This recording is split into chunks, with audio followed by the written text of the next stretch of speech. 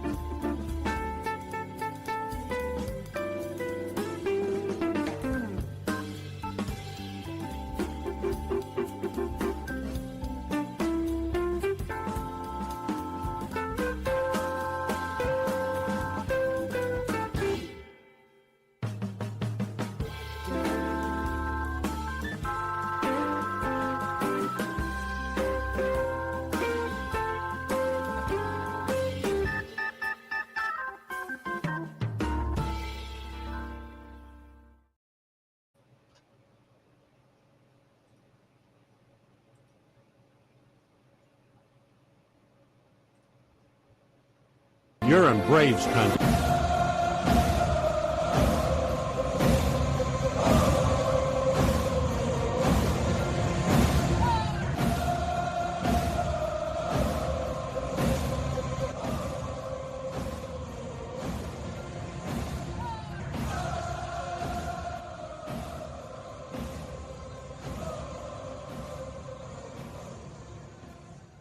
Like me, you can't smoke like me.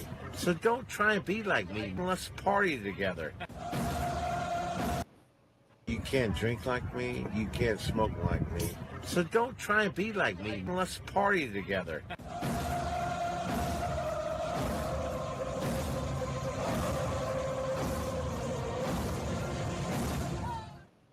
There's something kind of about a kid that's never played baseball. We have been hoodwinked, bamboozled, and flat out deceived. Why did you get so drunk? You got drunk. I'm just really exhausted. What's in that cup? Rum and Cokes? Do you have any idea how important this is? We're trying to save the pub cup. Really? This is what you're doing? This is what you're doing?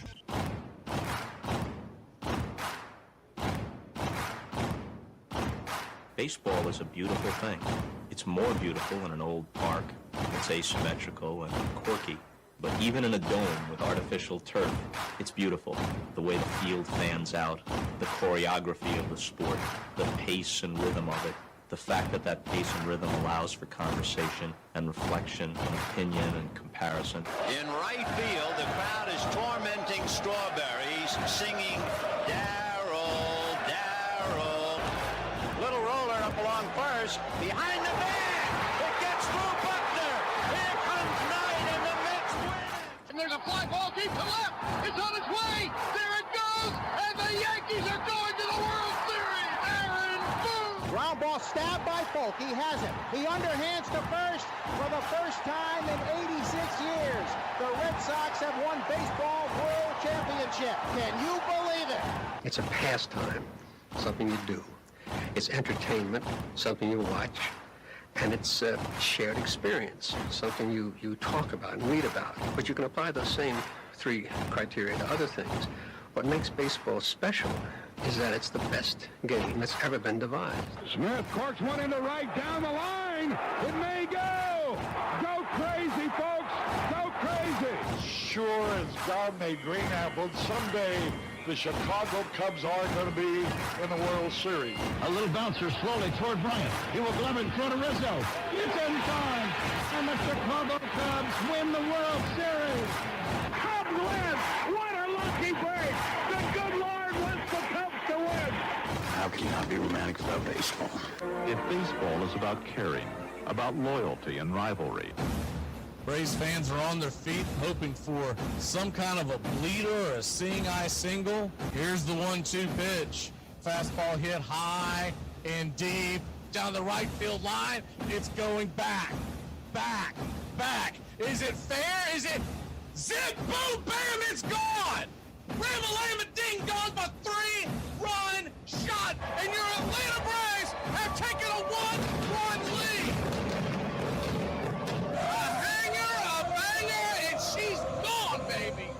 There's a very peaceful thing. It was created and played in pastures and meadows. There's grass, there's outdoors, there's everything that people thought was American and feel about America. You get in a ballpark. And it's the wonder of walking through that dark tunnel and seeing a huge open space where men play the little boy's game.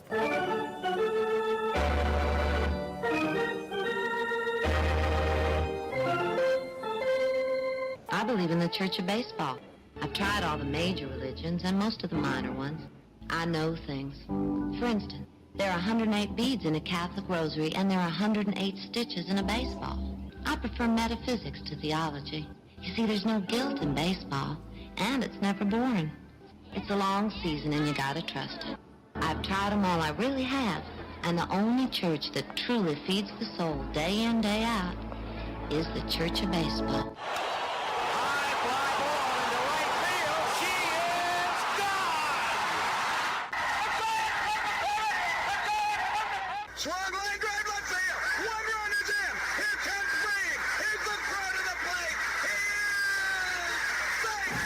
You're in Braves country.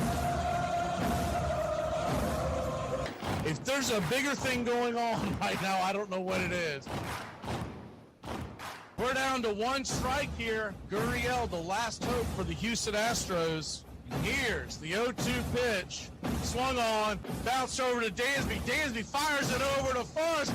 And here comes the dog pile. Fire the cannons in the battery. Do the job all throughout Braves country. Pop that top. Your Atlanta Braves have won it all. Ladies and gentlemen, welcome. We direct your attention now to home plate. Please remain standing. We call your attention to our fans here today. They will be jointly directed. And now, another fixture. Our national anthem. Oh, say, can you see by the dawn's early light what so proudly we hailed at the twilight's last gleaming, whose broad stripes and bright stars through the perilous fight o'er the ramparts we watched were so gallantly streaming, and the rocket's red glare above bursting in air gave proof through the night that our flag was still there. Oh, say does that star-spangled banner yet wave o'er the land of the free and the home of the brave? Play ball! At this time, ladies and gentlemen, we'd like to introduce today's teams as participants in this historic game.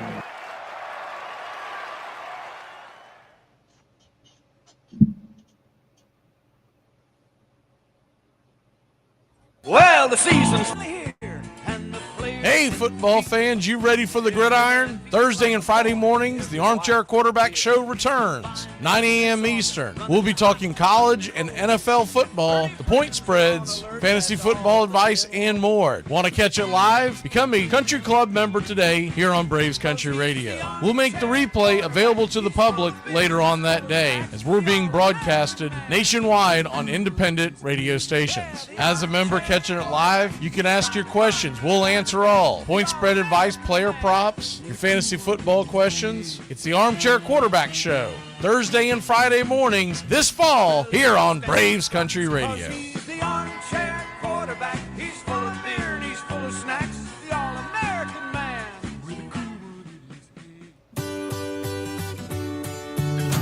Hey, Braves Country, Mac McGee here for American Rebel Beer. America's patriotic light lager, all natural ingredients. Stand tall, be proud. The perfect beer to celebrate life, liberty, and your pursuit of the American dream. America's patriotic light lager, offering a crisp, clean, bold taste. The perfect beer to celebrate life, liberty, and your pursuit of the American dream. A beer with only 110 calories that tastes like a full-flavored beer and celebrates like freedom.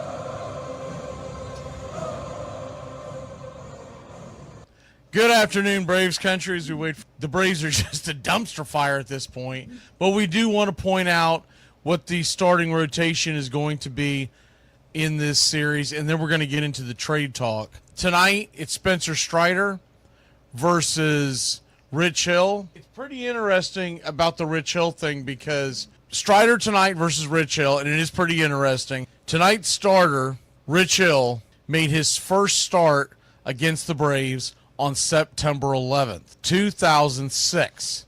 Okay, so we're talking about almost 20 years ago. He threw 120 pitches while limiting the Braves to 2 runs, 1 earned, over 5 2/3 in a Cubs win. Smoltz was on the mound that day.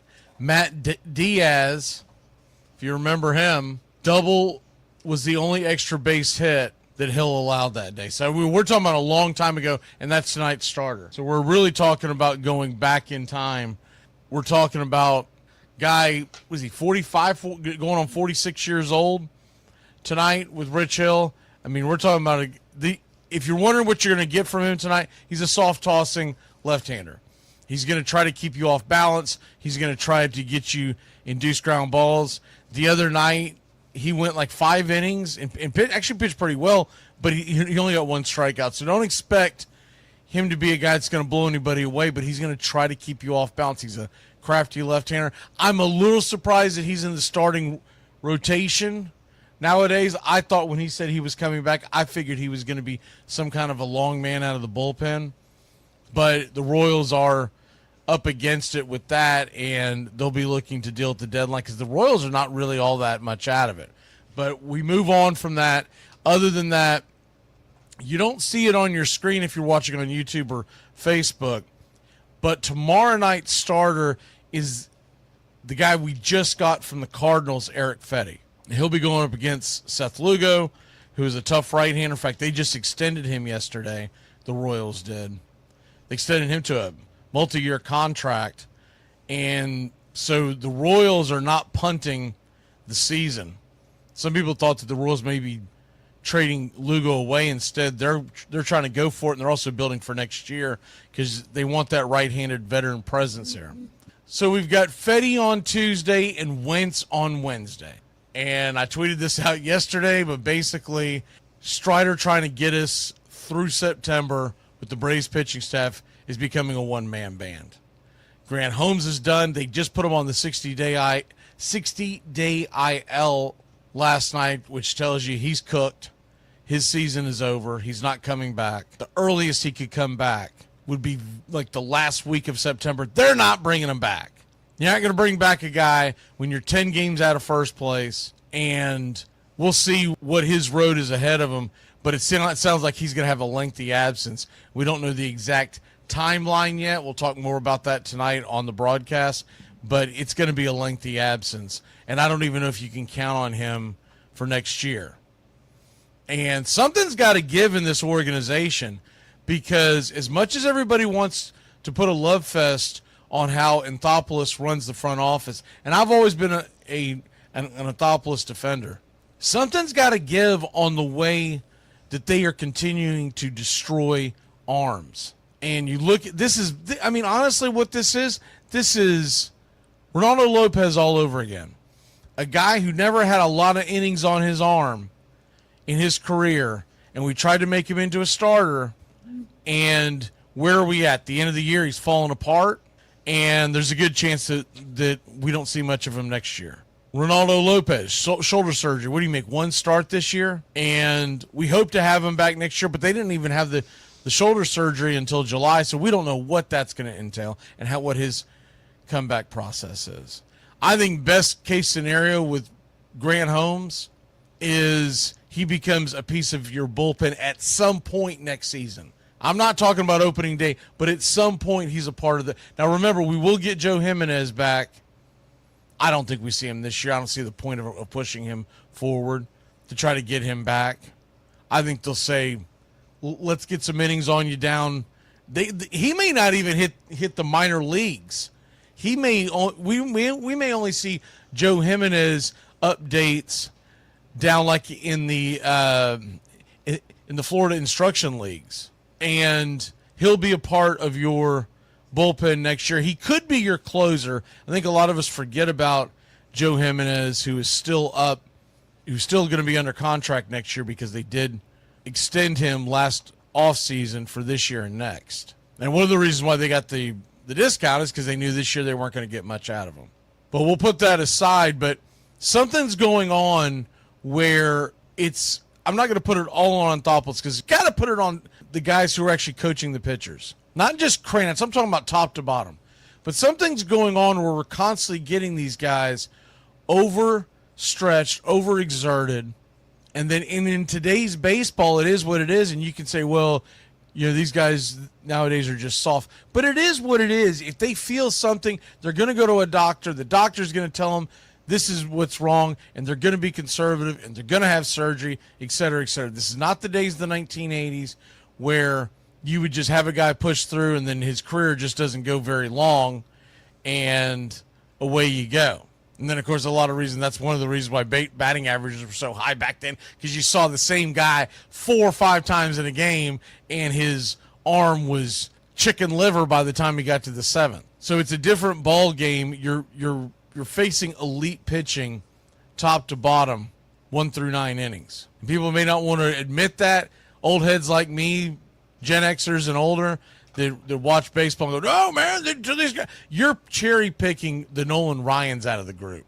You're not thinking about the guys that were just absolute scrubs in today's game, and they would still pitch 7 or 8 innings. But some of it was, okay, today's technology is much better as far as conditioning, but then some of it was they would push through pain. They would push through injuries because they were in fear of losing their jobs. It's not the same game. So if you're going to be competitive in today's game, you've got to be smart about how many innings you're putting on a guy. And we mentioned this a few weeks ago, but there was a real concern about Grant Holmes and how many innings he was putting on his arm.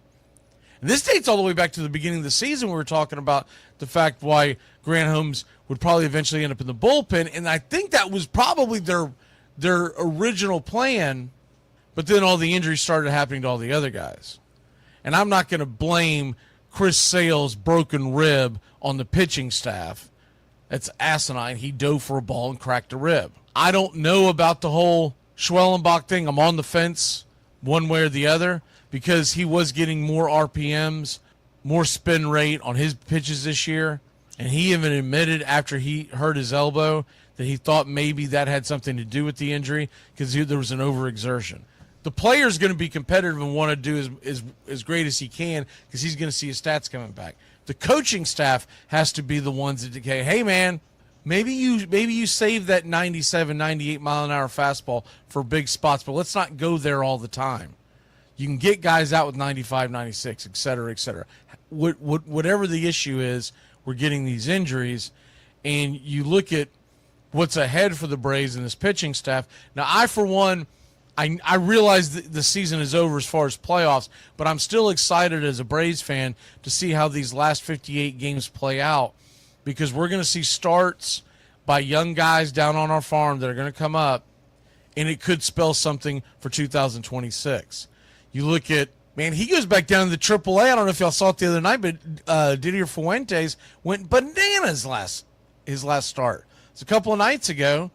He went like 5 or 6 innings, 9 strikeouts, 1 walk. I mean, it was incredible. But is he a guy that at this point in his career, not for his entire career, but at this point in his career, is he a guy that is best suited to stay down on the farm for the rest of the year? Maybe he gets a start in September, but you really start pushing him towards being a viable option mid to late 2026. Because something is missing in between the ears, because it's not his stuff. But he may have some maturing to do and be able to take on, because the kid was 20 years old when he came. He had just turned 20. So the idea that they pushed him up, it dumbfounded everybody. Nobody believed that we were going to see him that quick. And then all of a sudden he comes shooting out of the can, and they're like, okay, let's send him up there. Why, especially in a year like this, I really do expect to see possibly Ian Anderson or Jose Suarez, who, yes, made it back to the Braves in case you missed that several weeks ago. Ian Anderson, Jose Suarez, they seem like a couple of guys that can add to the 40-man and put into spot starts in August, trying to get themselves to September. And come September, and Davis Daniel, for that matter, as well. I don't want to leave him out.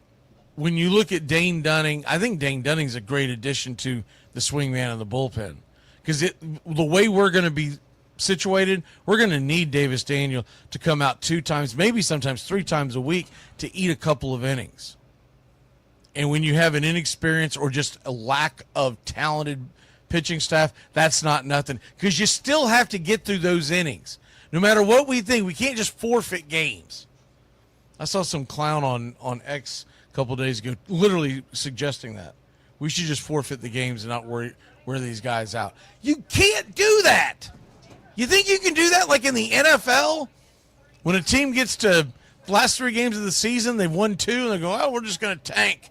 So you can just win these games. No, there's too much money out there for television, broadcasting rights, for tickets, for concessions, the whole 9 yards. So that's not happening. But it's going to feel like you wish you could at times, like yesterday's game when it was somewhat, well, realistically it's out of reach considering the Braves offense. You're down 7 runs. It would be lovely in the 7th or 8th inning go, all right then, we're not going to win this one. But you don't see orange slices and a trip to the ice cream shop over in the dugouts, because this is Major League Baseball. This isn't Little League. So you can't just fold up the tent and go home. Ian Anderson, Jose Suarez, Eric Fetty, Davis Daniel, Joey Wentz. Now we've got Dane Dunning. These are all even Bryce Elder. These are all names they're going to have to try to get us through to the end of September. And it's going to be a long haul, but we're going to try to get there.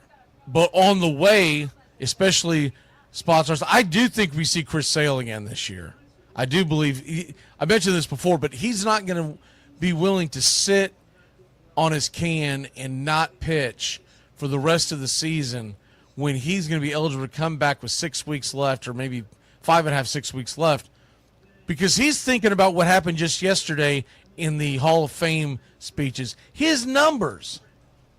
Not to mention the fact when you're his age, you don't want to go almost a 9-10 months without starting in a Major League Baseball game if you can help it. You'd much rather get back out there and shove. So I do think we're going to have those things to look forward to.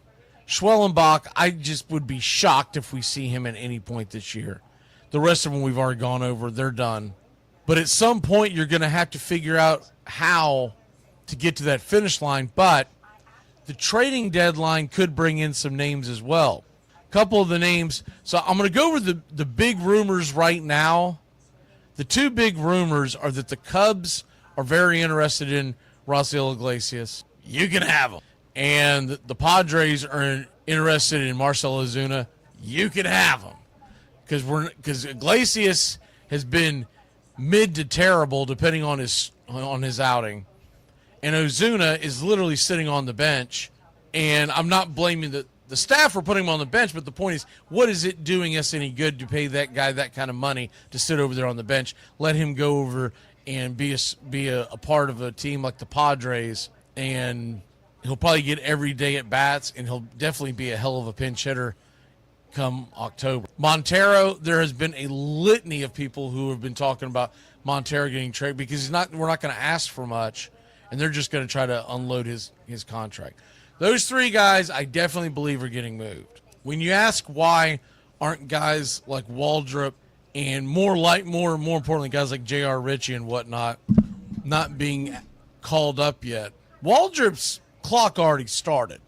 They did that last year. But the guys who have never put on a Braves uniform in the regular season, an Atlanta Braves uniform in the regular season, and stepped on the field as an active member, you're trying to prevent that clock from starting. Now, you get a pass in September when they do the call-ups. So some of these guys you'll see in the call-ups because that's what the call-ups are for, to see what these guys are worth, especially on teams that just aren't going to make it. And so we still have that to look forward to. It's not like there's nothing to look forward to in this team. And you would like to see Michael Harris, although I'm telling you right now, it's so hard for me to get excited when he raises his batting average 10 points in the last week. Because, first of all, it was incredibly low, so it didn't take much to get it up there. But the other thing is he's had so many bad habits across the board, I don't know what to believe in long-term with Michael Harris. Right now, I'm pulling for him, but I'm going to say we got to see it to believe it. The one thing you can say about Michael Harris, we're stuck with him. So don't think we can move him on. We're never going to be able to move on from him, not at this current rate, because you don't sell someone at the bottom of their value, and he's at the bottom of their value, unless there's just one Looney Tune GM out there who thinks, oh, man, we're going to get a steal, but what are the Braves getting back for him? So guys like that we're stuck with, but as far as the actual trade deadline, there are going to be other pieces involved, but the three main ones because of expiring contracts are the three that I just mentioned, Iglesias, Ozuna, and Montero. But don't be surprised if we get the right offer that you're going to see. I think Aaron Bummer, I think they're going to try to move him because of what Dylan Dodd's been doing out of the pen, and he can fill that left-handed role for next year, and you can spend a lot less money and get other depth positions for the bullpen because it's going to be a grind like always. But with all that being said, it's not a guarantee we can get rid of Bummer because he is owed next year as well, and he's been spotty. He's had his moments, and you look at his overall numbers, they're really not that bad for a reliever who comes in around the 6th or 7th inning. And for a championship aspiring club, we're talking about a guy that would be coming in the 5th or 6th inning. Teams will be looking at the contractual obligation of next year if they're going to bring him in. Pierce Johnson's been lights out.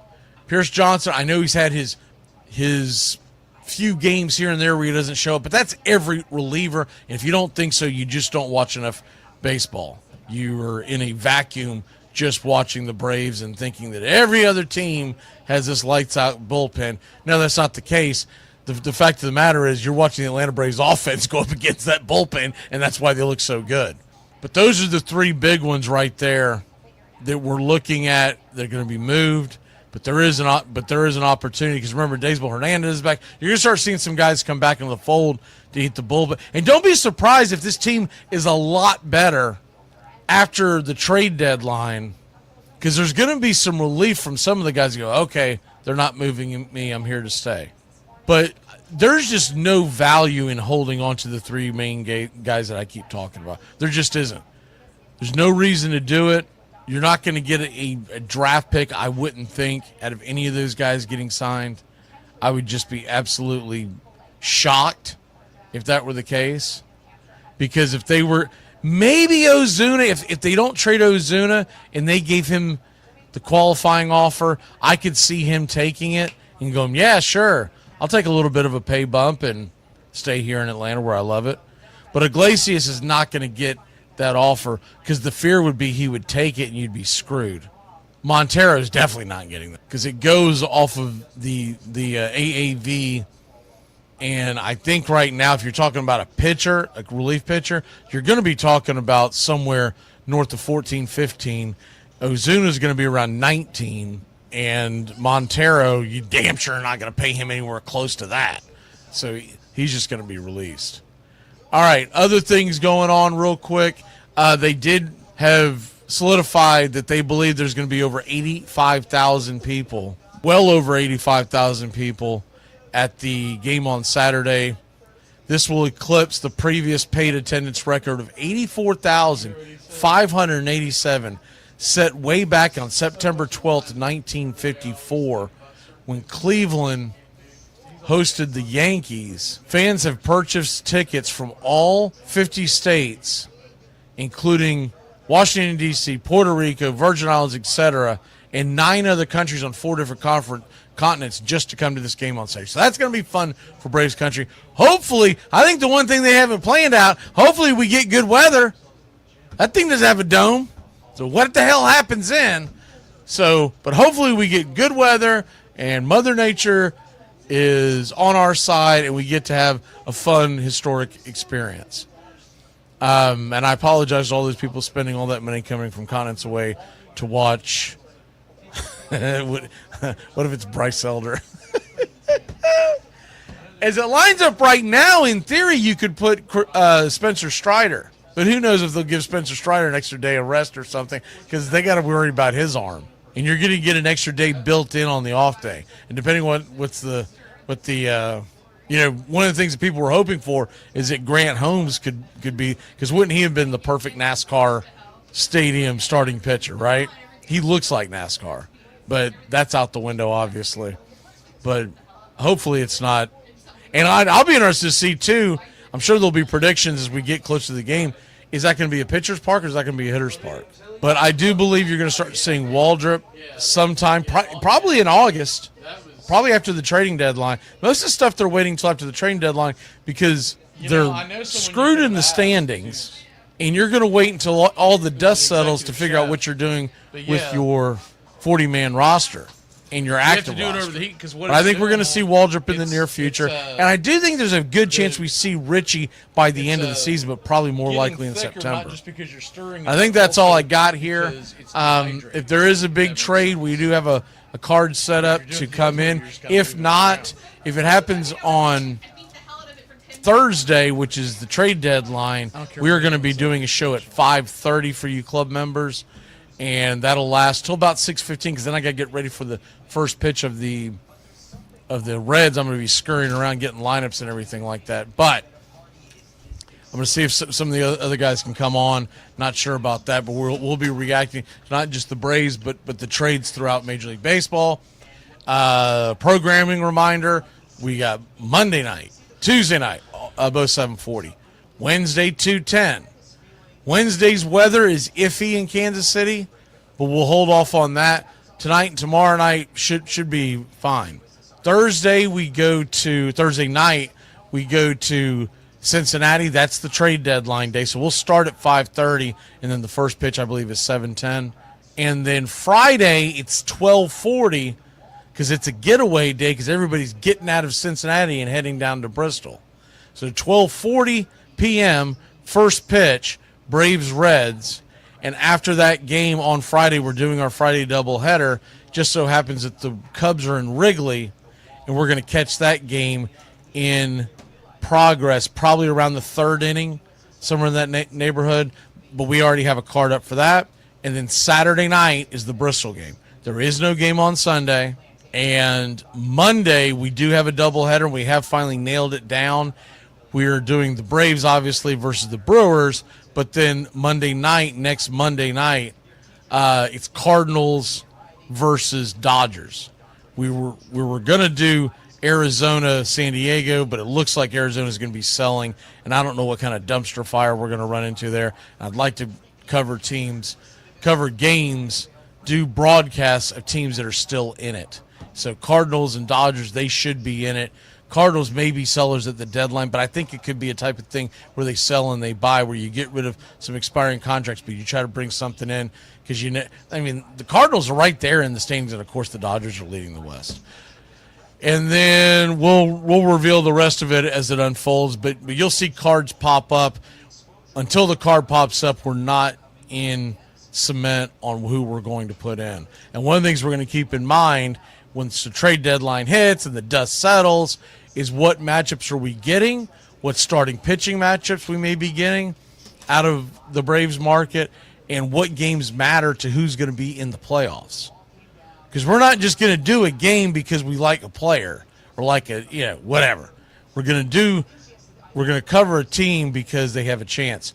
For those of y'all who may have missed the announcement, unless they just collapse and don't make the playoffs, we are going to be doing Detroit Tigers baseball for the postseason. We're going to be doing other games, and we're going to be doing double headers. But as of right now, it looks like it's going to be the Tigers is the team that we will do come hell or high water, and then adjust around that.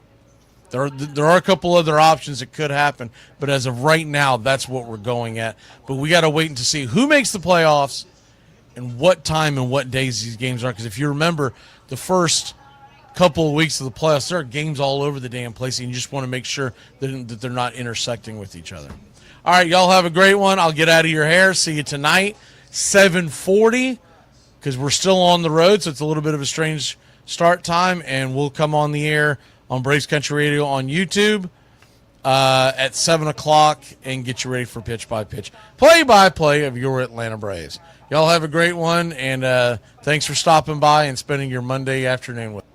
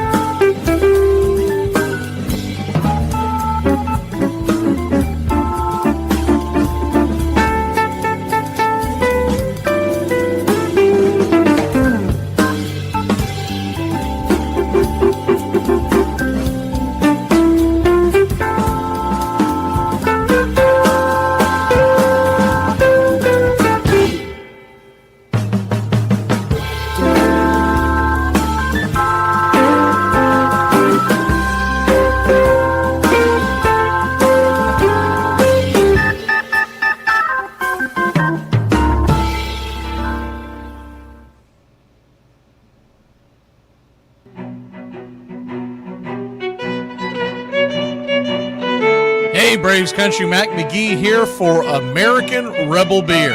From the mountains to the prairies to your pint glass with white foam, we're bringing back beer with a backbone. All that matters in our brew is taste and a touch of American excellence. American Rebel Beer, born in the USA.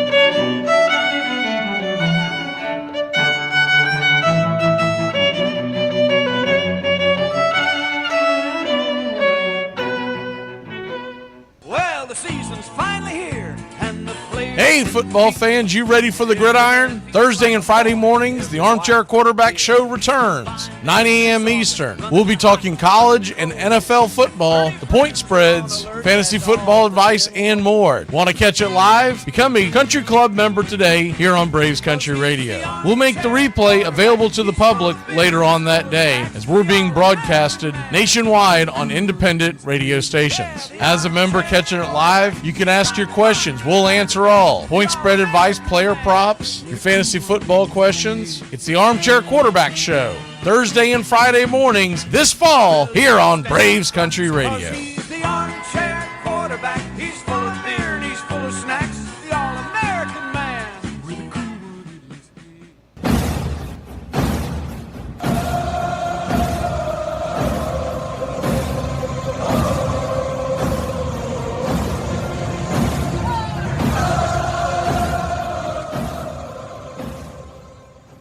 On a beer? 7 o'clock in the morning. Scotch? Hey, howdy, hi, and how the hell are you? Pull up an armchair, girls and boys, and join us for Braves Country Baseball. You're listening live as the Braves are on the road. We're set to bring you pitch by pitch, play by play of your Atlanta Braves. Hi, I'm Mac McGee. Here's your starting lineups for today's action. Leading off and playing left field for your Atlanta Braves, it's Jurickson Profar, a .237 average, 3 home runs, 10 RBI, 2 stolen bases. Batting second, playing first, Matt Olson, 18 home runs, 65 RBI, a .263 average. Batting third, in right field, Ronald Acuna Jr. He's got 13 home runs, 24 RBI, 4 stolen bases, batting .305. Batting cleanup, playing third, Austin Riley, 14 home runs, 48 RBI, 2 stolen bases, batting .267. Batting fifth behind home plate, Sean Murphy, 16 home runs, 41 RBI, a .233 clip. Ozzie Albies, batting sixth, playing second, 9 home runs, 40 RBI, 9 stolen bases, batting .219. Batting seventh, the designated hitter, Marcell Ozuna. He's got 13 home runs, 42 RBI, a .232 average. Batting eighth and patrolling center field for your Atlanta Braves, it's Michael Harris II. 9 home runs, 49 RBI, 12 stolen bases, batting .228.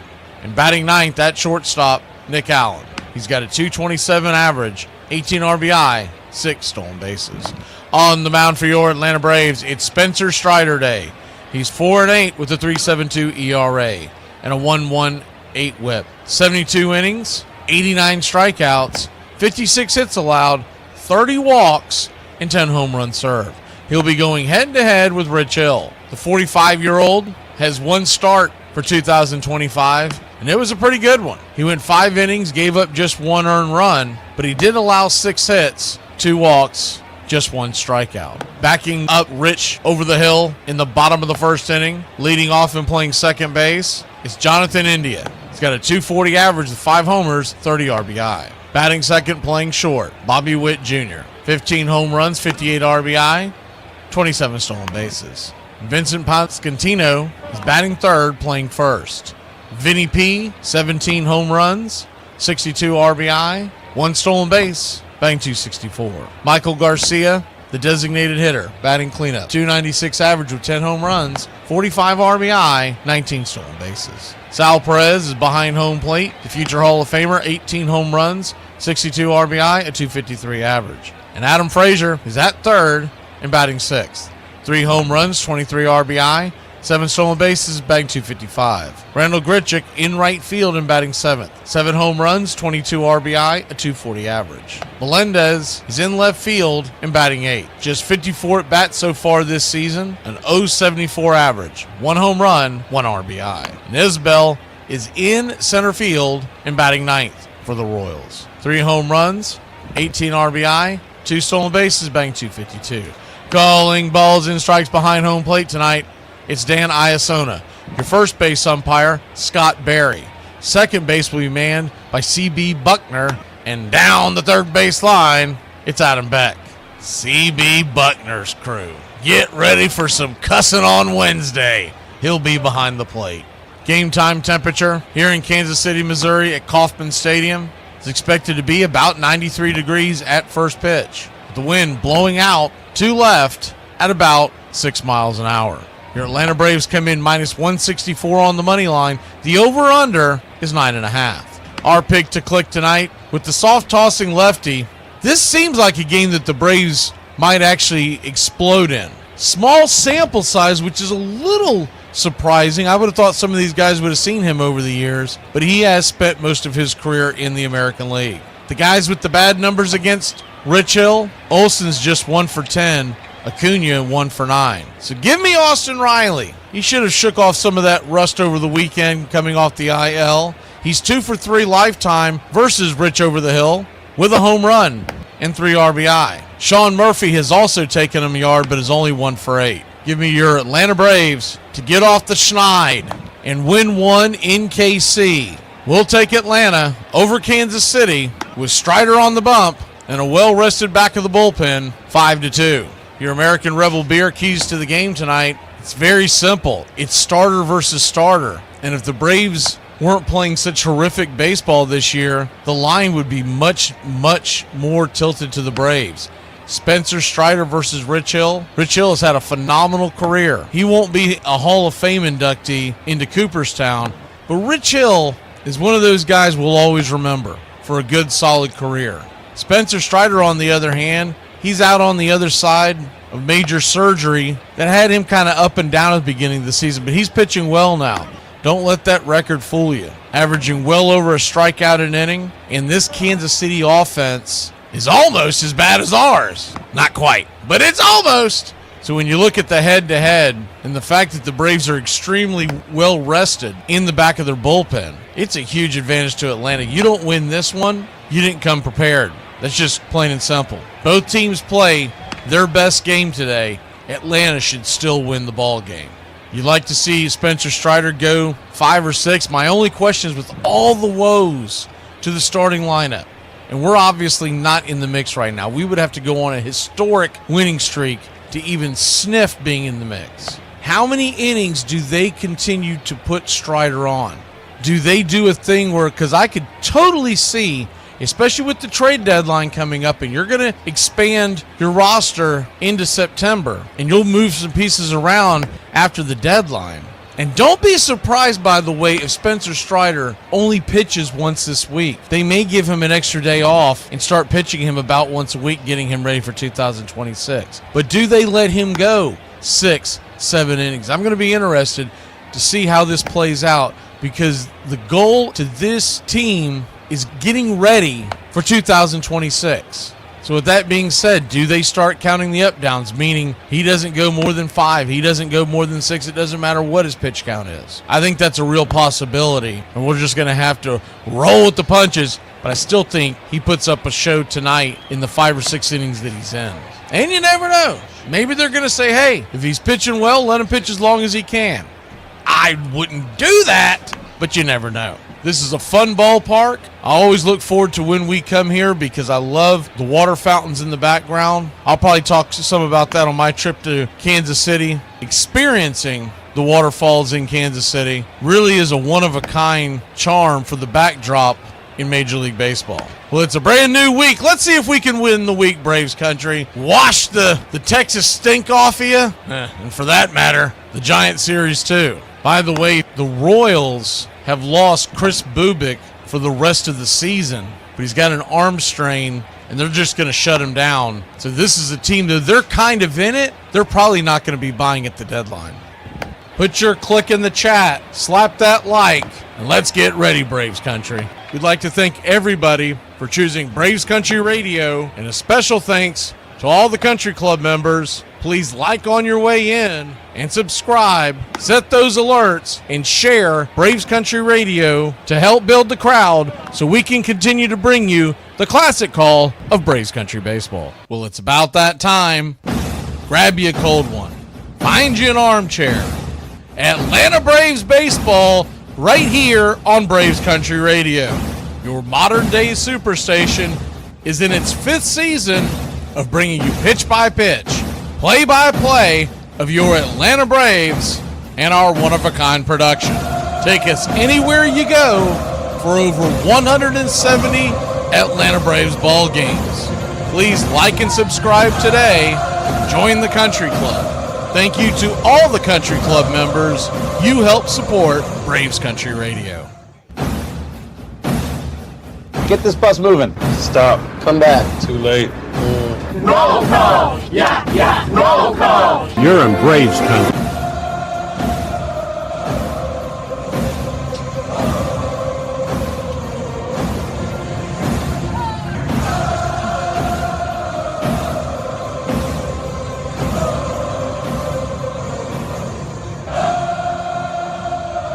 Welcome in Braves country.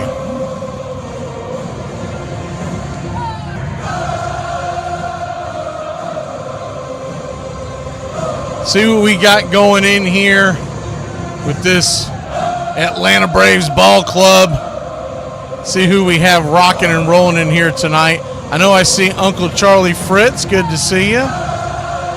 And Gary the Real McCoy will hit up the country club members first. If there's time, we'll hit up all the rest. There usually is. We've got George Pearson.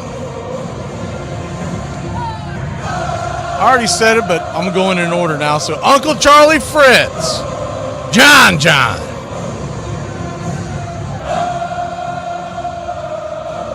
Brian A. B.A. Baracus, Tree Nug, Neil Pearson in here.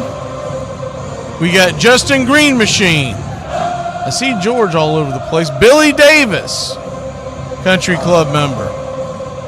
Royal PETA, country club member. What you talking about? Willis Mathis, country club member.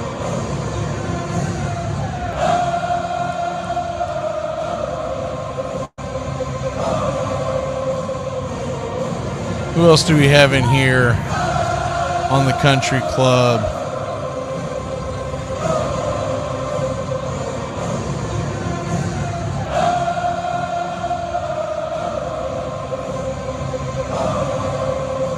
Not a whole. There's Iron Lung. I'm assuming Edward Spry's in here, but he's been really quiet. He must be dodging the Braves' misery the last couple of weeks.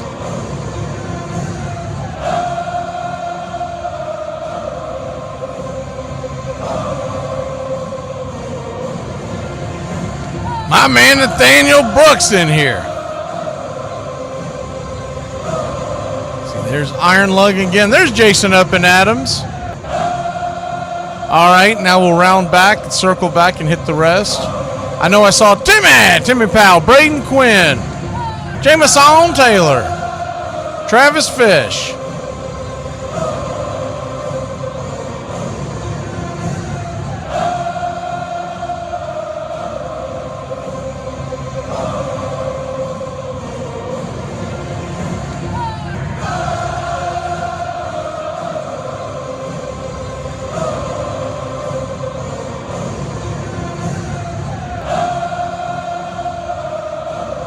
Thought I said Mark Ricky Ricardo earlier, but maybe I didn't.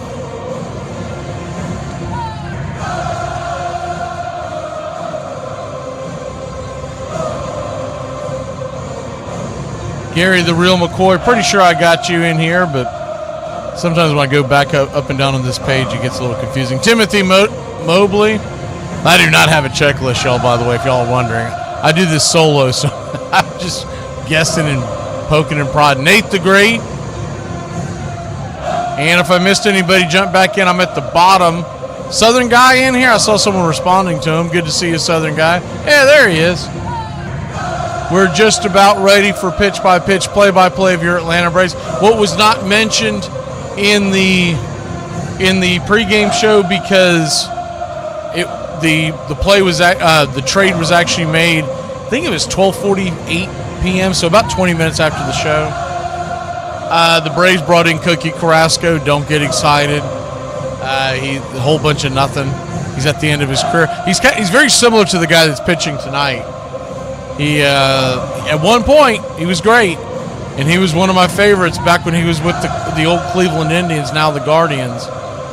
But just these people we're picking up, they're literally innings eaters. The interesting trades we'll make will be over the next few days on probably people that won't be on the roster immediately.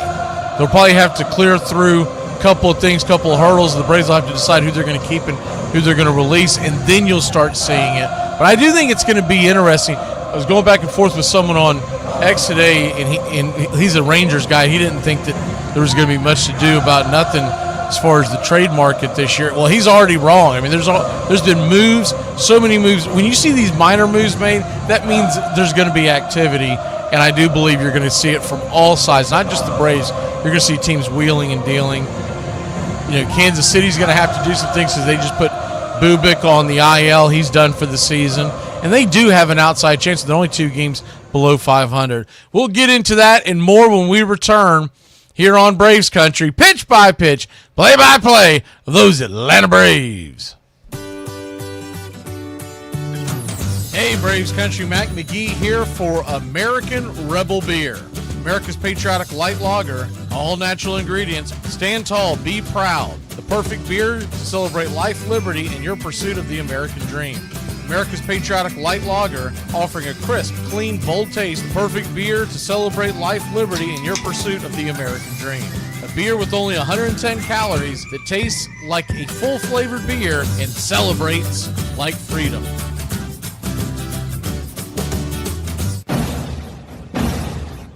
Hey, Braves Country, this is Mac McGee with Braves Country Radio. We are bringing you pitch by pitch, play-by-play of your Atlanta Braves all year long. Join the Country Club today. Help support Braves Country Radio. Join the Country Club today. It helps us bring you more of the game we all love. Braves Country Radio, your home for the classic call of Braves Country Baseball.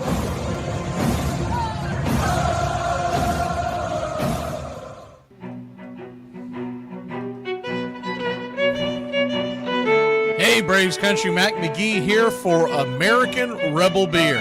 From the mountains to the prairies to your pint glass with white foam, we're bringing back beer with a backbone. All that matters in our brew is taste and a touch of American excellence.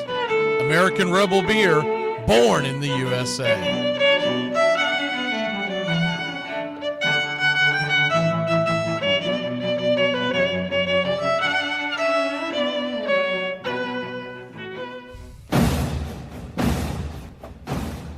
Ladies and gentlemen, we interrupt our program of dance music to bring you a special bulletin from the radio news. Sit quietly and we will control all that you see and hear. There is nothing wrong. You are about to participate in a great adventure. You are about to experience the awe and mystery. You unlock this door with the key of imagination.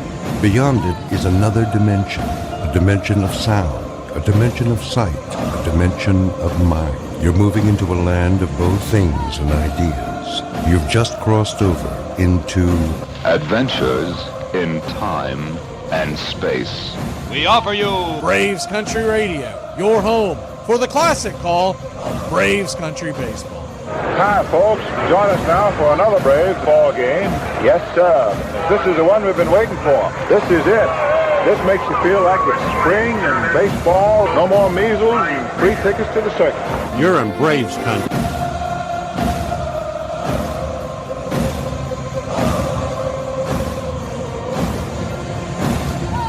This is a reminder, disorderly conduct will not be tolerated. Please respect your fellow fan and refrain from any unruly behavior. Failure to comply with these guidelines will result in ejection.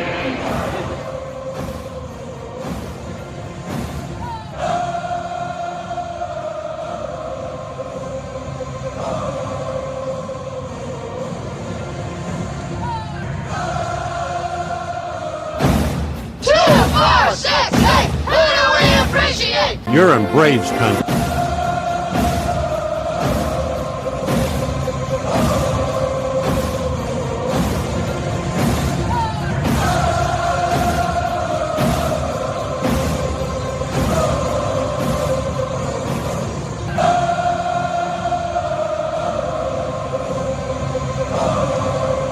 Welcome in, Braves Country. Atlanta Braves will grab the bats first, being the road team here in lovely Kansas City. Been looking forward to this one. I do love this stadium. Went to this stadium, man, it's got to be 15 years easily by now. If I have it right, I think it was the summer of 2009. I think is when I went. Almost positive. Caught a Father's Day game in Kansas City versus the Cardinals. I was there for a culinary competition. We saw Albert Pujols belt a couple of home runs.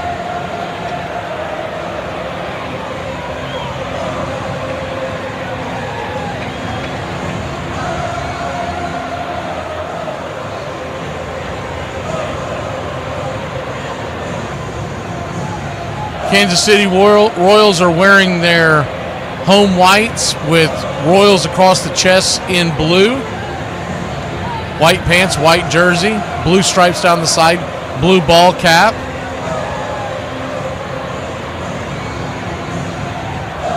We'll wait for the 3D to kick, and we've already tried it a couple of times. It's not working, but it will. They got the blue ball cap with the KC on the front, blue numerals and blue letters on the back. Yes, sir.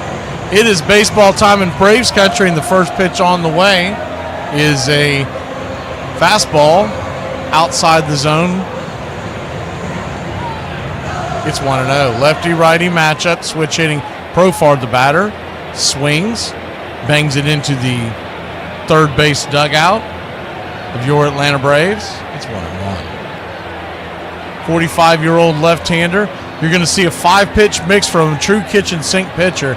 He's not a guy that's going to overwhelm you.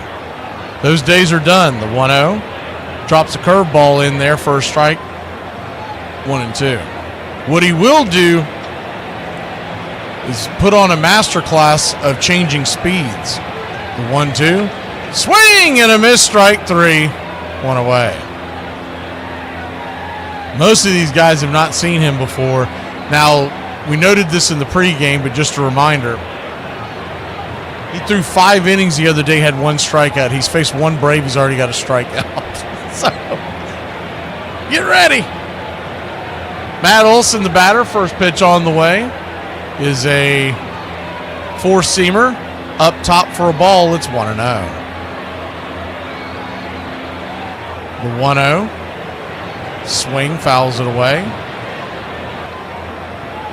1-1. So a 1-1 count.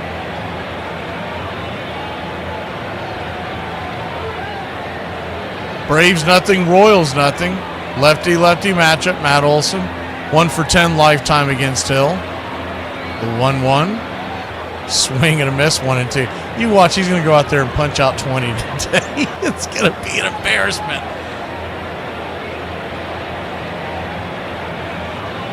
The 1-2 to Olson.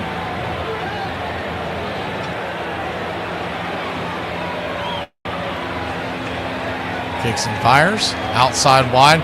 Looked like the sweeper that time. 2-2. The 2-2 to Olson. Kicks and fires. And up top, called for a strike. High on the top shelf. Nonetheless, Olson, you can't take an 87-mile-an-hour 4-seamer with 2 strikes. And Rich Hill has already doubled his strikeout number from his first outing. I mean, that's, in a nutshell, that's what's wrong with this Braves offense.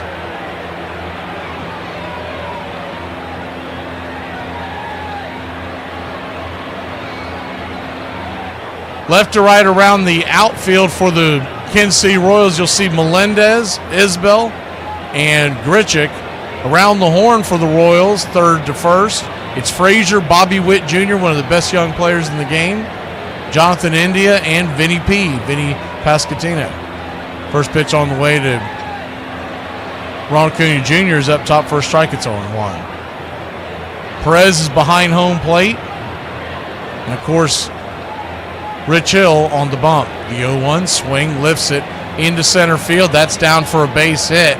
Well, thankfully, he didn't just go out there and strike out the side. At least the Braves got something going on, this 45-year-old beaten down. I mean, are you kidding me? Starting to wonder why the Braves didn't sign this guy. So a 2-out single for Ronald Acuna Jr. First pitch on the way. There it is. Had a hard time finding it. Bravo! First pitch. Bravo. To Riley is down and in for a ball. It's 1-0. Lefty-righty matchup. 1-0. Swing, fouls it away. Bravo. 1-1 count. Braves nothing, Royals nothing.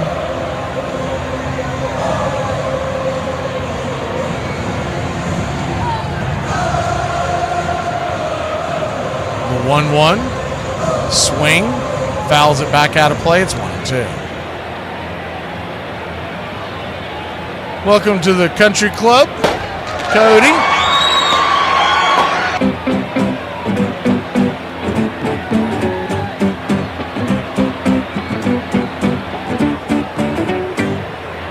Appreciate the support. Runner goes. Acuna takes off. Here comes the throw, the pickoff move, and he's gunned down at second. So if you count the pickoff play, the Braves go down in order against the old man in the sea, Rich Hill, teaching them some things on a Monday night in Kansas City. Hi, y'all. It's time for Appalachian Word of the Day. The word of the day is spectators. We're having steak tonight, and she wanted broccoli, but our spectators would taste better. You know, health insurance is cool because you get to pay a bunch of money each month for nothing. Then if something happens to you, you get to pay a whole bunch more money. I prefer paying all my bills at once so I can spend the rest of the month like relaxing and enjoying the $22 I have left over. What's the difference between you and a Christmas tree? I don't know. Stays up for 12 days, has cute balls, looks good with the lights on. What is this enticing bowl of white? That's cottage cheese. Cottage cheese? Like cheese from some cottage? Who's cottage? Well, like, what is that exactly? How do you not know what it is? Aren't you like a cheese guy? I'm not a cottage guy. You are going to make us lose this game. You think Jay-Z or Probably not a good time right now. Too soon. I mean, let's face it, he's the greatest pitcher I've ever seen in my lifetime. He is the best, folks. He is the best. Day in, day out. Start to start, consistently great. It's known as a Maddox. If you throw a complete game with less than 100 pitches, because Greg did it so often. There's nobody better than Greg Maddux. I don't care who it is. He's the greatest pitcher I ever saw. 3,000 strikeouts for Greg Maddux. I don't think there's anybody that compares to doing more with less. There's nothing intimidating about Greg Maddux. His stature, his athletic ability, his fastball. Nothing's intimidating until you sit in your locker at the end of the night and you're sucking on an 0 for 4 because he's completely dominated you. His demeanor was always the same. He just took one pitch to the next at bat. And that was it. That's great. Braves Country Radio, your home for the classic call of Braves Country Baseball.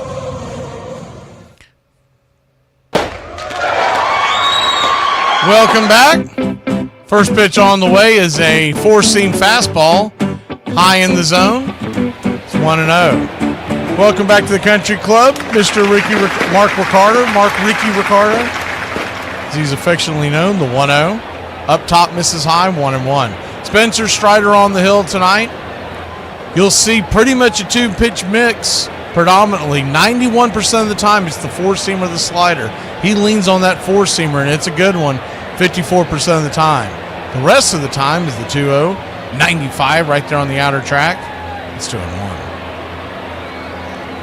Curveball 6% and a show me changeup at just 3%. 2-1 count. Righty, Jonathan India takes the four-seam fastball high and out of the zone, 3-1. It's been happening here lately with Strider early part of the game having a hard time finding the zone.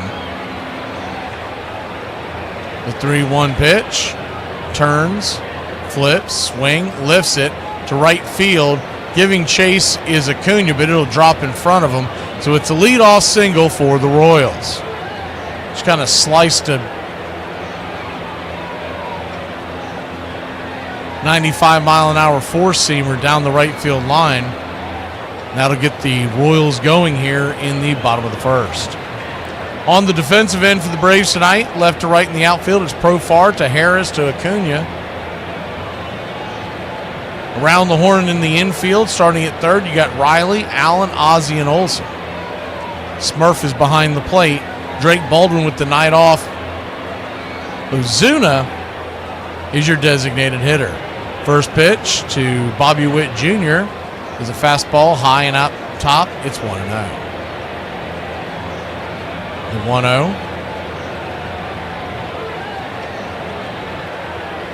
Swung on, popped up, high, into center field. Fighting the sun is Harris. He'll make the catch. for a loud but not very deep out number 1. Just got underneath that one. Sun is starting to set here at Kauffman Stadium. Center field with quite a bit of patch of sun. Left field is covered in shade and most of right. Vinny Pasquantino, or Vinny P as he's better known as, steps to the plate with 17 home runs. First pitch. He'll bunt it down the line, foul on a slider. It's 0-1.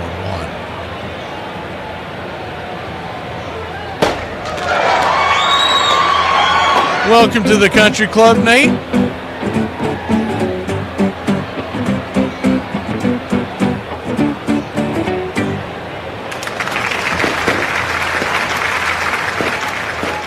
The 0-1 count.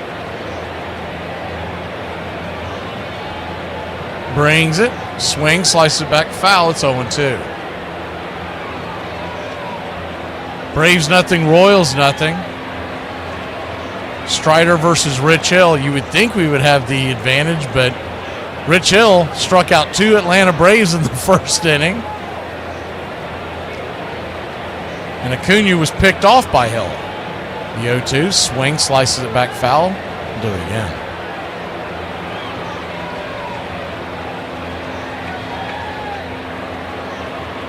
The 0-2 count.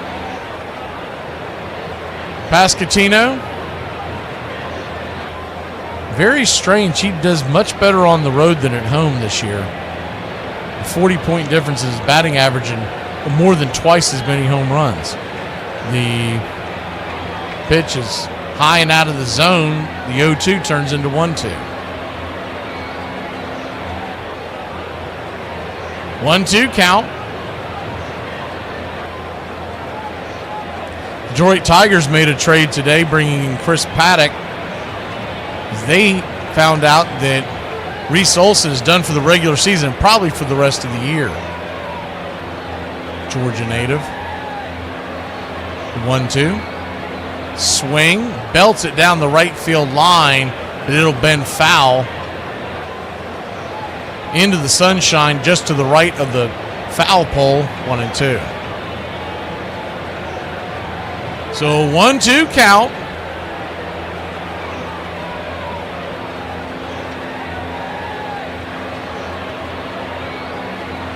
Double play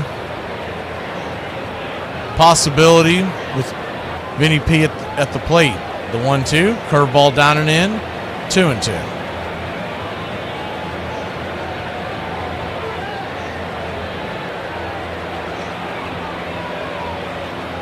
We'll go ahead and bring the screen back in case there's any movement on the base paths. Jonathan Innie is dancing back and forth over there as Spencer Strider flips it over there to keep him close by.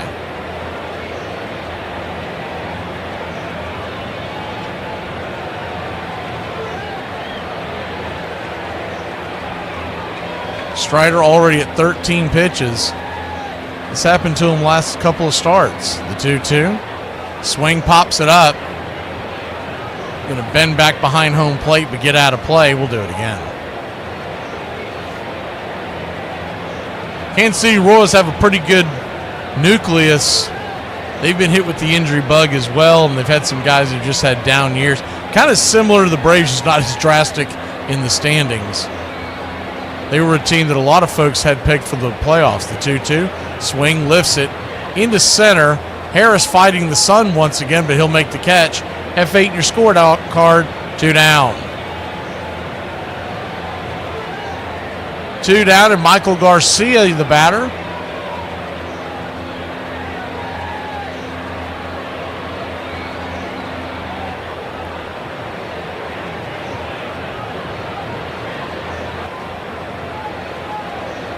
Garcia batting .296, 10 home runs, 45 RBI, 820 OPS.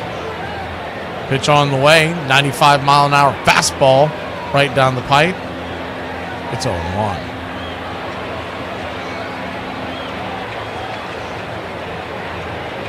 The 0-1. Kicks and fires. Swing, lifts it into right center field. That's going to get down up against the wall. behind Acuna. Here comes the throw from Harris. As he, bad throw and a bad cutoff. It's 1-0 Kansas City. Acuna overran the ball. Harris caught it off the wall. He fired it into Allen, and it was not a clean exchange, and any chance they had of getting the speedy Jonathan India went out the window. India was booking it with 2 outs. And the throw was coming all the way from the warning track from Harris, and he overshot Allen a bit. And so they got a runner at second and 2 outs. Kansas City leads it 1-0. First pitch to Salvador Perez is off the plate for a ball. It's 1-0. Perez, 18 home runs, 253 batting average, 62 RBI.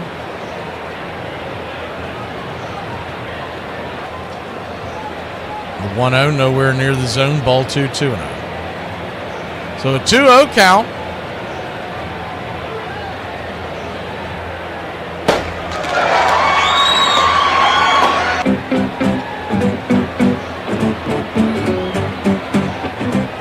The 2-0 swing, slaps it to right.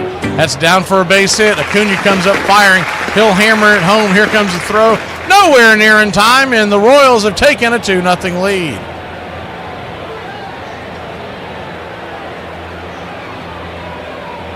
Perez, RBI single. If you're wondering out in Vegas tonight, the Strider's over-under strikeouts was 6.5. Rich Hills was sitting at 2.5. He's almost got his. Righty-lefty matchup. First pitch on the way. Adam Frazier. It's down and in. It's 1-0.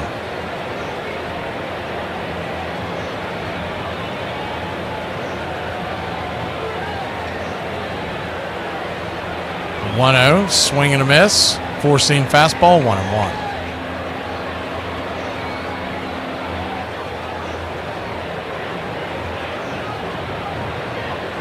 One count. Swing, rattles it foul. We'll do it again.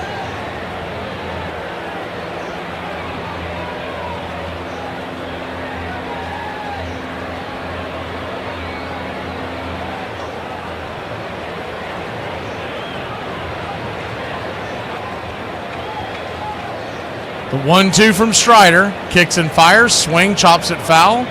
Down the line. Braves trail 2-0. Runner at first, 2 outs.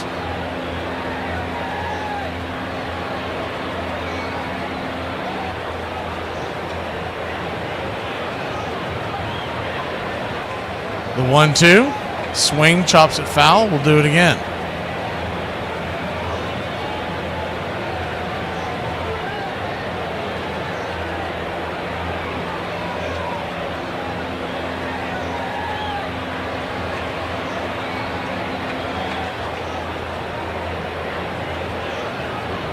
The 1-2. Down and in. Did he go around? They checked down the line. He did not. And it's 2-2. So Strider's not getting any breaks over here. I did, by the way, find that box score of the game that I went to. It took me a while because they had it all screwed up, but it was 2009.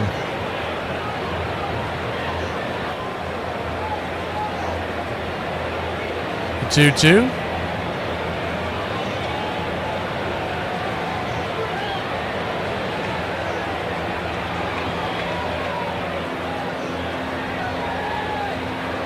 So a 2-2 count from Strider.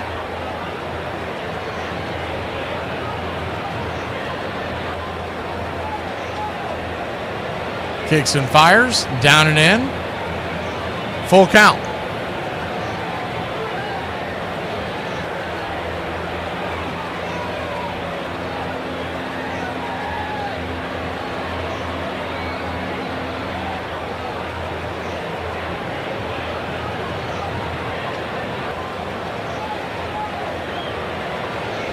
Strider steps on the bunt, man. He is stalling. He is walking around.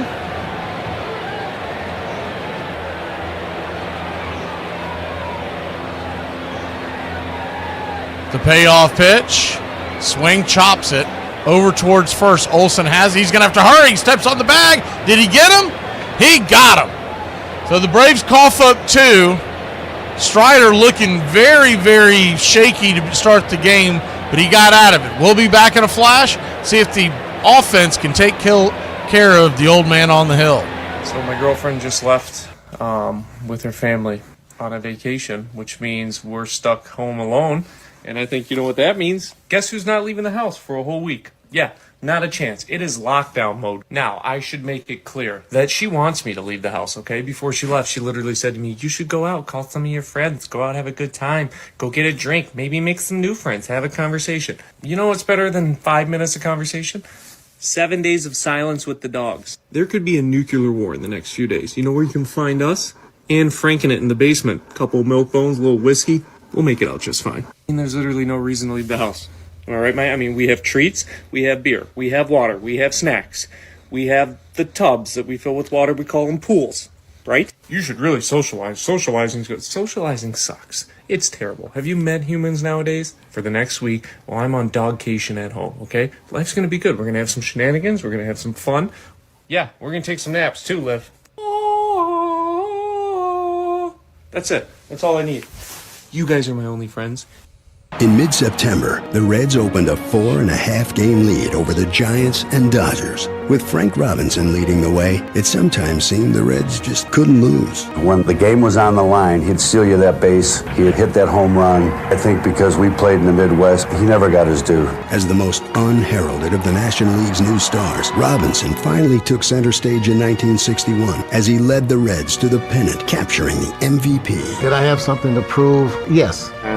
There it goes, a bullet-like drive over the left field screen for Robbie's 34th home run of the season. I've been in the shadows of Mays, Clemente, Aaron, those guys, and it's not a bad shadow to be in, but still you want to be out and see the sunlight yourself once in a while. And winning the pennant and winning the MVP award kind of said, hey, Frank Robinson is a pretty good ball player himself.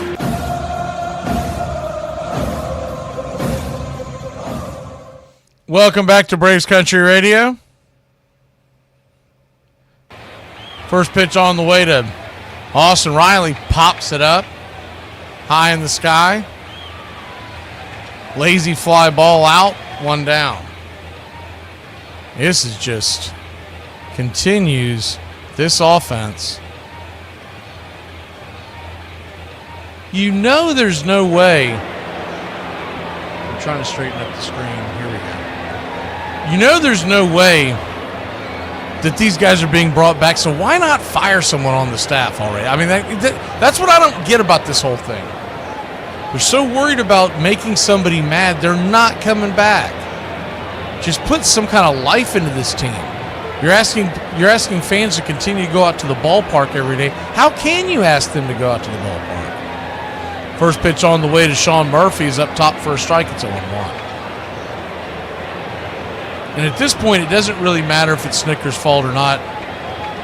Somebody should be fired off the staff just to let the fans realize change isn't coming. The 0-1 misses high, 1-1. Even if you just want to fire Tim Hires, I don't care. 1-1 count. Swing. Pops it up. Lazy fly ball, 2 down. 17 pitches. Rich Hill's going to go here and pitch a masterpiece. You watch.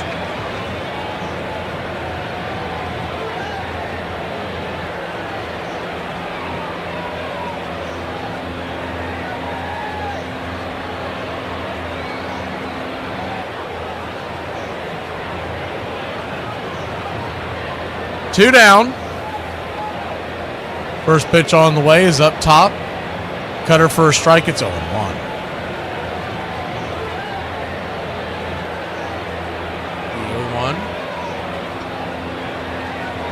Swing, chops it foul. 0-2.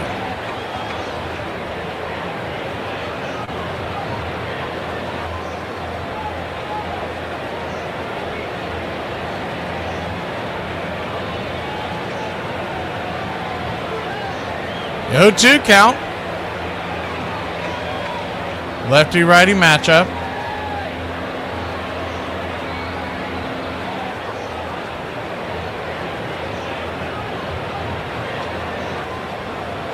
The 0-2. Swing, chops it. Over to third. Flips it over to first, but that's a foul ball.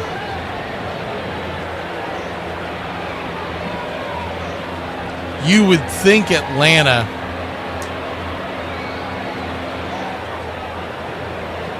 second time through the order would do some damage on Hill, but I can't promise that anymore. This is the most frustrating team I ever remember seeing.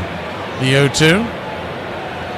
High and out of the zone 1 and 2. And it's not because of the losses. We've seen Braves teams with much bigger losses. It's the lack of the fight.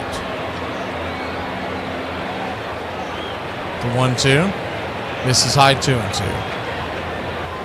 2. They're nonchalant about most things. There's no fight in this team, and that always comes from the top. 2-2 count. Outside wide, full count.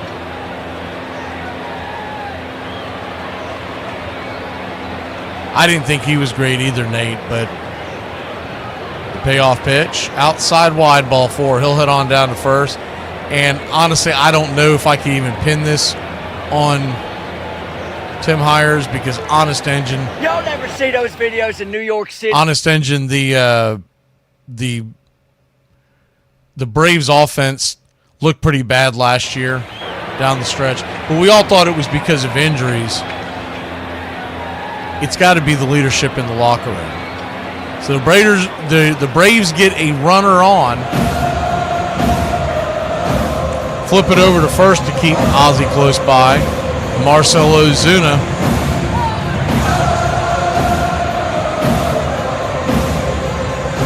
I have no desire to see Walt Weiss do anything either. First pitch on the way is 89 miles an hour right there on the inner cut. It's 0-1. That's always the answer in the Braves organization. Well, let's promote within. Let's do, man, go get someone from the outside because this entire coaching staff is stale. The 0-1, misses high 1-1. They need a new direction. So obviously you're not going to do that this year. You're not going to bring in someone who's going to be the interim. If you're going to do that, you miss that boat by 2 months. If you're going to give Walt Weiss a chance, that's gone. The 1-1. High and inside, 2-1. So, like I said, I don't really care about if they want to keep the sticker till the end. But fire Tim Hires. You're not going to keep him around. Fire somebody. Good Lord, just sacrifice the equipment guy. The 2-1. Passes straight back 2-2. I want a brand new regime. Whoever comes in and becomes the manager, I want him to pick his staff. As opposed to picking his nose in the dugout. So a 2-2 count.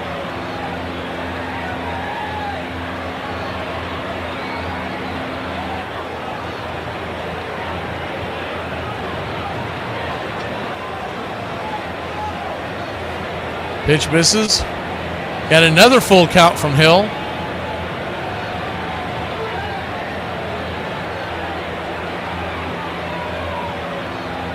Payoff pitch, swing, bangs that foul, we'll do it again.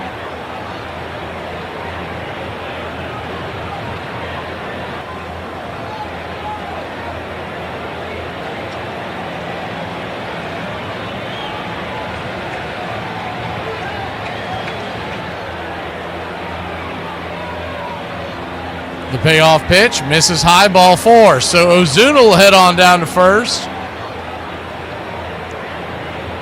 One thing I will say about Ozuna all year long, we know he's been playing injured. He has worked himself counts all year long. He's one of the few players that I can say makes the pitcher pitch. Now, I'm not saying he needs to be in the lineup every day because we know we're moving on from him. But that's the one credit I can give to Ozuna. That was a high pitch, and I'd say 75% of the Braves roster swings at that. First pitch on the way to Harris is off the plate for a ball. It's 1-0. Michael Harris, by the way, is 1 for 2 lifetime versus Hill. I know it's a small sample size, but He's raised his batting average about 20 points since the All-Star break. The 1-0, swing and a miss, 1-1. So 1-1 count.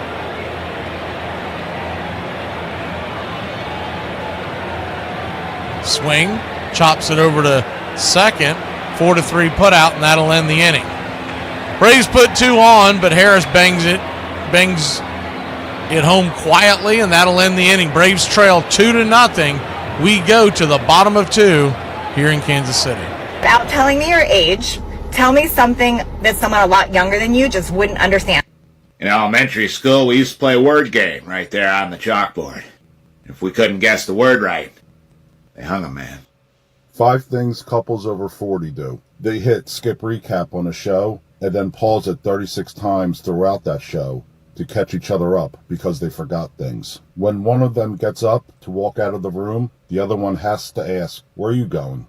Bonus points if you can remember why you got up and where you are going. Marriage is a never-ending competition, and if you don't agree, then you've never driven, cooked, or played a board game with another human being. They take more time asking each other what they want for dinner than actually eating dinner. I call it dinner chicken, when they go back and forth suggesting things until one of them eventually caves and says, "Screw it, let's just get takeout." And the last one, they talk passive-aggressive through their pets. I'll give you an example. When is mommy starting dinner? Daddy is really hungry. Or, I guess Daddy doesn't smell that garbage that Mommy's asked him 5 times already to take out. The pennant race was over, but the battle between Ruth, Maris, and Mantle was in full swing. The big Yankee news is Maris 56, Mantle 53. And then, suddenly in late September, Mantle pulled out of the race. An infection in his hip had made it impossible for him to play. Yet another injury had prevented Mickey from reaching what had seemed to many to be his destiny. As a result of Mickey having to drop out of that home run race, Roger was on his own. Roger was all by himself. If Ruth was going to be dethroned, it was not going to be by the fair-haired prince and lifelong Yankee. Instead, it would be the other guy. Join the Country Club today. Help support Braves Country Radio. Join the Country Club today. Welcome back. First pitch on the way from Strider is well off the plate for a ball. It's 1-0. Spencer Strider, rough first inning, giving up 2 runs. Braves trail 2-0. The 1-0 bounces it over towards short. 6-3, 1 down. Good play by Nick Allen.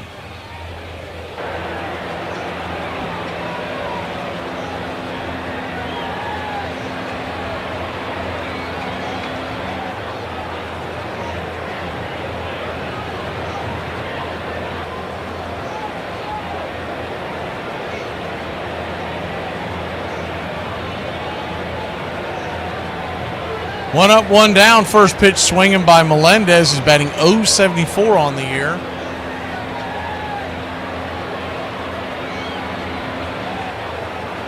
I'm going to take a guess the Braves are trying to make a trade for him. .074, we can fix him. The 0-1 down and in. Right there, first strike, 0-2. He was originally a catching prospect for the Mariners. Now he primarily plays left field.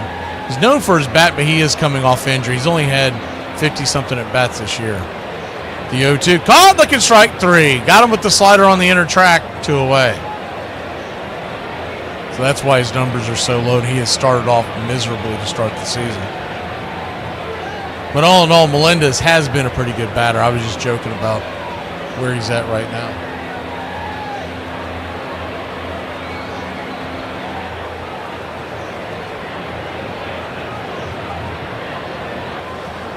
Number 9 hitter, Isbell, the center fielder, takes the first pitch up top for a strike. It's 0-1.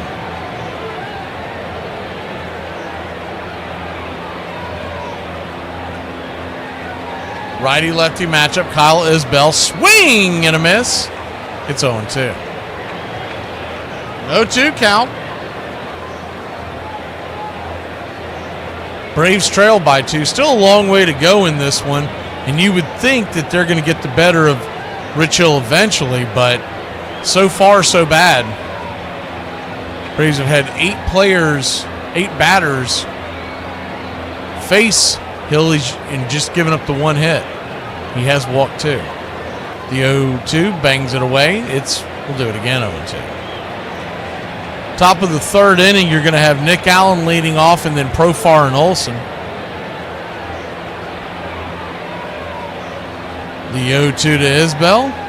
Swing, fouls it away. Kyle Isbell is batting .252 on the year, 3 home runs, 13 RBI. I really feel like every time I say his name, there ought to be an A in between S and B. It's not Isabel, it's Isbell. The 0-2. Down and in, did he go around? They checked down the line. He did not. Third base umpire Adam Beck says no dice. C.B. Buckner's going to be on the hill on Wednesday and just buckle up. He's your modern day, what was his name, Angel Hernandez that everybody used to beat on. 1-2 in the dirt, 2-2.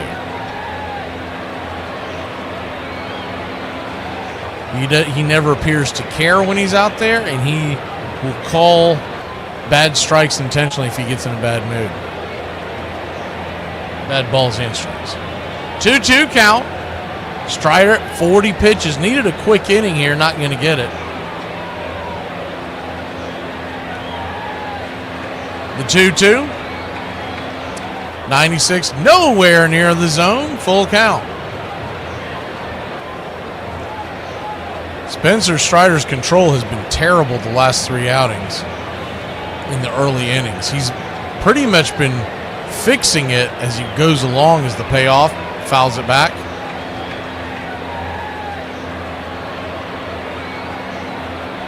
He's got to fix something in his pregame prep because the first few innings he struggles and gets a high pitch count.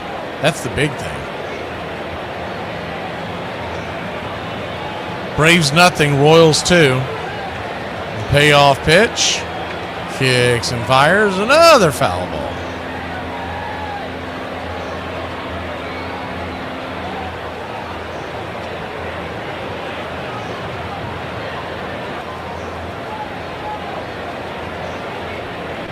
Full count. Brings it. Nowhere near the zone. Ball 4.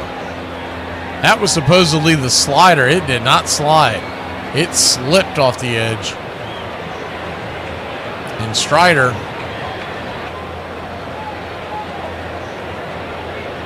kind of giving up on Kranitz going out there and talking to a struggling pitcher. Kind of figure he doesn't know what he's doing anyway, so why send him out there to confuse somebody? 1 on, 2 out. First pitch on the way to Indy is down and in. It's 1-0. Strider has fallen behind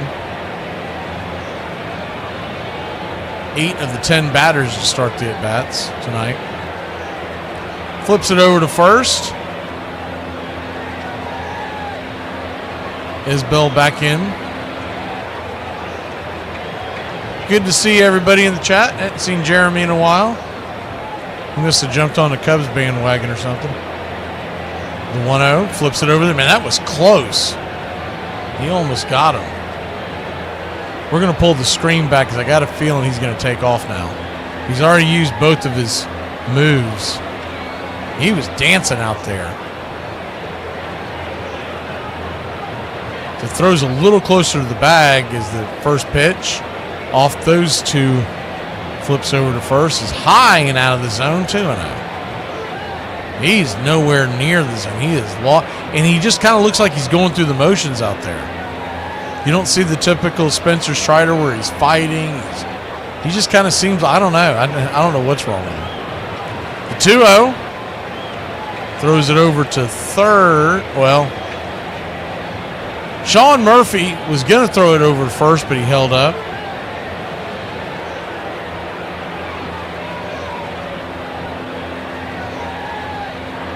Looking at the replay, India was going to be back in plenty of time. But you got a 3-0 count. Kranitz has finally put his board down and ball 4. So he was going to go out there and talk to him finally.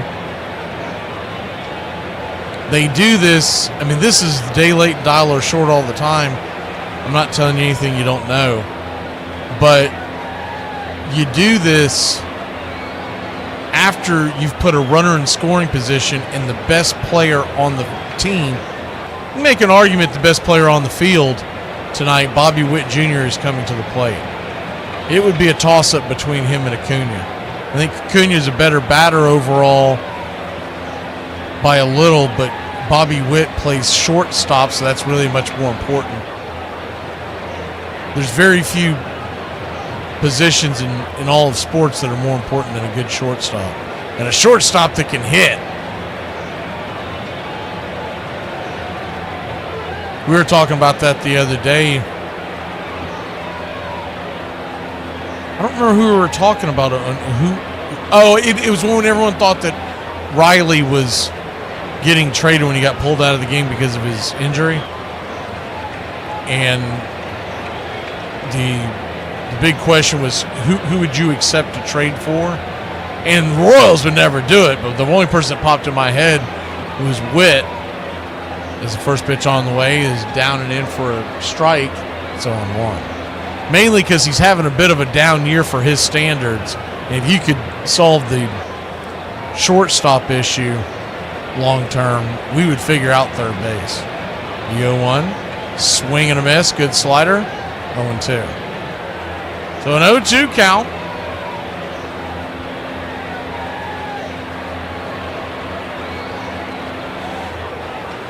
Good to see you, Billy P.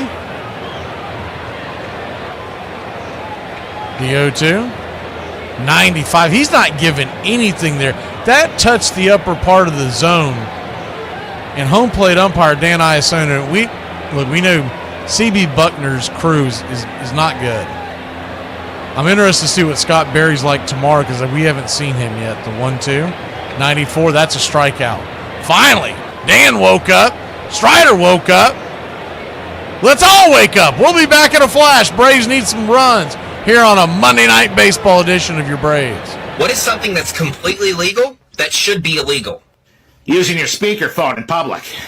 I barely want to listen to my own phone conversations, let alone yours in a Walmart.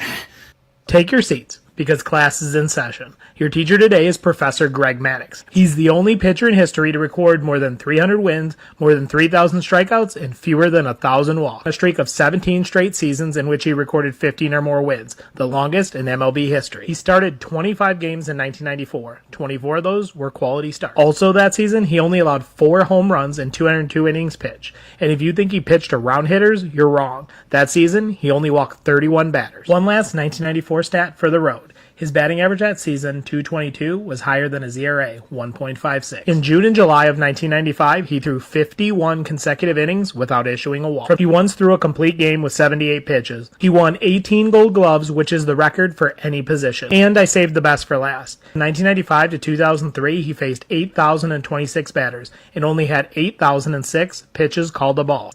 This will really be mad that you don't hate yourself. Sorry, Pookie, that is your sport. Hey, I'm sorry to say this, y'all, but as soon as the lips don't match the words on a Netflix show, I'm turning it off.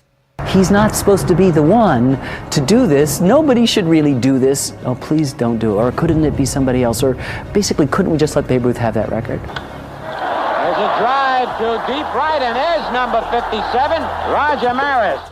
It amazed me that there was so many people around the country that didn't want to see Roger break that record. Imagine Yankee fans going to Yankee Stadium and booing Roger Maris, who had 55 home runs. People are booing you and screaming at you, and that makes it pretty tough on a man.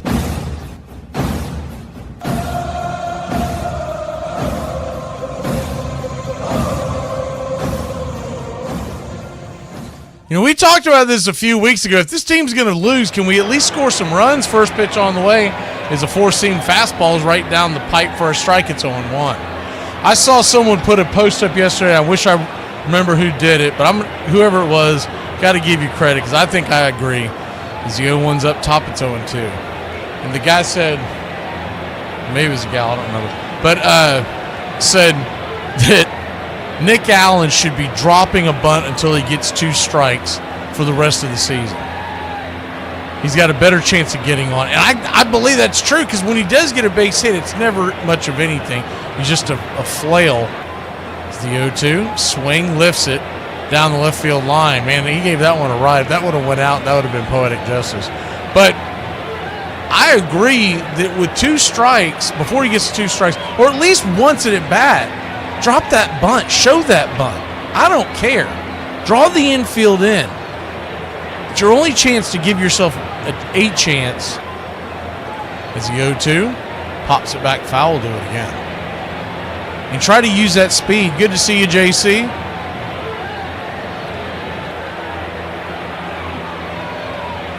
John Shealy. The 0-2, up top, misses high. They called a strike. Are you kidding me? Pitch was high and out of the zone. Nick Allen's broken too. He just waved his hand and walked off. They're showing the highlights of that game I was telling you about back when Rich Hill was with the Cubs and he faced the Braves. First time he saw the Braves, John Smoltz was on the mound, if y'all missed the intro. Diaz. Remember Matty Diaz, ex-Seminole?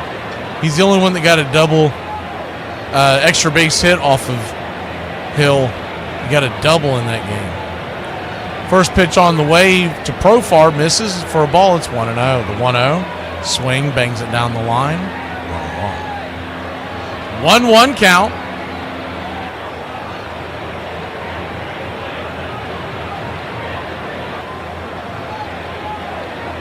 Profar struck out. I mean, if he ends up with the golden sombrero against Rich Hill, the 1-1. First strike, it's 1-2. You better swing the bat, Profar. You wear 2 strikeouts against Rich Hill, man. Come on now.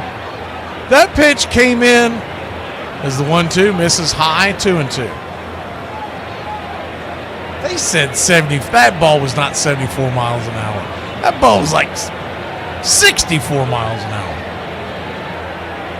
The 2-2 count. High and inside, 3-2. There's no way on God's green earth that curveball that he took for the second strike was above 70. It almost looked like a Luke Williams pitch. The 3-2, swing, pops it down the line. At least he didn't strike out this time. Saves a little face and flies out to right. 2 down.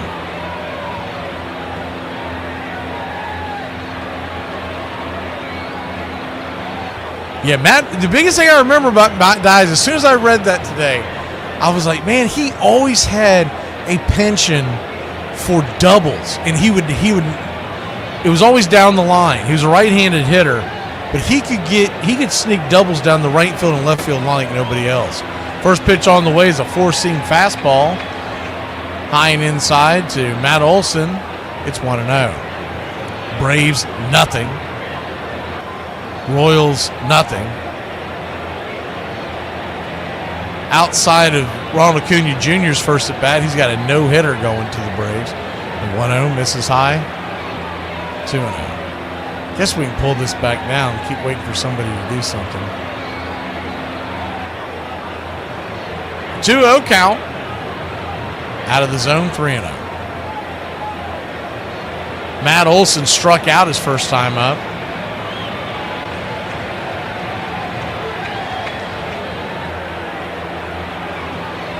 The 3-0. Brings it. Misses high, ball 4. So he'll head on down to first. That's the 3rd walk of the day for Rich Hill. This is not watered down. This is Ice House.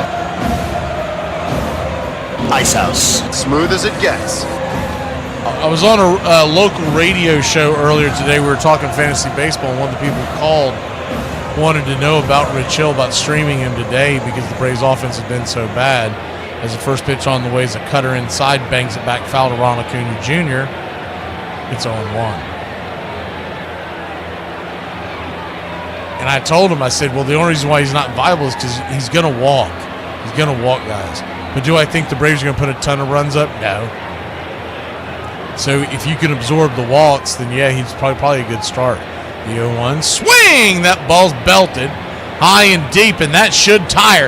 Get up, get up, get up, get gone!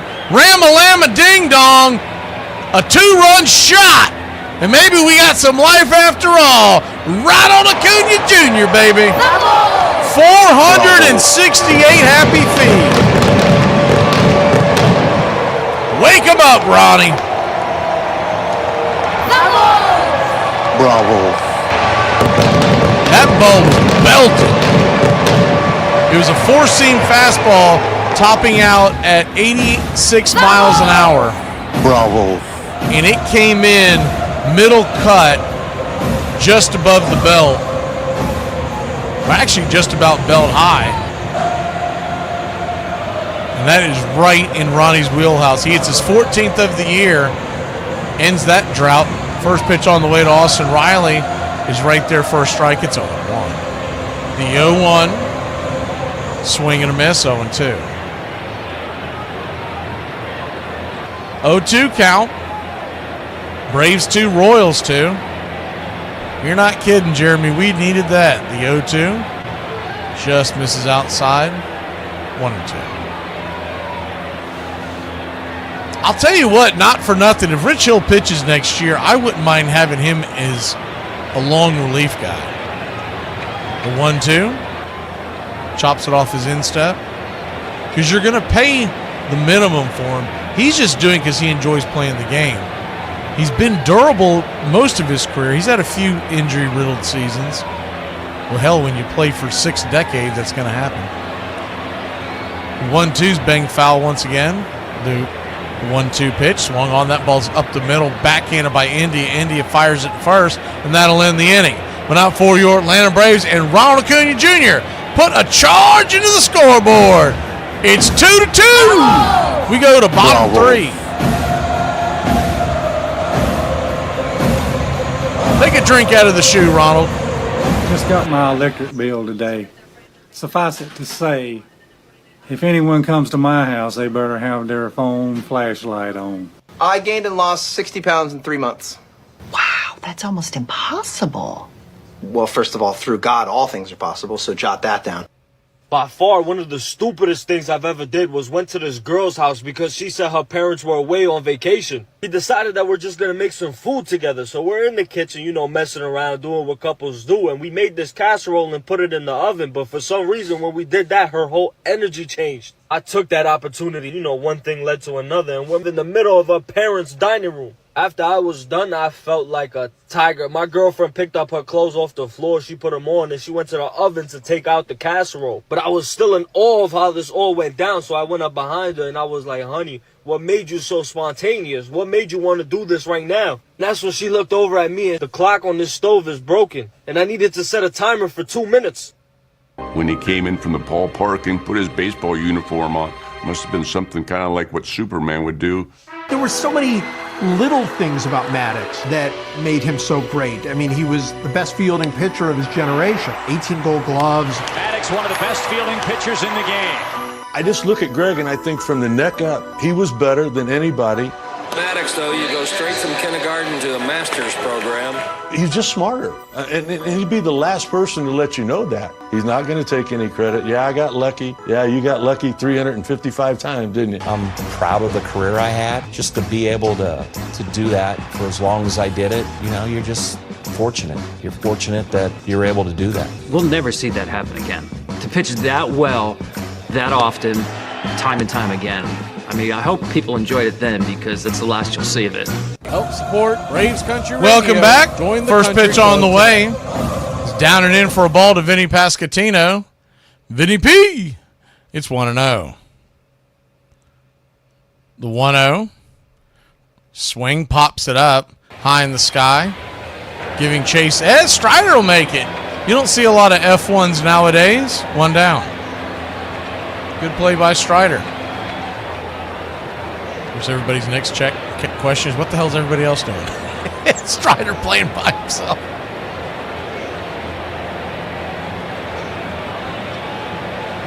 One up, 1 down. Strider can use a quick inning. 54 pitches here. We only have 1 out in the 3rd. First pitch on the way to Michael Garcia is down off the plate. Slider, 1-0. I don't know if he's just not trusting it, but with his velocity, you would think if you need a quick inning, you'd start these guys off with fastballs. The 1-0. Right there, slider,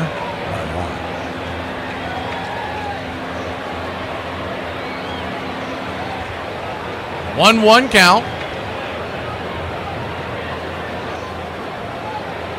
Strider brings it. 95 nowhere near the zone. 2-0. Dodgers lead the Reds 3-1 there in the 6th inning there.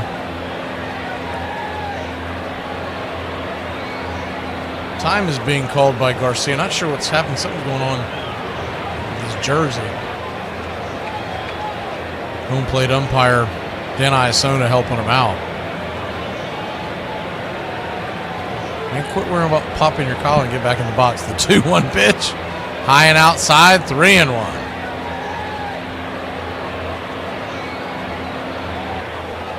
So a 3-1 count.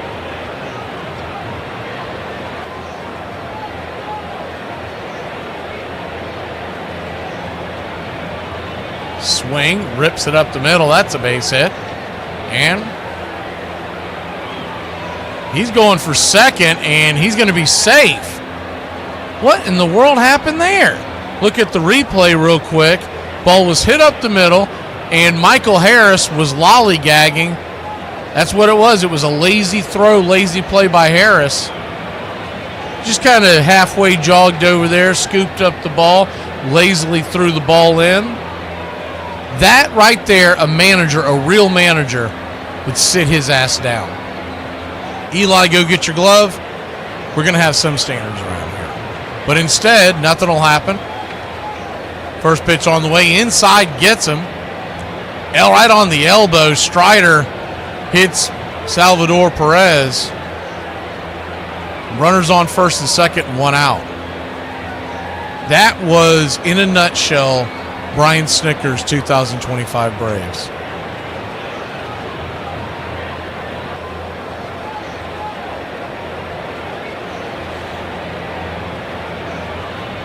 Not the hit by pitch, but that lazy throw by Michael Harris. And I get it, it's a rough year. But you're getting paid a lot of money, my man, to just go out there and kind of play catch and flip it back into the infield. And it's not like he doesn't know Michael Garcia's got speed. That's Ronald Acuna Jr.'s cousin. Unbelievable. We'll see if they do anything in the middle of the inning, but if you really want to do it, you do it during the inning. You run Eli White out there and you lay into Harris the moment he gets in the dugout. But that's why we need, and when people say, no, Snitker's doing fine, you need a leader in that clubhouse, point blank. And it's not up for debate anymore. That's the kind of stuff that is what Braves country is furious with. Salvador Perez, by the way, he continues to see if I can get a good, I don't know if I can get a good picture of it over here. They continue to mess with his elbow over there with the training staff. Yeah, they're not showing it on the 3D. But they're checking to see if he's okay. I mean, that's your catcher. If there's any kind of question, you got to pull him out of the game. He's a good hitting catcher, too. Last thing the Royals need is for him to make it worse.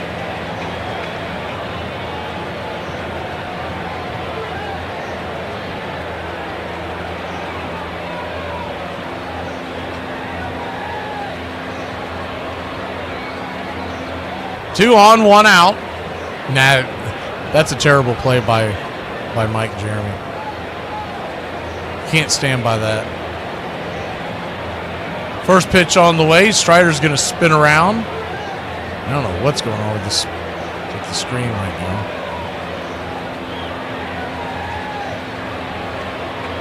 So we'll take it off the action cam. Try to put it on the action cam, but it ended up going to field level. First pitch on the way is a swing. That ball's belted deep into right field. Acuna gives chase, catches it, fires it to third. And Garcia will tag up and get himself down to third base. Cousin versus cousin there.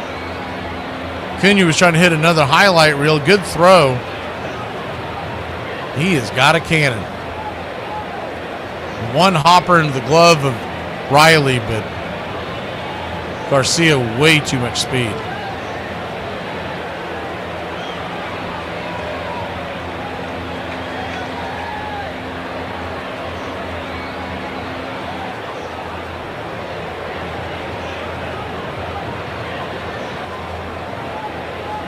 First pitch on the way, check swing over towards short. It's going to be a 6-4 putout. Good play by Allen. It was an excuse me swing. He definitely did not mean to offer it that. That'll end the inning. Braves 2, Royals 2. We'll see if someone finds the pine when we return. I'm so tired of logging into things. I'm so tired of it. I can't believe I'm going to have to log into things for the rest of my life. Just let me see my things. My things are right there. Just be logged in. Could we just be logged in? Tell me you love America without telling me you love America. I was supposed to fly back to the UK yesterday. I said, no thank you, mate. So I took my suitcase and I've just landed in South Carolina. I don't want to go home. I'll miss the food too much. I'll miss the culture too much. I'll miss the country too much. So I said, absolutely not, mate. Financially, probably not the best idea. Let's go. They had reporters coming from Japan and Europe and Australia, hundreds and hundreds of reporters asking the same question to him, which was, are you going to break Babe Ruth's record? All your time before the ball game is spent with the photographers, and after the ball game it's the writers, and before the game it's the writers. Some days I was there 3-4 hours after a ball game, just sitting there with interviews. I don't think there's ever been a player in the history of sports who's had as much pressure over the length of time that Roger did. He's getting hate messages, people calling his hotel room. He's losing his hair. On September 20th, the Yankees played the Orioles in their 154th game. Maris had 58 homers, needing to hit 2 that night to tie the Babe and do it in the length of the season that Ruth had played. On the 154th ball game, he and I went to the ballpark together, and he was a nervous wreck. What's up, Braves country? Looking forward to a great Atlanta Braves season. See you off the ballpark.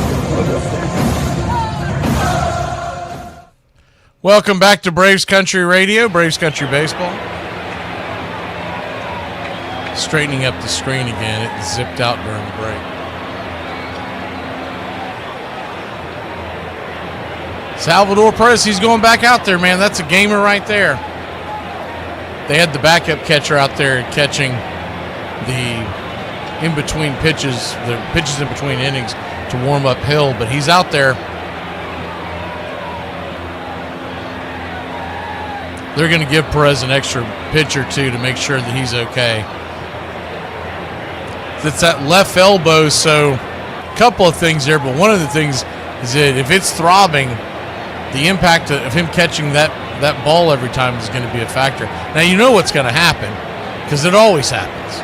You got the banged-up elbow, a ball's going to hit off of it, or Ozuna with his famous backswing is going to clack it.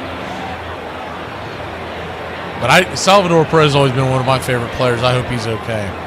First pitch on the way from Rich Hill to Sean Murphy is up top. 71-mile-an-hour curveball. It's 0-1.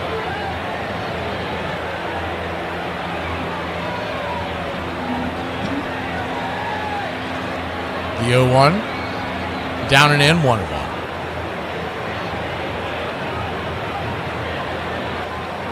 "104 games into the season. This is game 105. As the 1-1 bounces in.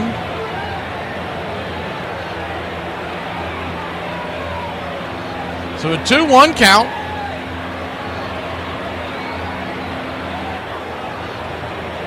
Sean Murphy flew out in the second. The pitch on the way.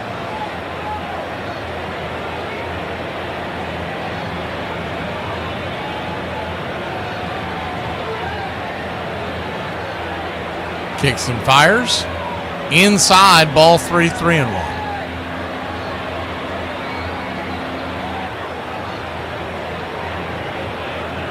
The 3-1. Inside, ball 4. So Sean Murphy. We're getting a lot more walks and base hits, so let's go ahead and play his clip. Murphy's me. I must call an emergency meeting.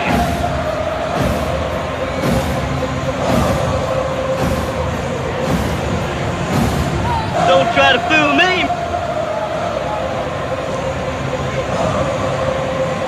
Ozzie Albies your batter.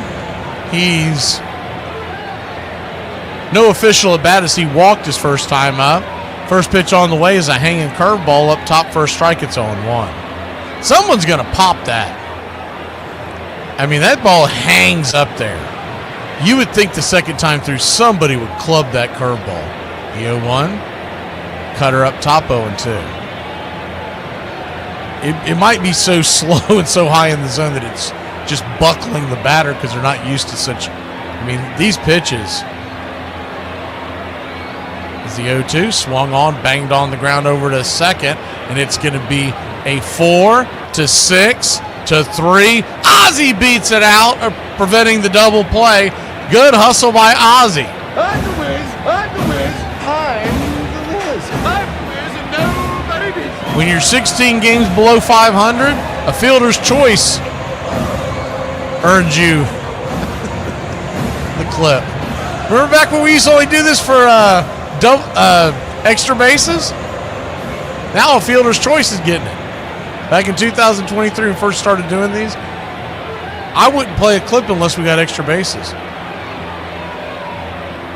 First pitch on the way to Ozuna is delayed as Hill flips it over to first. He is a soft tosser, and you've got an injured catcher, and you've got pretty good wheels, Ozzie Albies. He might be going.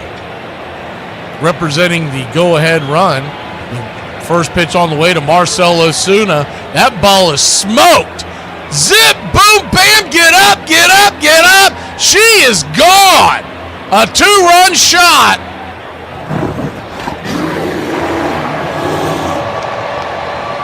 .406 happy feet over the left center field wall, and your Atlanta Braves have taken a 2-run lead.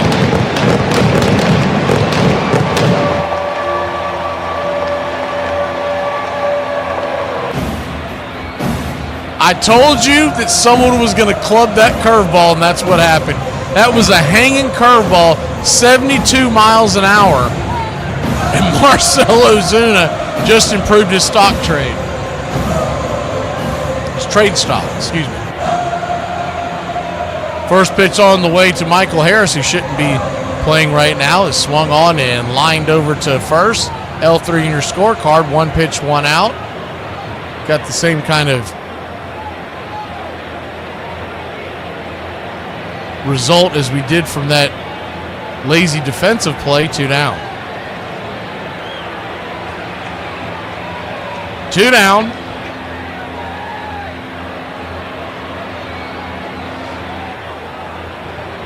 Nick Allen takes the first pitch up top for a ball. It's 1-0.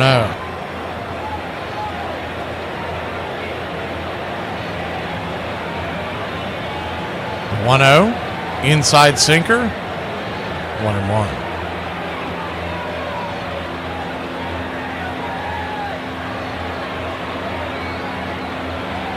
Pitch on the way. Bender. Right there on the outer edge. Curveball. Misses outside. 2-1. So a 2-1 count. That curveball misses outside. Ball 3, 3-1.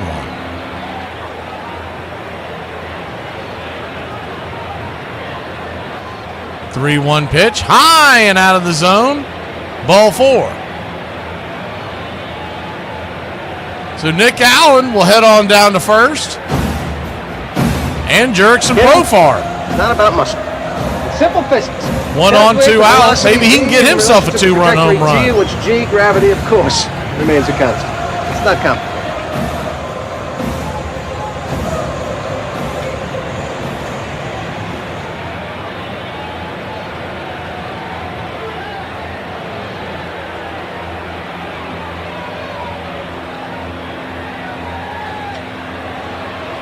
They're going to have a quick talk out there with Hill.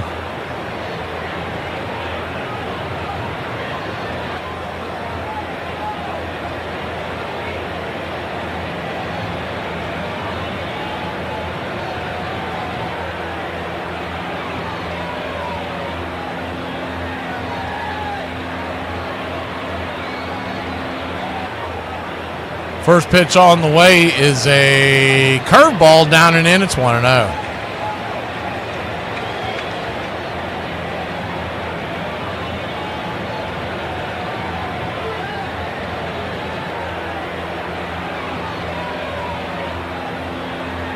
High and inside, 2-0.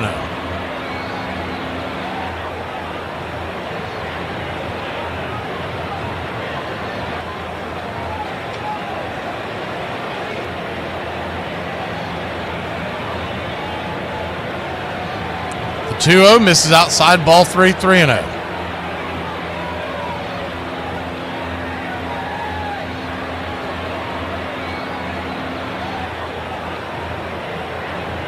Three-0 count. Pitch down and in, almost gets him in the foot. Ball 4. So he'll head on down to first. Runners on first and second, 2 out. Well, the jerks start calling. They're running out of you. Hill's at 76 pitches. I would It's a smart line and a that smart Matt ball. Olson is his last batter as he fires the first pitch. In there for a strike, it's 0-1. Lefty right matchup, the 0-1. High and out of the zone, 1-1.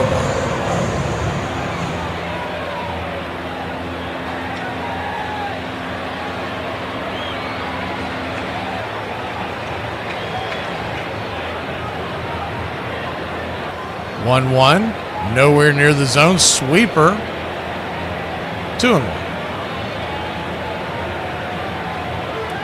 2-1 count.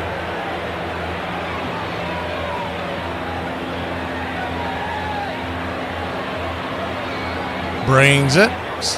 Hanging curveball off the edge, swing and a miss, 2-2.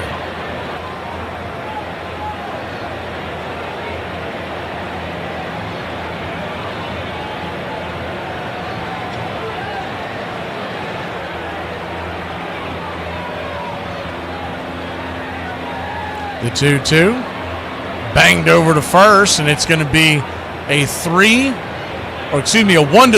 put out, and that'll end the inning. But not before Marcell Ozuna shows why he's been one of the few bright spots in Braves country in 2025. 2-run shot. We lead it 4-2.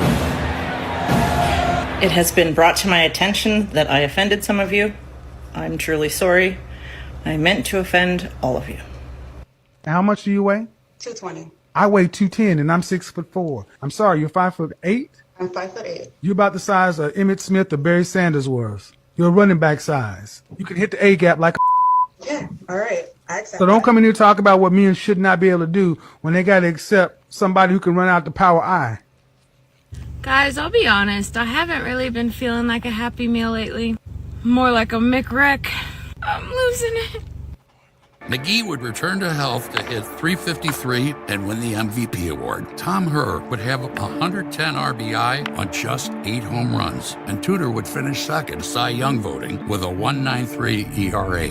It all led the Cards to 101 wins and the NL East title, setting them up to face the Dodgers, the now best-of-7 NLCS. Your goal when you go into that situation is to win one, because you know you're going home for 3, and we leave there not winning at all. Ground ball to Sachs. This should be it. Steve fires to first, and the Dodgers lead the series 2-0. You know, even though we were down 0-2, there wasn't a feeling that this is over. This team is not done yet. Sure enough, the Cardinals returned home and won 2 straight to even the series, though a freak accident before Game 4 dealt a painful blow along the way. You know, it started to rain, and the automatic tarp came up as a push of a button. You know, when it's raining, it automatically came up. You don't hear it. They hit a switch, and right next to him, the tarp comes up. Vince and I toss our gloves over, and I am probably 2 feet in front of him, heading toward left field, and the tarp has his foot already.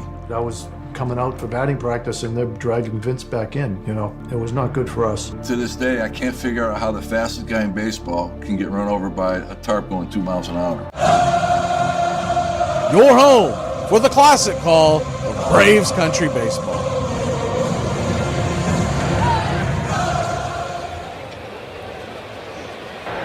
Welcome back.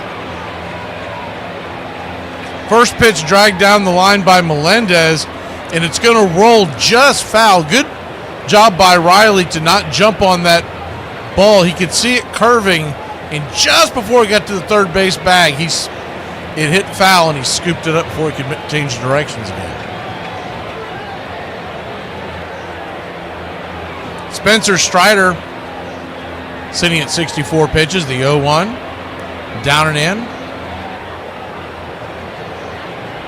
1-1.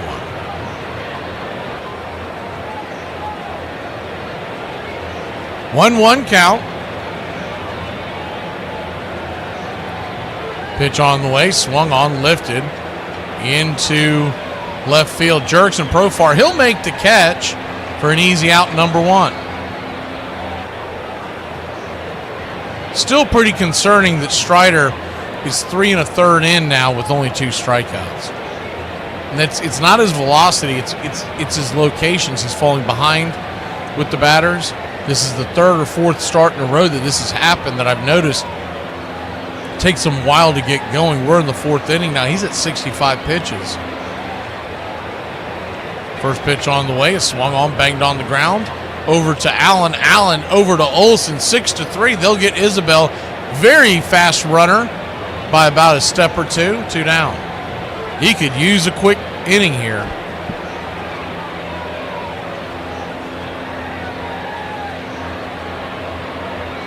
Four pitches in this inning and already 2 outs. The lineup will flip over once again.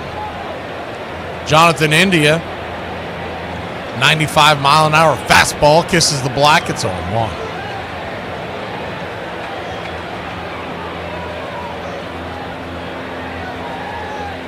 The 0-1. Swing, fouls it back.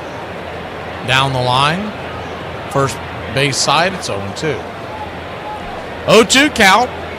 Same 2 teams back at it tomorrow night, whether you like it or not. 7:40 first pitch.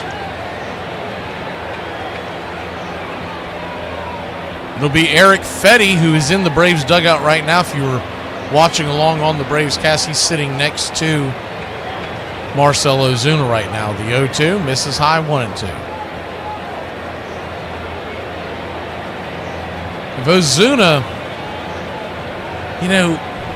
I'm just looking, if you're going to trade a guy, you should be showcasing him and not having him out of the lineup every day. The 1-2, down and away, 2-2. The other thing is, we know that when they trade him, you're going to put the 2 catchers mainly as your DH and catcher the rest of the year. They're going to get a lot of at-bats. You don't really need to get those at-bats right now for them. The 2-2 count. Swing, pops it up. Can of corn, should be easy. Deep can of corn. This one will make it to left field. It'll finally come down, and that'll end the inning. Royals go down 1-2-3, even better. It was a 6-pitch inning. Let's go. You want a girl with boobs? I got you. You want a girl with ass? I also got you. You want a girl with a flat stomach? You want a girl with boobs? You're a bad-mannered, bad-tempered, outrageous female. But I've discovered I cannot live without you. It's a shameful confession for a sane man to make. 2 outs with men at first and second. Chipper Jones is due to hit. Lasorda busy in the Dodger bullpen as Bobby Cox watches his club trying to pull this one out in the bottom of the 9th. The game is tied 1-1. Dave Wallace, the pitching coach, is coming out. And the Dodger right-hander will inherit a 2-0 count. And a high drive hit deep to right. Mondesi all the way back, and this game is over. Chipper Jones on the first pitch from CNA hits it out. A 3-run home run, and the Braves beat the Dodgers 4-1. He came to me and told me, he said he just couldn't play tonight. Houck eventually convinced Maris to play, and he drew closer to Ruth in the 3rd inning. There's one. It is going. It is going. It is gone. Number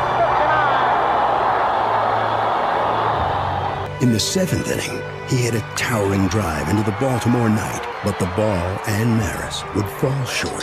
He hadn't beaten Ruth's pace, but he still could have the record as well as the asterisk that came with it. There are still 8 Yankee games to be played in the expanded schedule, but the baseball commissioner says Ruth's record must be broken during a schedule that matches the one in the year he made his mark. On September 26th, Maris hit his 60th home run. And it is number 60. How about that? He was now 1 home run away from baseball immortality.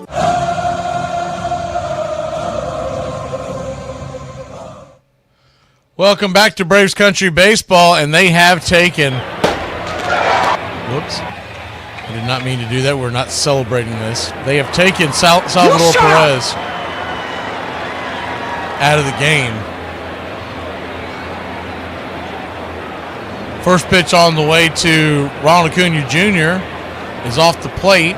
Clark, the pitcher now. It's 1-0. Acuna did one of those shimmies like Soto does. I hope he doesn't start that nonsense. 1-0. Misses outside. No, top shelf 1-1. 1-1 count. Bangs it over to short. 6-3. Clark says go shimmy in the dugout. 1 away.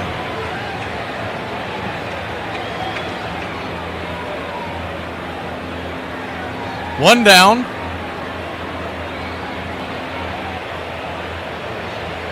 I'm not a fan of that forced shimmy shake. It's Soto's thing, and I've gotten used to it. It's cringe, it's dorky, but it is what it is. It's his. When other people start trying to mock it, it's really, really uncomfortable to watch. First pitch on the way to Austin Riley is their first strike. It's 0-1. Someone was doing that last year, and they were not good. I can't remember who it was. The 0-1 bangs it down the line. 0-2. It wasn't a Brave. I remember calling the game and thinking, man, you need to at least be good if you're going to try to taunt the pitcher. I feel like it was a Met, but it wasn't. There's no way it was Lindor because he's a very good batter. It was somebody that was trying to do that shimmy that, if y'all know what I'm talking about with Juan Soto. Is the 0-2, misses outside wide slider.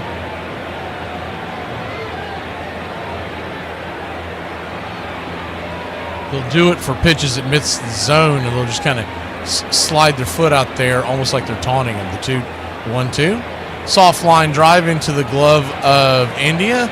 L4 in your scorecard. And Riley, his struggles continue. Now 0 for 3 on the day.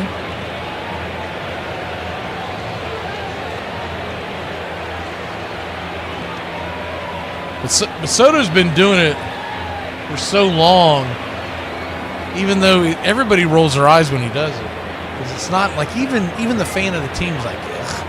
But he's been doing it for so long, you kind of overlook it. First pitch on the way to Sean Murphy's a swing and a miss. It's 0-1. Remember when he first started, I loathed it, but I've gotten over it. And that was way back in the 2017 era. The 0-1, Sean Murphy goes around on a slider, 86 miles an hour, nowhere near the zone, down and away, 0-2. So an 0-2 count, righty-righty matchup, Clark coming in to clean up, a little mop-up duty. The 0-2, slider misses, this time Smurf lays off it. That one was much farther in the ground, 1-2.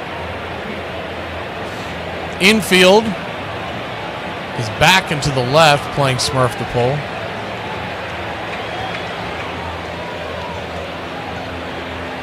The 1-2. Down and away, 2-2. He's been throwing that slider. He's convinced that Smurf is going to swing at that. He's gotten 2 strikes on him for those sliders, but he has not thrown him anything but that. 4 sliders, all in the same area, too, by the way. The 2-2. Swing! Fastball, pops it up down the right field line. Do it again. I was wondering if he was going to try to go the entire at bat doing that, but Finally straightened one up to try to change the pace. But you got to figure it's coming back. It's not good that our starting pitcher tomorrow night, they flash the camera in the dugout, and he has got the yawn the size of, might as well have him go sit next to Snicker. He's yawning in there. The 2 down and hit 3-2.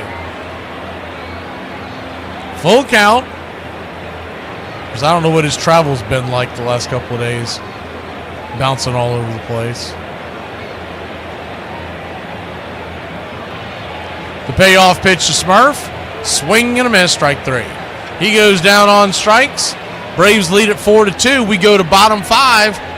See if we can put another goose egg on the board versus the Royals. Sometimes I think, and then I forget. Watching Pedro Martinez got me to thinking. I got to witness one of the greatest, most dominating stretches for a pitcher in Major League history. In 1997, not only did he become the only Expo ever to win a Cy Young Award, he also led the league in half a dozen pitching categories. Also that season, he became the first pitcher since Walter Johnson to reach 300 strikeouts with an ERA under 2. Just 2 years later, he won the pitching Triple Crown, finishing with a 23-4 record, a 2.07 ERA, and 313 strikeouts. He became the only 20th century pitcher to notch 300 strikeouts in a season without being 6 feet tall. His 1.74 ERA in 2000 was the lowest in the American League since 1978. Even more impressive was the fact that the next closest pitcher in the American League was more than double his ERA. His 118-36 record from 1997 to 2003 almost doesn't seem real, considering this is at the height of the steroid era. I'm fully convinced those 7 years are the best in MLB history, considering the time frame, the hitter-friendly park he pitched in. Do you think another pitcher had a more dominant stretch? The countdown continued throughout the last games of the season. Game 159, 160, 161, they all passed. And still Roger Maris did not connect for that big. The tension built right up to the last game of the season. This was Maris' last chance. October 1st, 1961, game number 162. I imagine after all this is over, somebody may write a story about the month-long, day in, day out, excruciating pressure.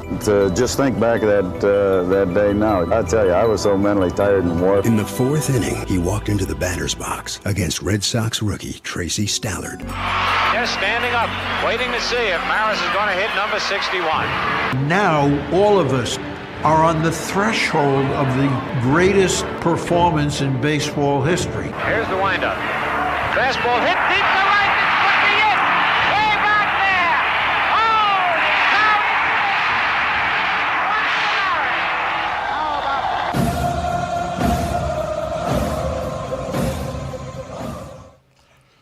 Welcome back. First pitch on the way from Spencer Strider. It's a 4-seam fastball right there on the edge of Bobby Witt Jr. It's 0-1. The 0-1. 94 up top. Just misses high. 1-0. Braves lead this one 4-2. Strider gave up 2 runs in the first. Braves have come back and hit 2 2-run home runs. One in the third. A 468-foot blast by Acuna with Olsen on base. And one in the fourth, Ozuna going 408 with Ozzie on. 1-1, foul back. It's 1-2. 1-2 from Strider. Turns and deals. Swing, pops it up. Back behind the plate. Murph gives it a look, but it'll go into the stands.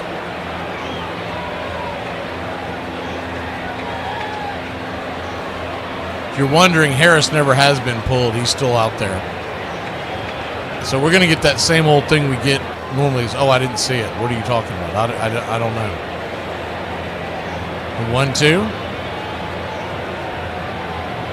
Pops it back, foul, do it again. That's if someone actually has the stones to ask him about it after the game. 1-2 count. Outside wide. 2-2.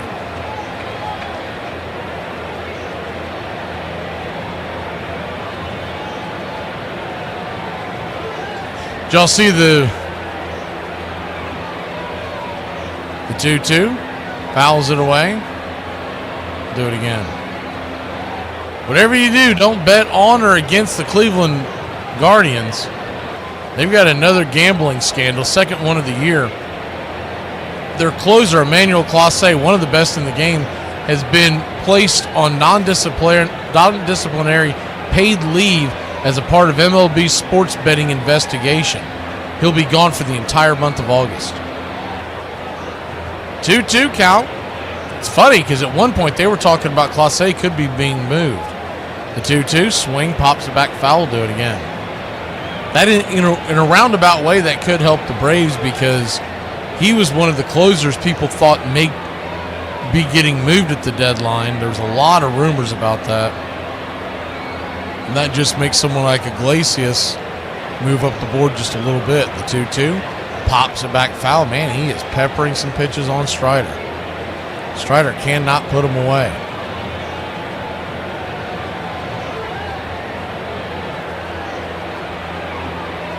Two count. Brings it.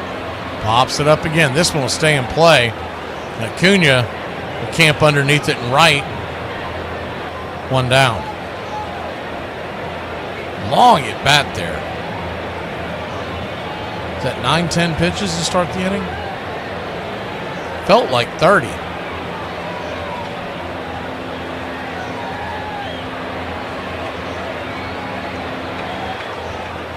Vinny P comes to the plate. Righty-lefty matchup. First pitch on the way. Swing, swats it back foul. It's 0-1.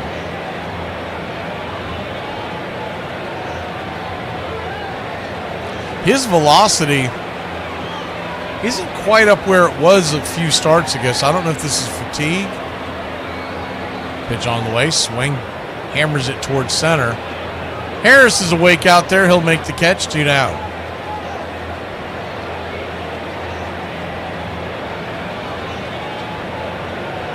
Two up, 2 down.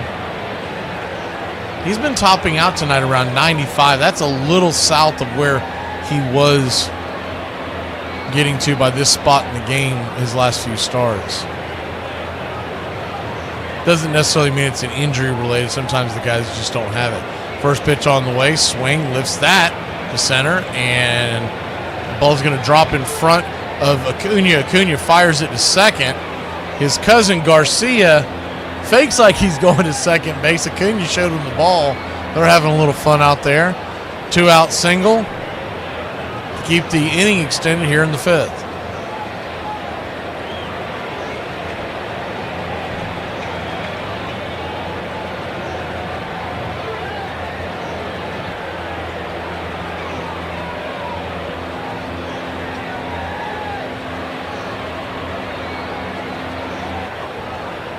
Righty-righty matchup. Furman.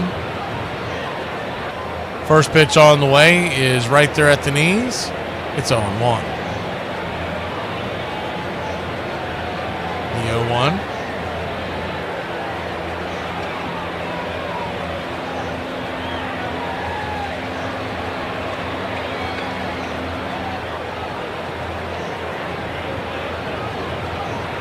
He's going to flip it over to first real quick.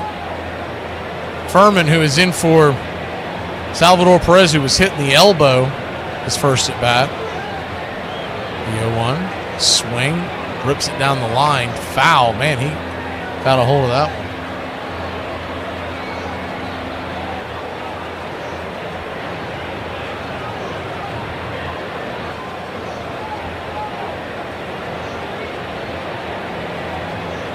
So an 0-2 count.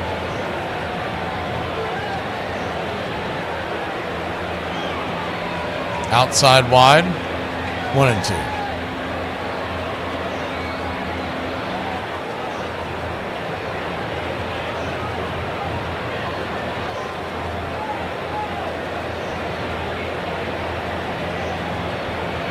Kicks and fires, swing, hammers that one down the line. We'll do it again. His slider is not, it doesn't have that same snap that it normally does. And it's kind of hanging up there. It's one of the reasons why he's only got 2 strikeouts on the day. He's at 88 pitches. This may be the last inning for him. The 1-2. Swing and a miss, strike 3. That'll end the inning. 3rd strikeout of the day. Garcia was going. He would have had it stolen, but nonetheless, the Braves put another 0 on the board for the Royals. We go to the 6th. Leading 4-2. Everybody always says You snooze, you lose. I don't know. I say if you take a nappy, you are happy. If you see a woman back a car into a parking space, go the other way. That's a dude. That's a dude. If she backs her car into a parking space, I don't care what she look like getting out. That's a dude. Right, so you're telling me you were just supposed to work 8 hours per day, plus the commute, sleep, shower, eat at least 5 portions of fruit and veg per day, drink 8 cups of water per day, walk at least 10,000 steps per day, have some savings, buy a house, clean a house, wash our clothes, have kids, and then get old to the point of where every time you get up, your bones click so much, you think you're about to glow in the dark. Sounds fun. You can say black, not offended. Why would you be offended? I'm half black. Mom is Italian. Well, no, I'm black on the inside. What do you have here? A race car driver. What lap are you on? 33. I'm gonna order us some pizza. From where? From Sal's. Sal's, have you lost your mind? Okay, not Sal's. And from where? Little neighborhood joint called Domino's. Domino's? Coleman was lost for the season, but the next day in Game 5, his team showed the magic hadn't vanished along with him. When Ozzie Smith stepped to the plate against the Dodgers' Tom Niedenfuhrer, and the score tied 2-2. In that instance, I was just trying to get myself in scoring position. This one has extra innings written all over it, doesn't it? One of the most prescient graphics ever. Ozzie Smith, 0 left-handed home runs in 2,000-plus left-handed at-bats. Couple of pitches later, boom. Smith corks one into right down the line. It may go. Go crazy, folks. Go crazy. Pitch by pitch, play by play of your Atlanta Braves all year long.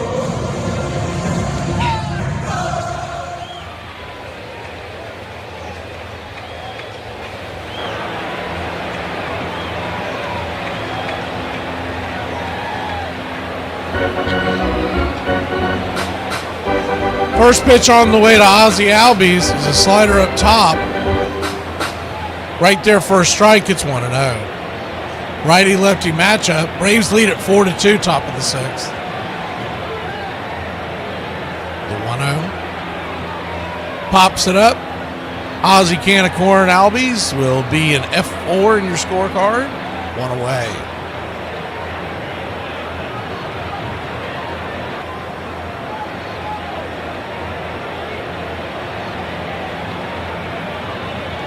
One up, one down.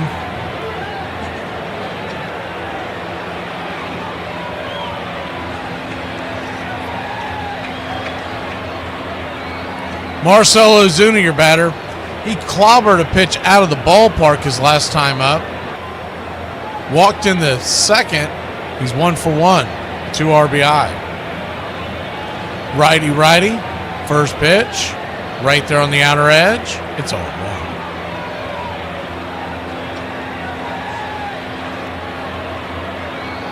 14 home runs on the year, 44 RBI. The 0-1. Inside. Almost gets him in the belt. 1-1. 1-1 count.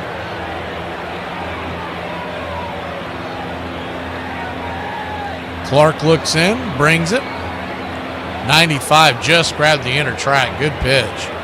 Very good pitch, 1-2.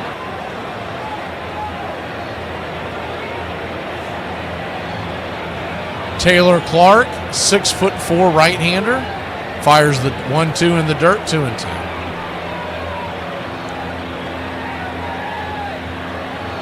"32-year-old Taylor Clark out of Ashburn, Virginia, played his college ball with the Arizona Wildcats, drafted by the Diamondbacks in 2015 in the 3rd round. Also went to College of Charleston. The 2-2.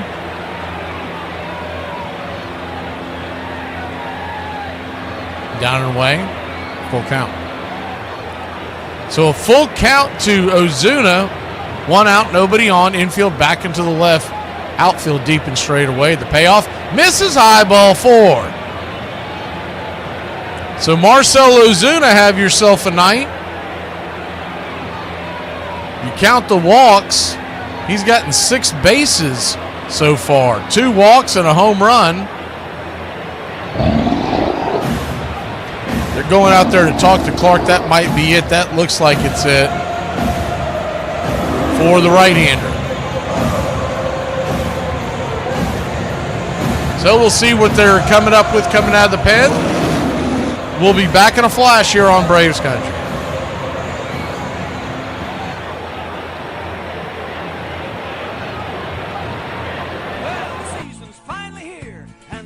Hey, football fans, you ready for the gridiron? Thursday and Friday mornings, the Armchair Quarterback Show returns, 9 a.m. Eastern. We'll be talking college and NFL football, the point spreads, fantasy football advice, and more. Want to catch it live? Become a Country Club member today here on Braves Country Radio. We'll make the replay available to the public later on that day as we're being broadcasted nationwide on independent radio stations. As a member catching it live, you can ask your questions. We'll answer all. Point spread advice, player props, your fantasy football questions. It's the Armchair Quarterback Show, Thursday and Friday mornings this fall here on Braves Country Radio. The armchair quarterback, he's full of beer and he's full of snacks. The all-American man. With a cool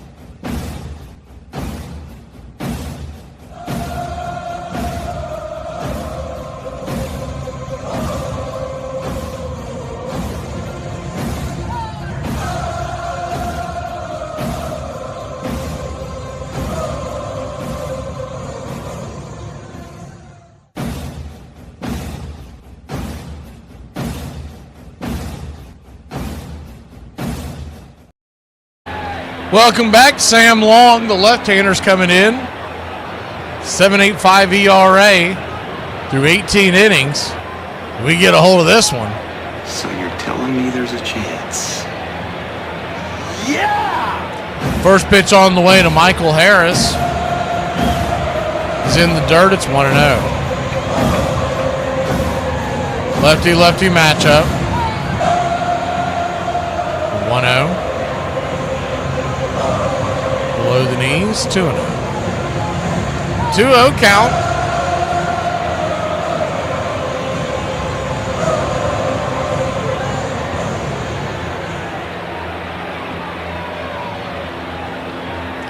Kicks and fires, 92 at the knees, 2-1.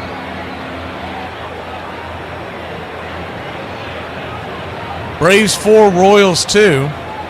Ozuna at first. 2-1, down and away, 3-1. 3-1 count.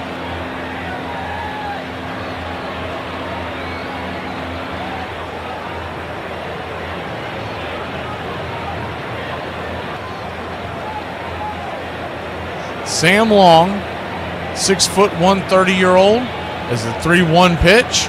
Outside wide, ball 4. So he'll head on down to first.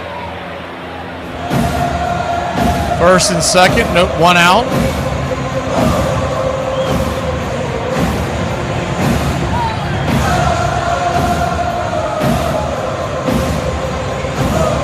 Good to see you, BQ. Jonas.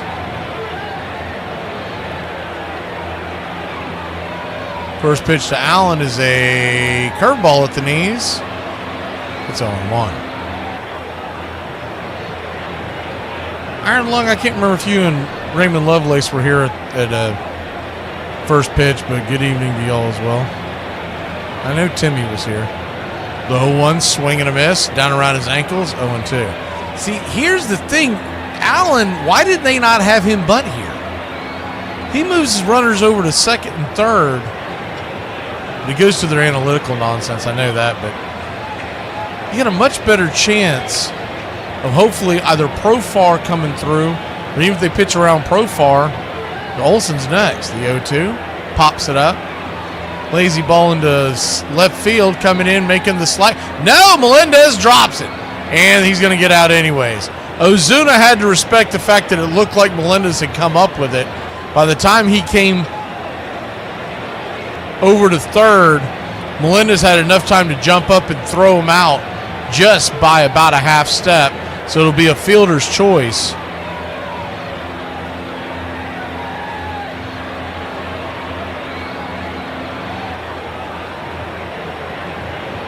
The bad news is you get the out. The good news is you get Ozuna off the base paths, and you'll have Harris at second and Allen at first. Ozuna was halfway there. I'm telling you, for those of y'all who can't see it on the video, it was a really difficult read. Profar, the batter. Lefty righty, first pitch, right there at the knees. Low strike, but that's what he gave him. It's 0-1.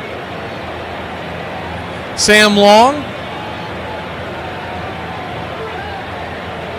6'1", 185-pounder, out of Fair Oaks, California. Sacramento State was his alma mater, as the 0-1, swing and a miss, it's 0-2. He was drafted by Tampa Bay in the 18th round back in 2016. And he's had a pretty long career. This is his 5th year in major leagues. Lifetime ERA of 4.81. You can throw left-handed, kids. Become a major league pitcher. The 0-2. Swing, fouls it away. And if you think we're lying, Rich Hill, who can't hardly throw, he can't even break a piece of paper anymore with his fastball. He's out there pitching till age 45. An 0-2 count. Brings it. Swing, fouls it back. We'll do it again.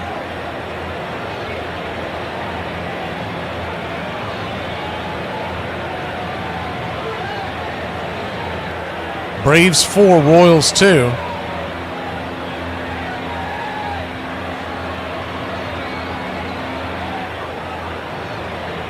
The 0-2. Swing, fouls that one back. Slider off the edge. We'll do it again. The reliever Long came up with San Francisco in 2021 and was there until he went to the A's in 23. He's been in Kansas City since the beginning of last year. The 0-2 count. Swing, lifts it high into center field. Well, that is warning track power at best. Fly ball to center field. That'll end the inning. Braves lead it 4-2. Bottom of the 6th we go. We'll see if Strider's night is over, if they'll give him another shot. Say something that is controversial but shouldn't be. Lettuce is essentially useless. It's not the best part of anything it's involved in. No one's ever had a Big Mac and thought, that's some good shredded iceberg. There are many times I believe the Baseball Writers Association got it wrong when it comes to the Hall of Fame, but this might be the worst. Jolton Joe DiMaggio, one of the most historic Yankees of all time, didn't make the Hall of Fame until his 4th year on the ballot. Even more mind-boggling is the fact that in 2 of those years, he received less than half of the vote. Without question, he is a first ballot Hall of Famer. The fact that he wasn't is just plain wrong. In his 13-year career, he never missed an All-Star game. His 3 MVP awards are second only to Barry Bonds. In case you haven't heard, he holds one of baseball's most unbreakable records, a 56-game hitting streak. He hit 300 or better in 11 of his 13 seasons. His .325 career batting average ranks 48th all time. At no point in his career did he finish with single digits in home runs. He ended his career with 431 more walks than he had strikeouts. Or how about the fact he only struck out 8 more times than he homered in his career? How could you not put in someone who averaged 107 runs, 28 home runs, 118 RBIs, and 304 total bases over his career? Did I my pants today? And if the answer is no, you're doing all right. Roger just put his head down. He didn't jump in the air. He didn't wave his hands. He played it like all the other home runs he had hit in that season. A standing ovation for Roger Maris. They are standing and asking Roger to come out. Come out, how about it? So people kept clapping. The guys trying to push me out of the dugout, and I was embarrassed to go out there, Really, I was embarrassed to go out there.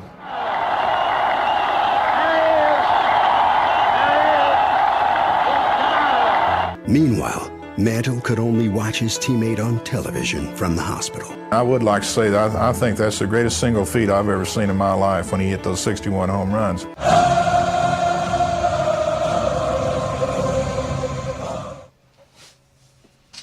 Welcome back. Spencer Strider will go out there for another inning, so we'll see how long he goes. First pitch on the way. The fastball, nowhere near the zone. It's 1-0. That was his 90th pitch of the night. 1-0. Right there for a strike. Intercut. 1-1. 1-1 count. Inside. Did that get him? Dances out of the way. I guess it just missed the batter, Frazier. 2-1. 2-1 count.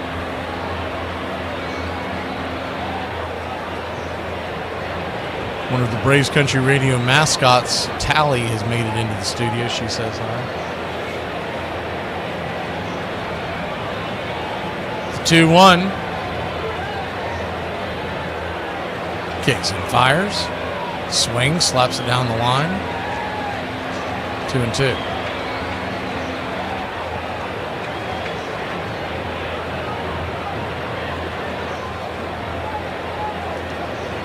The 2-2 from Strider. Kicks and sets. Chopper over towards third. Riley's going to have to barehand it. Good speed going down the path. Throw is going to take Olsen off the base. That'll be an infield single for Adam Frazier.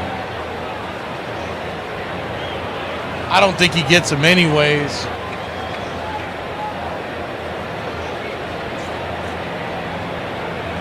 Riley throwing off his front foot. Yeah, he wouldn't have gotten him anyways. Infield was playing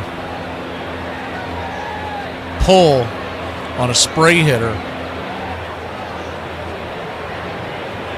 They were never set up for that realistically. Randall Gritch at the batter. First pitch on the way is a slider at the knees. It's 0-1.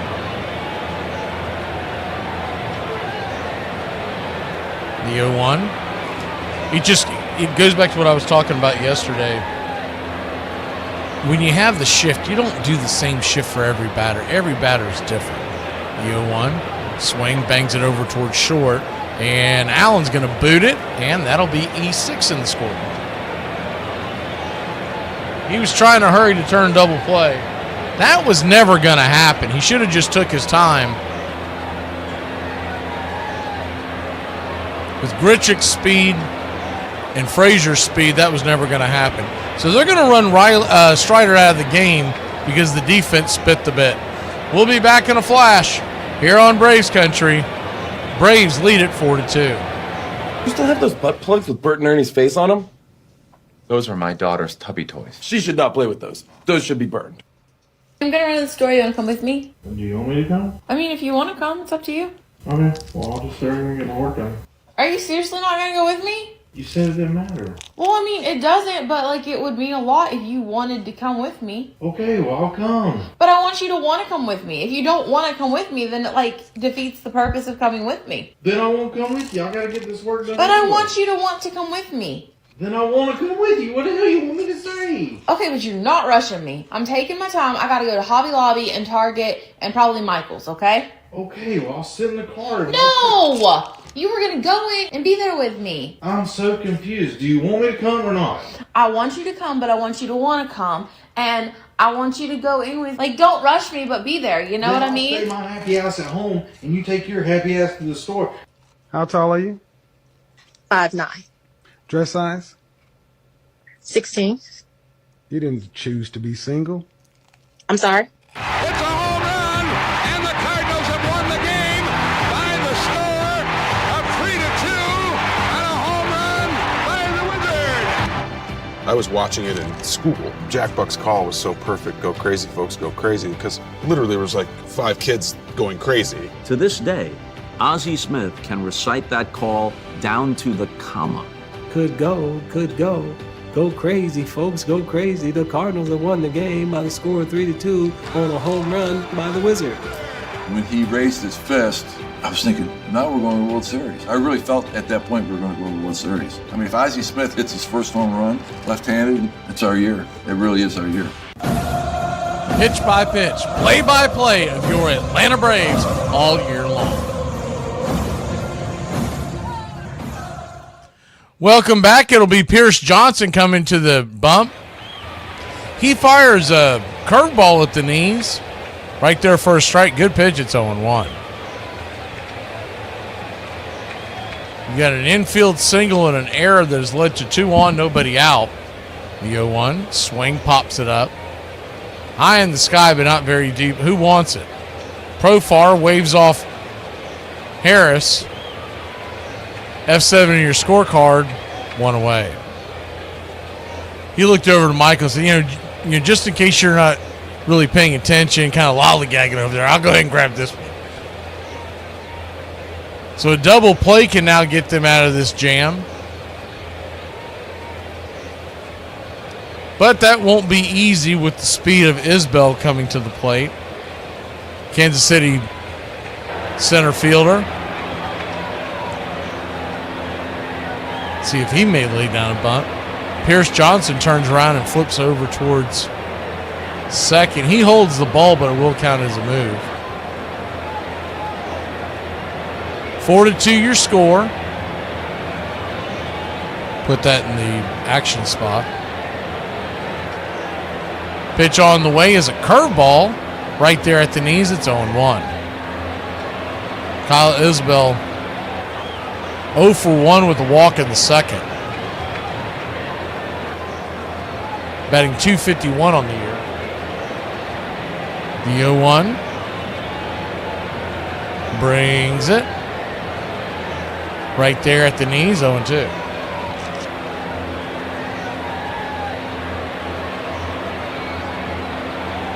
Oh-2 count. Spencer Strider was at 96 pitches. I think if Allen gets, is the 0-2 swing and a miss? Strike 3. I think if Allen gets the out there clean, he probably gives. Well, they got to fix that eventually. Right now, Kansas City did not call that an error. They're scoring. He booted that thing all over the place. Whatever. Anyways, as of right now, it's a base hit, but that was an E6. If he doesn't get called for an error, that's a bullet dodged. First pitch on the way is a curveball right there at the knees. It's 0-1.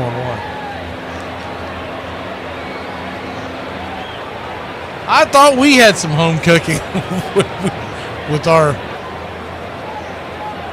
guys back in Atlanta. Man, that's a bad call. Pierce Johnson turns again. He keeps turning back to second, but nobody's there. Nobody's there because of the shift.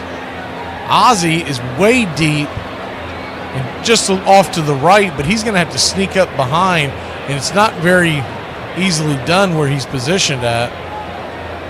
As the 0-1 misses high 1-1. And then Nick Allen is not really doing it justice on the screen. He's scooched a little bit closer, but he's essentially almost double play depth, but deep. Double play positioning, but not depth, excuse me. The 1-1 down and into him. 2-1 count. Anything that gets hit on the right side is going to be a problem. Olsen is several feet off the bag. The 2-1 pitch, swing, chops it over to Ozzie, and it's a slow roller. Ozzie's got a chance to get it. He'll get Allen just right of the second base bag, and that'll end the inning. Great job by Pierce Johnson, get us out of that jam. Matt Olson leads us off when we return. Would you cheat on me for $1 million? Yeah. You're getting the money. I'd expect you to do the same. Are you out of your mind? You realize like an expensive high-end hook like 10 grand, right? Mm. These women are professionals. They only get 10 grand. If someone offers me $1 million, Hey Braves Country, this is Mac McGee with Braves Country Radio. We are bringing you pitch by pitch, play by play of your Atlanta Braves all year long. Please like and subscribe today. Braves Country Radio, your home for the classic call of Braves Country Baseball.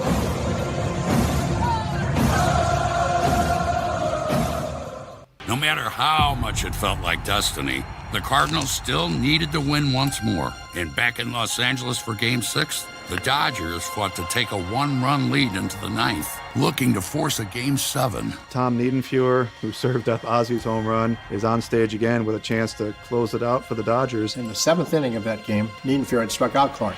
As we're going back out on the field to play defense, Jack is yelling at us, give me one more shot at him. Please, give me one more shot at him. I'm going to take this guy big fly. Give me one more shot at him.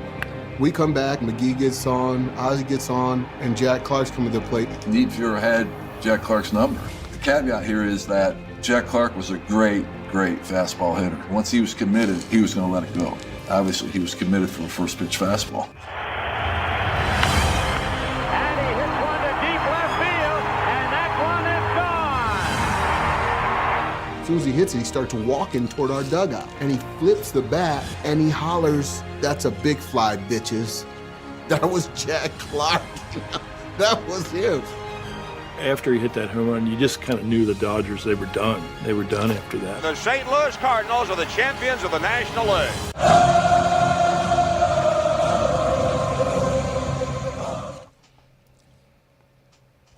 Welcome back. Lefty-lefty matchup. Matt Olson, the batter, start the inning. First pitch is a strike right down Main Street. It's 0-1. The 0-1. Pops it back. Out of play. 0-2. Just got the news. I saw someone mention in the chat as well. Ryan Sandberg has died at the age of 65. That's an all-time great right there, the 0-2. Swing, fouls it down the line. 1-2. 1-2 count. Braves lead this one. 4-2. The 0-2 chops it over to short. 6-3. One down.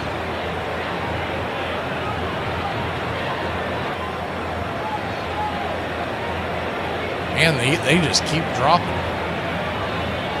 All your 80s icons.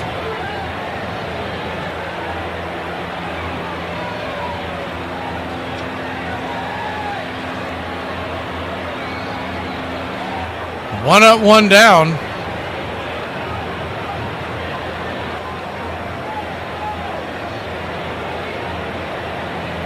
First pitch on the way is a ball inside to Ronald Acuna Jr. It's 0-1. The 0-1. Or 1-0, excuse me. Outside wide, 2-0. 2-0 count.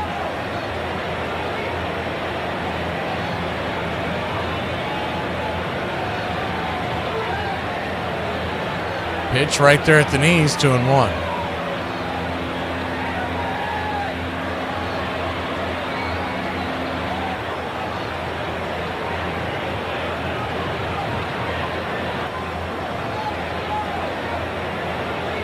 The 2-1 pitch. Splitter at the knees.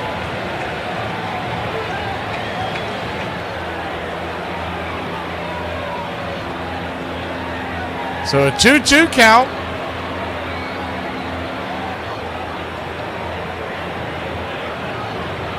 Kicks and fires, swung on, dribbled over to third, 5-3, put out, 2 down.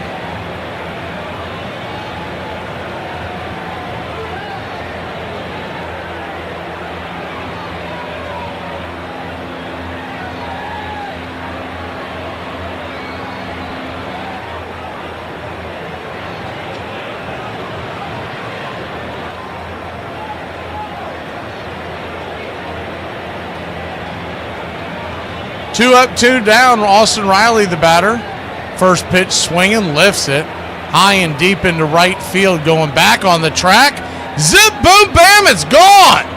Ram-a-lam-a, ding-dong, and that click-clacked. Austin Riley is 15th home run of the year, and the Braves take a 5-2 lead. You're my boy, Blue!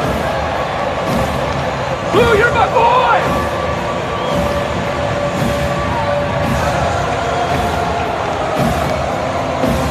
That ball was smoked. He took it all the way to right center.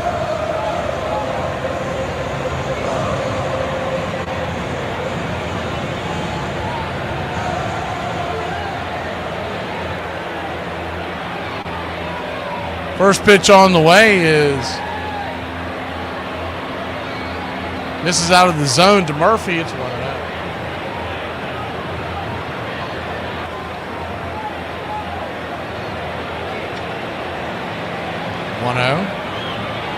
Misses 2-0.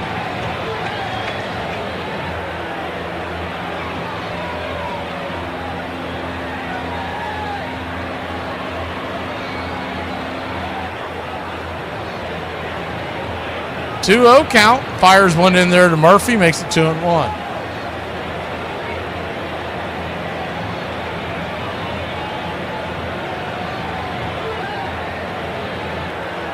The 2-1.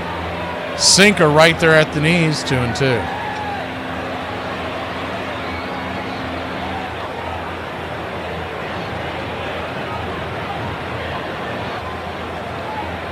The 2-2. Did he go around? They checked down the line. He did not. Full count.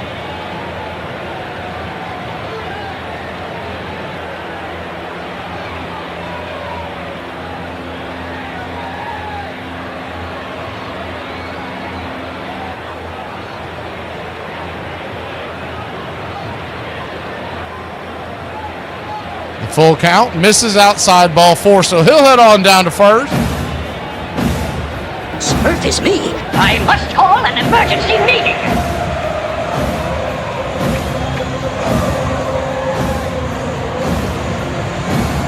Don't try to fool me. So you may have to.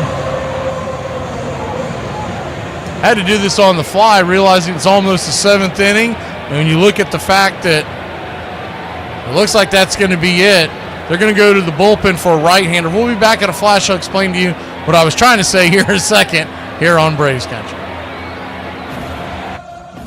On this date in 1890, Giants hurler Mickey Welch joins Pud Galvin and Tim Keefe in becoming baseball's 3rd hurler to reach his 300th victory. After the 4-2 victory over Pittsburgh, the 31-year-old Brooklyn native will win only 7 more games in his entire career before ending his legendary run the following season. On this date in 1962, after disappearing to use the restroom with Gene Conley when the Red Sox bus got stuck in New York traffic 2 days earlier, infielder Pumpsy Green shows up at the team's hotel in Washington, D.C. Having missed a doubleheader versus the Senators, the infielder is fined $500 for his disappearance, while his teammate, who will return on July 30th, remains AWOL. And on this date in 1962, Dick Ellsworth strikes out Cardinals left fielder Stan Musial 3 times in the Chicago Cubs' 5-1 victory at Wrigley Field. It will be the only time that Stan the Man is whiffed 3 times in a game during his 22-year career, a span of 3,026 contests. And that's your Braves Country Radio on this date in baseball history. Find us on YouTube and Facebook today.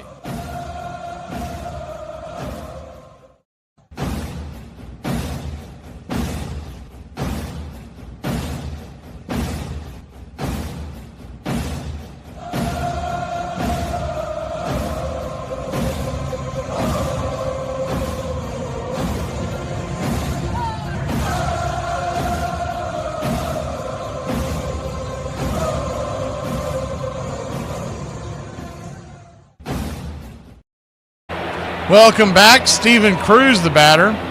So you're going to have to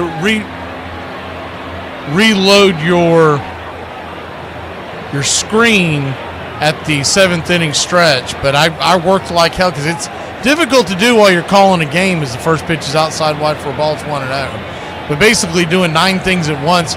We got a Cubs logo to fire up for the 7th inning stretch. If you're just joining us, Ryan Sandberg has died at the age of 65. One of the all-time Cub greats and another 1980s icon. 1-0 misses outside 2-0. I mean, I remember when he played, there was always the conversation, especially at his peak, was he one of the greatest second basemen of all time? The 2-0 misses high, 3-0. So once again, if you're just joining us, Ryan Sandberg dead at the age of 65. I haven't seen what the reasoning was. I don't know if he was sick, but man, that is a rough one. The 3-0, four-seamer right there at the knees, 3-1. 3-1 count. Ozzie Albies 0 for 2, batting now just .218.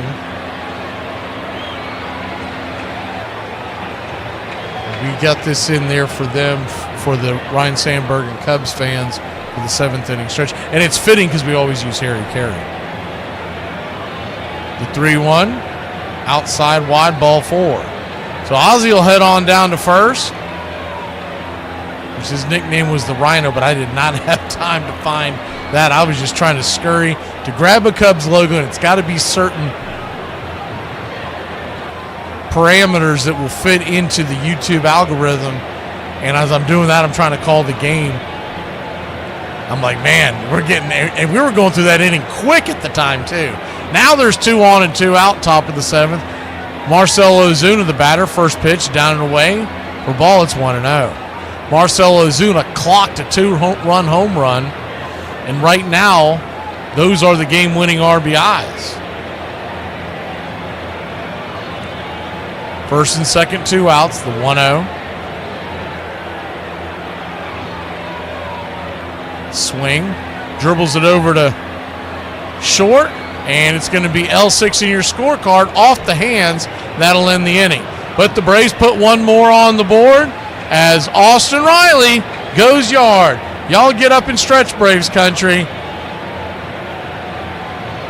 Ryan Sandberg dead at the age of 65.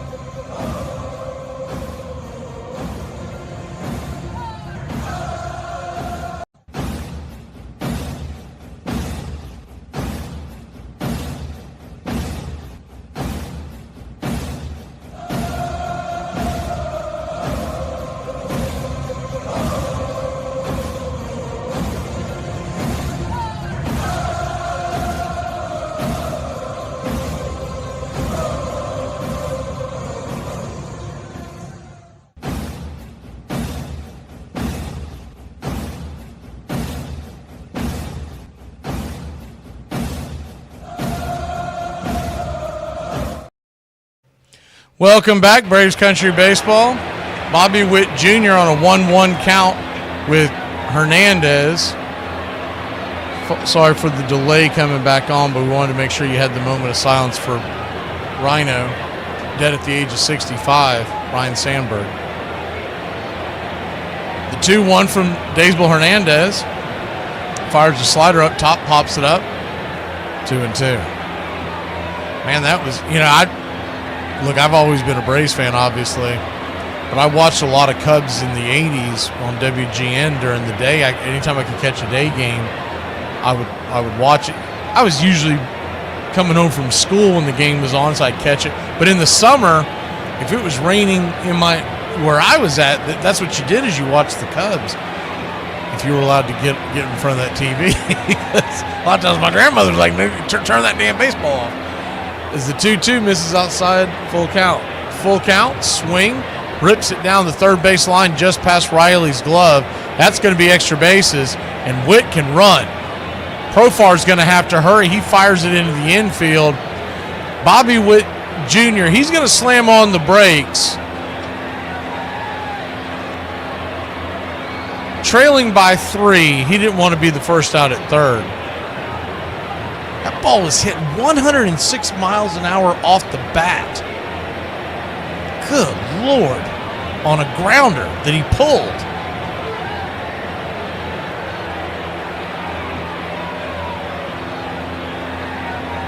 .35th double of the season. First pitch on the way is a four-seam fastball to Vinny P. It's 1-0.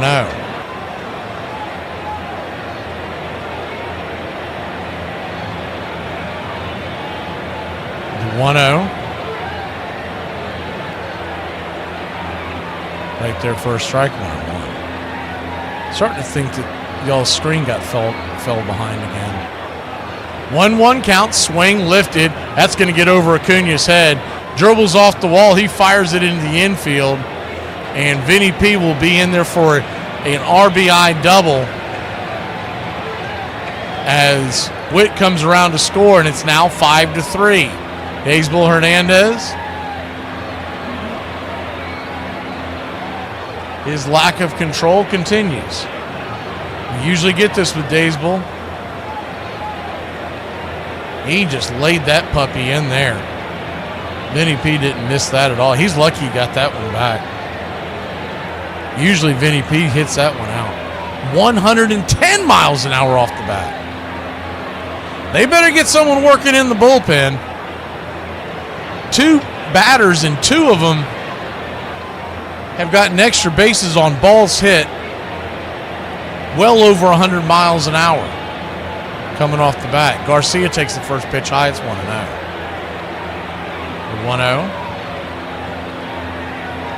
Swing and a miss. 1-1. 1-1 count. Outside wide, 2-1.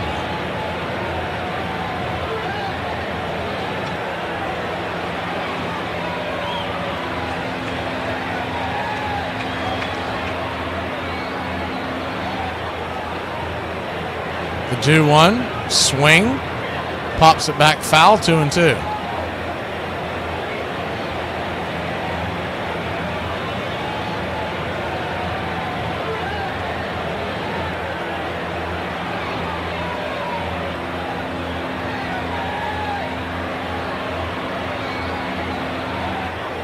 The 2-2, down and in, full count.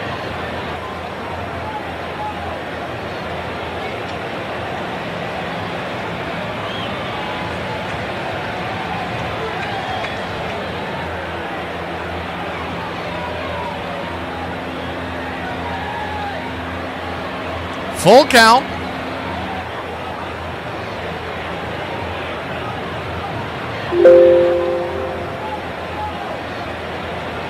Payoff pitch. Pops it up. Back behind home plate. We'll do it again. Runner at second, nobody out.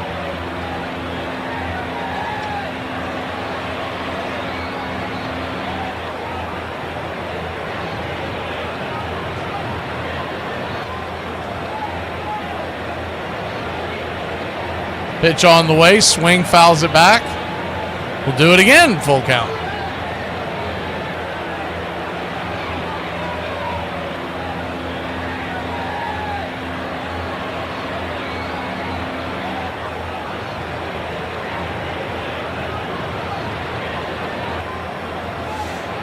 3-2 count. This will be the 17th pitch for Hernandez in the inning. He is yet to record an out.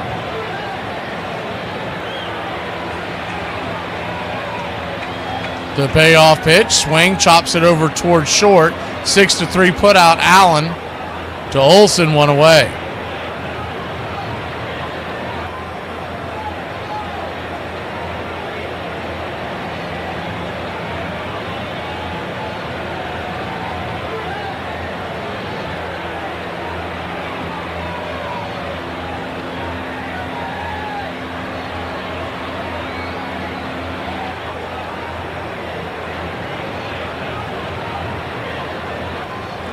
First pitch on the way to Furman is hammered towards left. That's going to get right into the glove of Profar.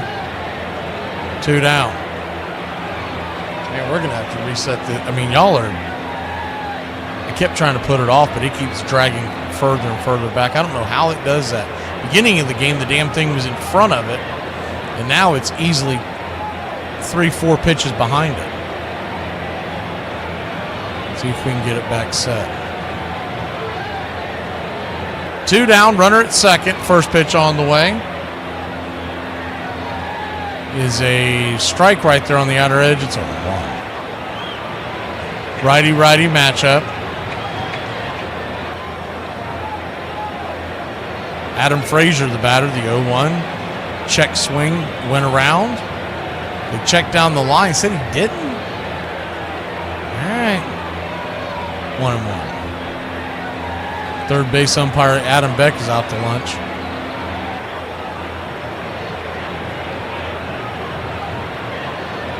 The 1-1 chops it foul down the first base side. It's 1-2. Braves. 1 strike away from getting out of this mess. They lead at 5-3, but the tying run stands at the plate. The 1-2, down and in, 2-2.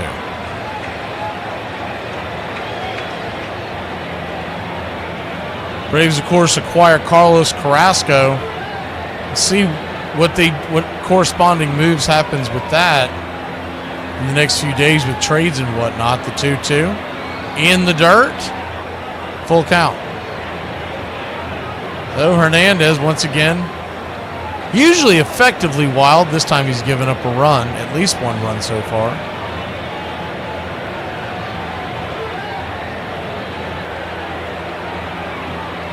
Full count. Carrasco is not with the team yet, by the way. Payoff pitch, swing, chops it down the first base side. Pretty hard hit ball. We'll do it again.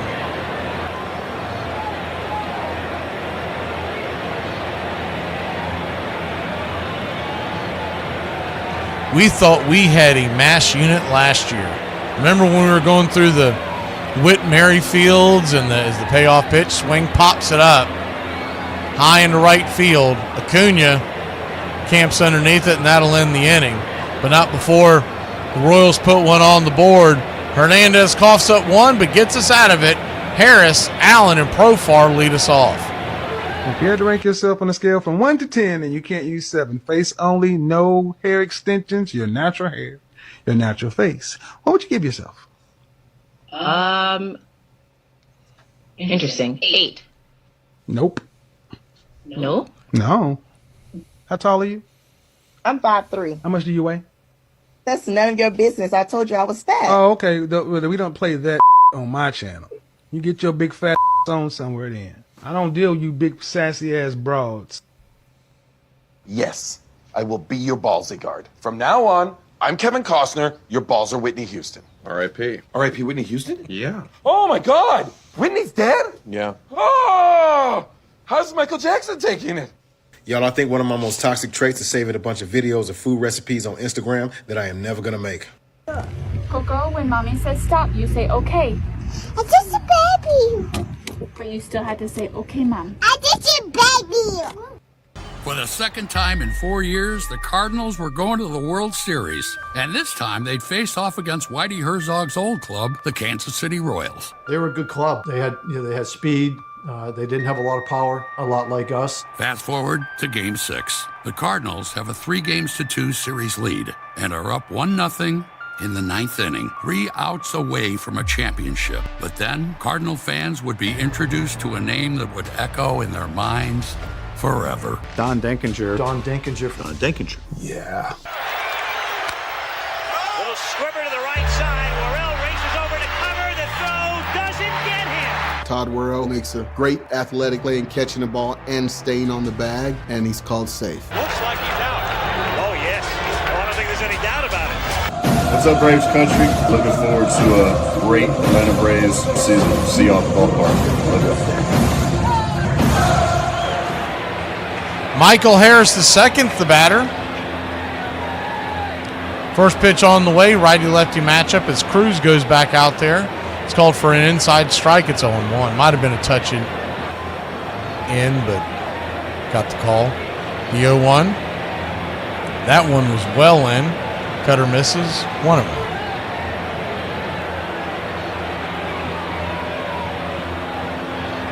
The 1-1 count. Brings it. Pops it up towards shortstop area. Coming over, making the catch will be the third baseman, Frazier. He avoids the collision with Witt. 1 down. F5 in your scorecard.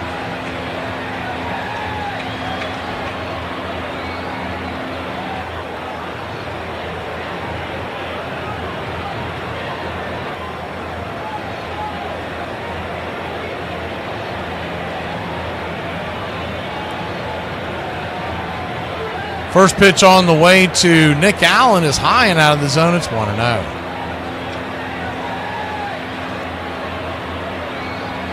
1-0. Righty. Allen high and inside, 2-0. You know, you never want a player to get hit, but Allen should have stuck his helmet out there and took one right in the head.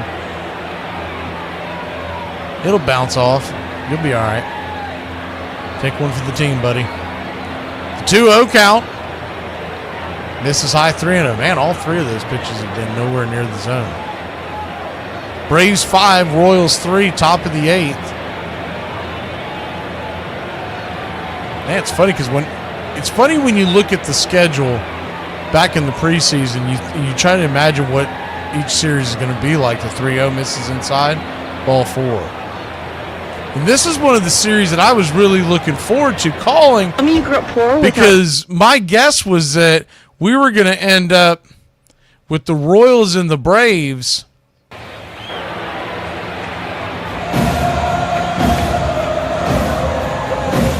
heading towards August at the trade deadline.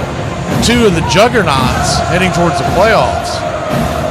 First pitch on the way to Jerkson Profar is fouled straight back. It's 0-1. I remember thinking, man, that's going to be a tough series that time of the year. And then we're going to Cincinnati, who may have a good team as well, and we're going to be at the trade deadline. That's going to be a rough road trip. And, of course, Texas was expected to be a little better. As the 0-1 swing, smacks it into right center field. That's down for a base hit. And there we go, the Profar, the jerk store, Profar Pro Good, and Nick Allen goes all the way to third. Well, the jerk store, Cole, they're running out of you. It's smart. It's a smart line, and a smart crowd will appreciate it. And I'm not going to dumb it down for some bonehead mass audience. They were playing the shift on Profar, so the shortstop, Witt, was just left at the second base bag. Second baseman, India, he was cheating well to right over towards the first base side. And Profar smoked it right where he normally would have been standing, right through the hole. And we've got runners on the corners, 1 out. Big Matt Olson coming to the plate. And Cruz, the right-hander, looks like this is his, either that or he's buying time. He's asking for a new rosin bag. He's walking around the bump. He's playing games. That just seems like a good old-fashioned, they're trying to buy some time for the bullpen. But it looks like he's going to face him anyways. Here we go. First pitch on the way. 93 off the plate. It's 1-0. And just as I say that, Kansas City is getting someone up in the bullpen, so that was definitely a delay tactic. I thought maybe they had someone closer ready, but instead they're trying to get him home. The 1-0. Swing, slaps it down the left field line. That's going to get down for a base hit. That's going to get down where the green grass grows. 1 run will score. Your Braves lead at 6-3. Jerkson Profar was slammed on the brakes at third base, but it's an RBI double. This is Ice House. For the Ice House. Ice House. Smooth as it gets. Corkscrewed it down the third base line. And your Atlanta Braves have doubled up the Royals at 6-3, and we've got 2 on, 1 out, and the Royals are going to be forced to bring that infield in. See if they bring them all the way in. They're going to they're going to the mound for a mound visit. I don't know if they've got who they want ready yet. A lot of stall tactics, playing with the rosin bag. I think they're going to automatically walk Acuna. Piercy's heading down to first, so the bases are going to be juiced. Acuna will get the automatic pass. Bravo. Ducks all over the pond.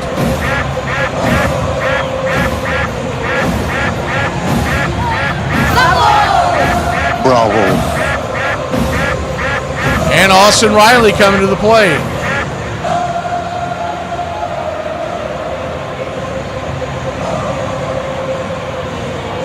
Bases juiced, 1 out. Riley's already gone yard once tonight. Can he make it 2? First pitch on the way. Down and away, it's 1-0. Sean Murphy stands on deck. Remember, if it comes up in the next inning or so, we still have Drake Baldwin on the bench that can pitch hit. And 1-0. Swing! That ball's lined towards left center field. That's going to get down where the green grass grows. 1 run will score. Braves lead at 7-3. 2 runs will score. Braves lead at 8-3. 3 runs will score, and the Braves have taken a 9-3 lead. They've tripled up the Royals here in the 8th inning. Yeah, baby, yeah! Where has this been?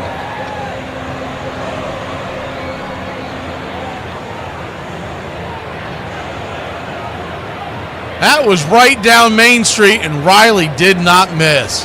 A bases clearing double. And Atlanta has taken a 9-3 lead.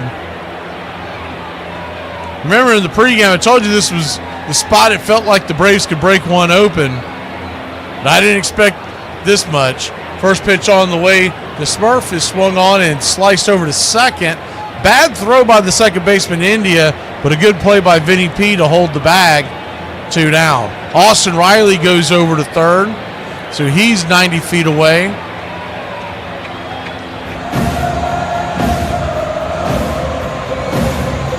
Man, Acuna, he was on everybody's heels coming around from first with that double. All you saw were yellow shoes and elbows. First pitch on the way. The 4-seam fastball down and into Ozzie Albies. It's 1-0.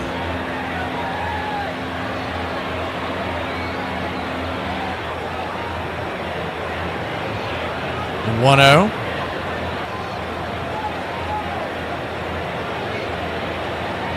Swing and a miss. 1-1.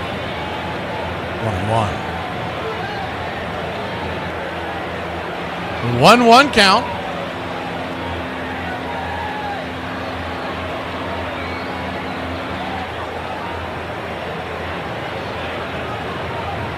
The 1-1 pitch, 98 miles an hour, misses 2-1.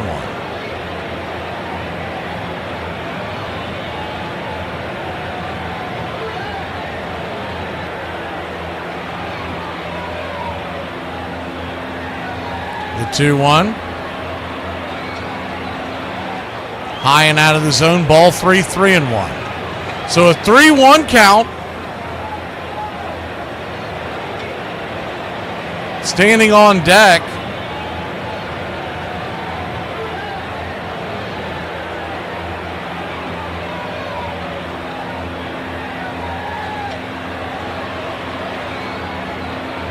Is Nick Allen.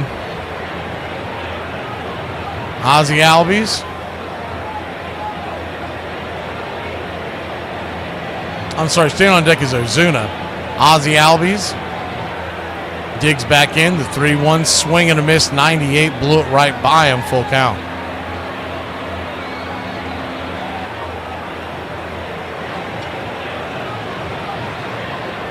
Braves 9, Royals 3. Top of the 8th. The payoff pitch to Ozzie Albies from Cruz. Swing. Hammers it down the right field line, but plenty foul. Ozzie 0 for 2. He does have 2 walks and a run.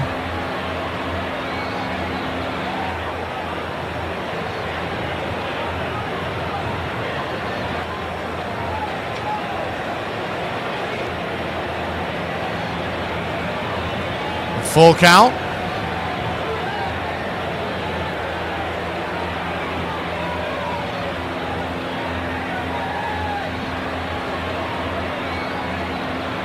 Cruz comes set his 28th pitch. The payoff.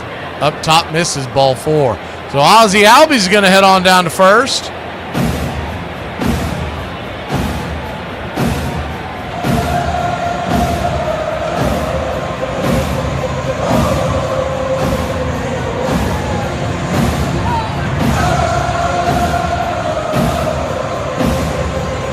Braves trying to put an end to a 5-game losing streak.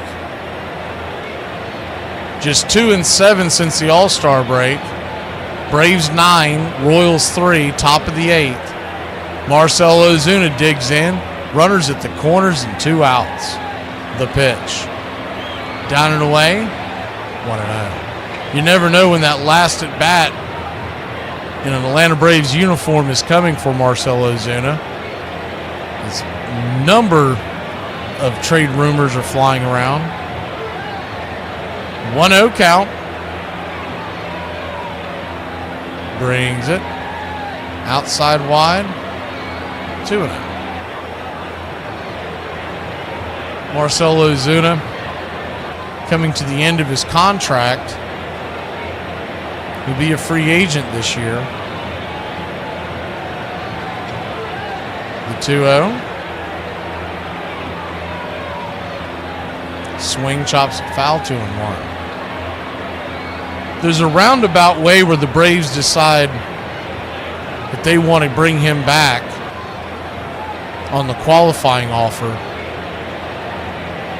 with the idea that if someone beats that qualifying offer, they'll get a draft pick. So if they don't get something back in the trade deadline, there is a path to Marcell Ozuna making it past the trade deadline. But as the 2-1 swing lifts it into center field, drifting back on the track, making the catch is Isbell. That'll end the inning. But not for your Atlanta Braves.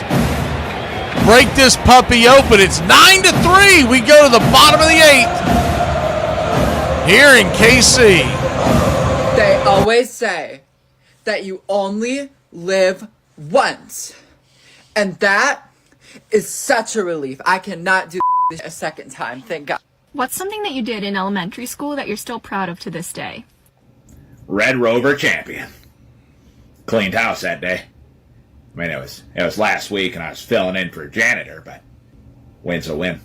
Oh, I appreciate it, my man. What are you doing? Did you just got pickup? Yeah, what does it look like I did? We're not going in? No, I got what I needed. Now we can go. What's the point? It's way fast. What is the point of going to Target if you can't go in and walk around with your Starbucks drink? This is the point. So you exactly can't do that. No, because you did not need anything. I got some shirts and some shorts. Because this is what I needed. You need nothing. You just want to. I want to do shirts and shorts. We're going in. No, we're leaving. That's the point of the drive up. Serious right now? I'm dead ass. Do you want to start a war? This is starting a war. Are you kidding me?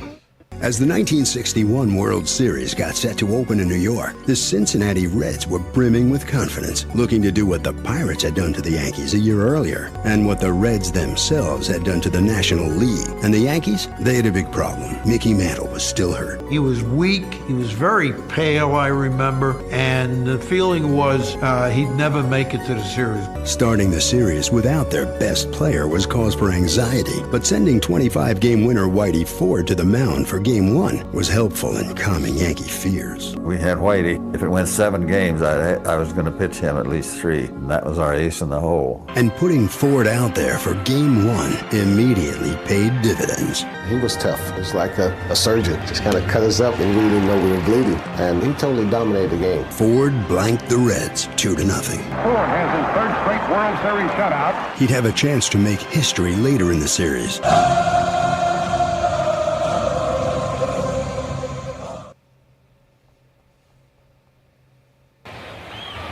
Welcome back. First pitch on the way to Grichuk is up top for a strike. It's 0-1. Lefty-righty matchup. Dylan Lee, the batter. The 0-1. Bang! That ball is smoked. Grichuk makes it 9-4. That thing went over towards the waterfalls in left center field. 8th home run of the year for Grichuk. She gone. Whew.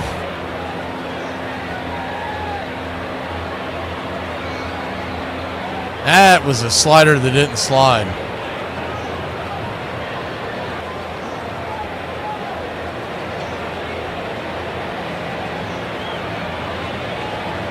Randall Grichuk makes it 9-4. First pitch on the way is a 4-seamer to Melendez. It's 0-1. I was just about to say when we started the inning, I don't quite feel comfortable. We're going to need some insurance runs in the 9th, and here we go. It's already cut the lead down to 5. The 0-1, swing and a miss. It's 0-2. So an 0-2 count.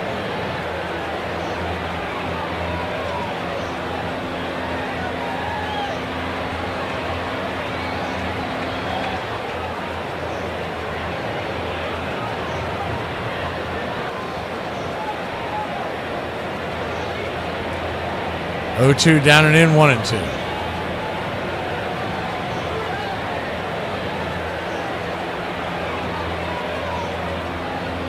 For my money, Ryne Sandberg was the best second baseman in baseball in the 1980s. It was the 1-2 down and in, swing and a miss. I'm talking about someone who played the majority of the 80s. I'm not talking about Joe Morgan at the end of his career, and he's more of a 1970s guy, but I'm still just a little floored by the whole Ryne Sandberg thing because, and I get it, he was sick, but when the guys die young like Hulk Hogan who were pumping steroids for their entire life, you kind of understand it. It's the first pitch on the miss, on the way to Isbell is a swing and a miss. It's 0-1. When is the 0-1 in the dirt? 1-1. When a tragedy like what happened to Jamal drowning, you understand it's an accident. 1-1 count. Ozzy Osbourne, we all know he lived a rough life. And he was sick as well, but man, when you get a guy who's just an incredible athlete die at that age, is the 1-1 swing and a miss. It's 1-2. It really is a sobering thought that how everybody has to appreciate every single day. 1-2 count. Tomorrow is not guaranteed. The pitch, swing, chops it over to the right side. It'll be Olsen stepping on the bag. Man, Isbell didn't even look like he was running that hard, and he almost beat Olsen to the bag. Olsen was chugging. He was like, knock it off, kid. 2 down.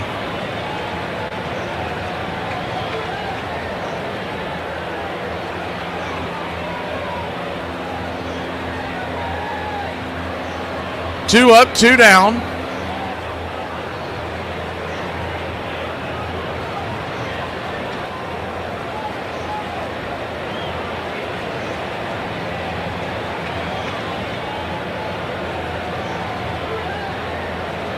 Jonathan India digs in, first pitch down below the knees. It's 1-0.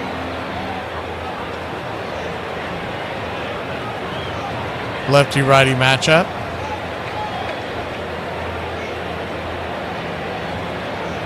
One 1-0.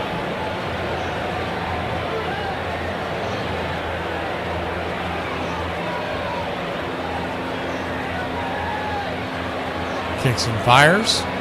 98 at the knees. Called that a ball? 2-0. So a 2-0 count. Right there at the knees, 2-1.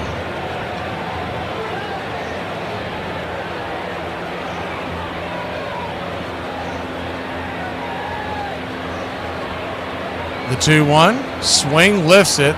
High into left center field, going back on the track, making the catch for a loud out number 2.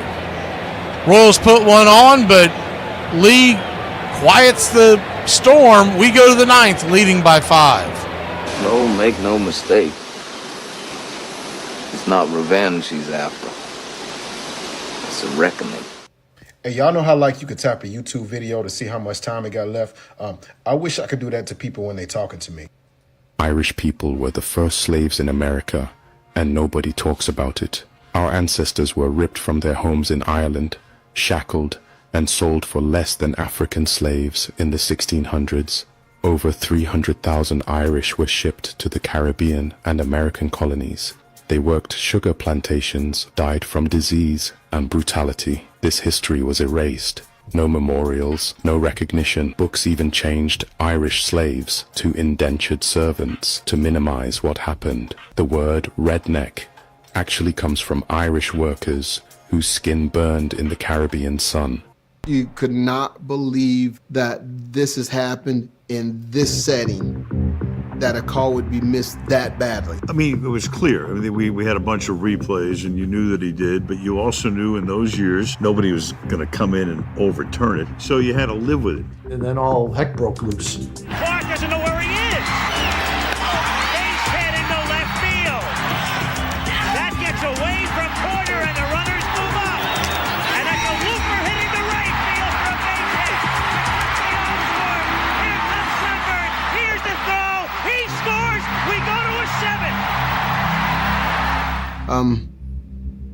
That was tough to swallow. Big play. Did it cost us the series? In my opinion, yeah, I think it probably did.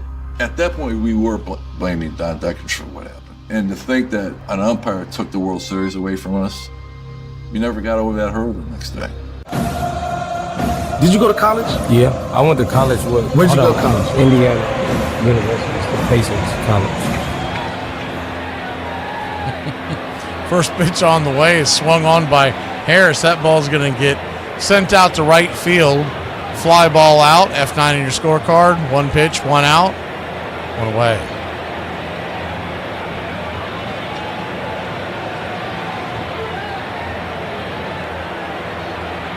One up, 1 down here in the 9th.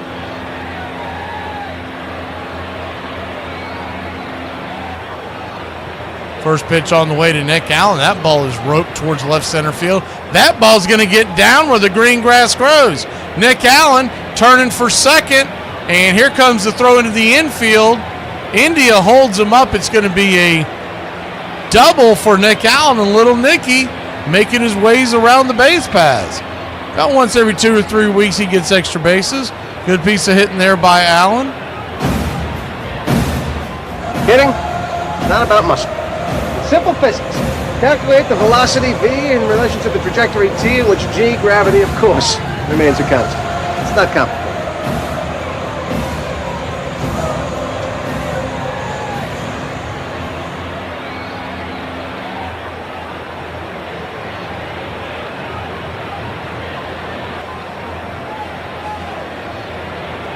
Jurickson Profar, your batter. First pitch on the way is a slider off the track. It's 0-1. Wide strike that did not hit the zone, but nonetheless. Profar 1 for 4 with a walk, a single, a run scored. Standing on deck is Olsen. Braves lead it 9-4. The 0-1 swung on, chopped up the middle. That's going to go against the shift. It's going to dribble through the hole, and little Nicky will make his way around, and it's 10-4. Good buddy. Well, the jerks start calling. They're running out of you. It's smart. It's a smart line, and a smart crowd will appreciate it. And I'm not going to dumb it down for some bonehead mass audience. 2 for 5 on the day now for Profar. That'll raise his batting average to 245. Big Matt Olson comes to the plate. He's 1 for 4. Righty lefty. First pitch. Swing! Pops it up. Just got underneath that one. Fly ball to center. 2 down. He just got underneath that one. He had it timed up pretty well, but the barrel just was underneath the ball, and Olsen knew it immediately. So that'll bring Ronald Acuna Jr. to the plate. Ronald Acuna Jr., 2 for 4. He's got a home run, 2 runs, and 2 RBIs. Not too shabby. Potentially walked his last time up and came around to score. First pitch on the way is 96 off the plate from Bolin. It's 1-0. Bolin, he's only thrown 6 pitches in this inning, but we've scored a run, and there's 2 outs. Braves want to get to that hotel, don't they?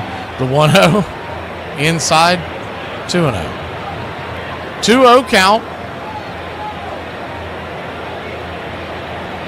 Really don't understand what that guy was flipping out about, because if you have the camera when nobody's on base, you can't see any of the pitches. The 2-0 misses high, 3-0. But what we try to do is that when runners go on base, then we move it back. But I can't always get to it because I'm doing this one tonight by myself.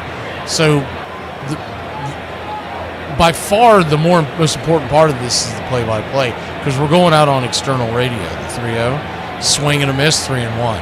But I saw him throwing a temper tantrum in the chat, and I saw y'all deleted him or something, but I'm like, man, I don't have a personal producer here. Some nights I do, but it's very rare nowadays.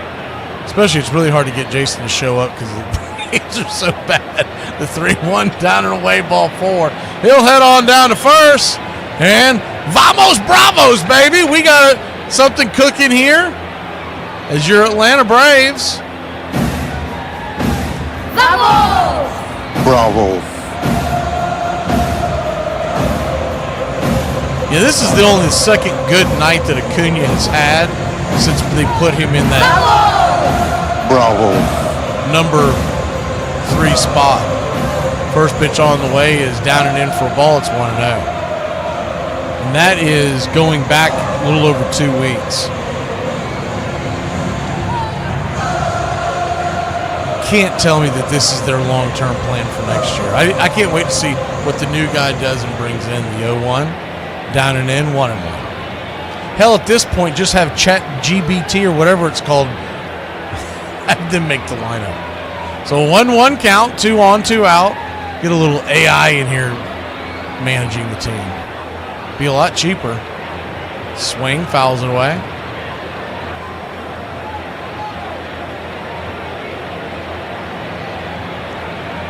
One-two count. Well, normally the ones that are throwing the temper tantrums don't understand that it can't be done just like that, because it takes a while for the screen to flip. Is the 1-2 off the plate, 2-2. I've tried to do it. I tried to play with it from time to time, see if I could do it. Like, for instance, if I'm just a hair in front of it and a guy swings and hits the ball, can I put it to the action cam and chase it? It doesn't work that way. It freezes and then it eventually catches up. So it has to be like that for the entire at bat. The 2-2, swing, chops it over to third. This should end the inning. 5-3, it will. And we'll head to the bottom of the ninth, but the Braves put one more on the board. We got a 6-run lead. 10-4, good buddy. We'll be back in a flash here on Braves Country. If you're ever feeling useless, just remember, you will never be as useless as a gas station across the street from Buc-ee's. Best Larry Bird story would be the time I was on the floor with the great Pete Maravich, who was on our team at that time. We had Pete at the end of his career. and we had Larry in the beginning stages of his career. So Pete passes the ball to Larry. Pete's man runs down and double teams Larry. Larry puts some up shot. It goes astray. And we come back to the bench, and Pete goes, Larry, you're being double teamed, man. You got to pass the ball. And Larry looked up and said, if you were any good, there would be double teaming me. Tell me you're dangerous without actually telling me you're dangerous. One time I accidentally ate an entire pack of American cheese slices without taking them out of the wrappers. By the time they came out the other end, they looked exactly the same as when they went in. Made my butt feel like a Polaroid camera. The Yankees had to send someone else to the mound in Game 2. And against Ralph Terry, Cincinnati's bats heated up. It was time for the bomber hitters to respond. And without Mantle, they desperately needed something from Roger Maris. Strikes out Maris, and Raj walks off in disgust. Roger Maris was physically and emotionally exhausted. Resurgent Reds pitcher Joey J had led the National League in wins, and now he silenced all the Yankee bats as Cincinnati evened the series. I pretty much shut them down. I think they ended up with 4 hits or something like that. Suddenly, the mighty Yanks didn't seem so mighty. Joey J was the guy that beat us, and he said he wished the Yankees were in the National League. They wouldn't last too far long in the standings. Back in Cincinnati, the atmosphere was festive as the Reds were hosting a World Series game for the first time in 21 years. Your home for the classic call of Braves Country Baseball. John asking, do you think AA watches every game, every at bat?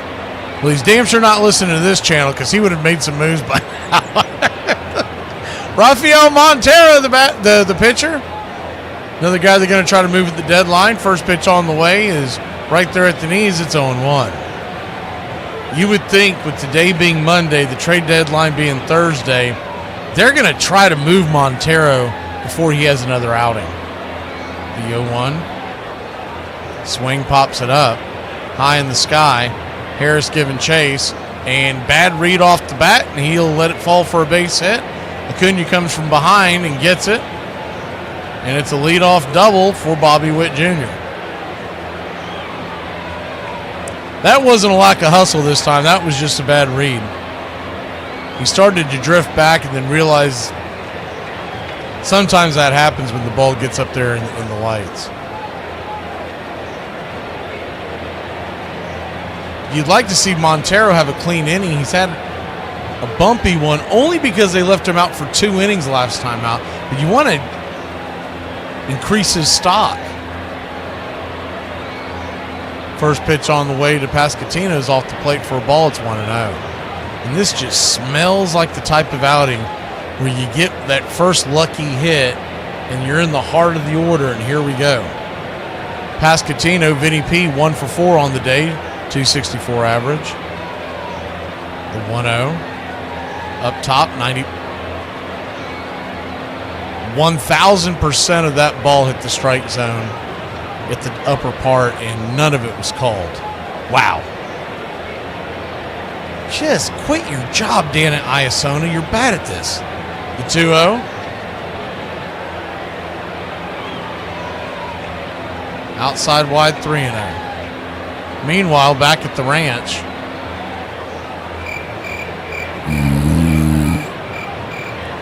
3-0 count.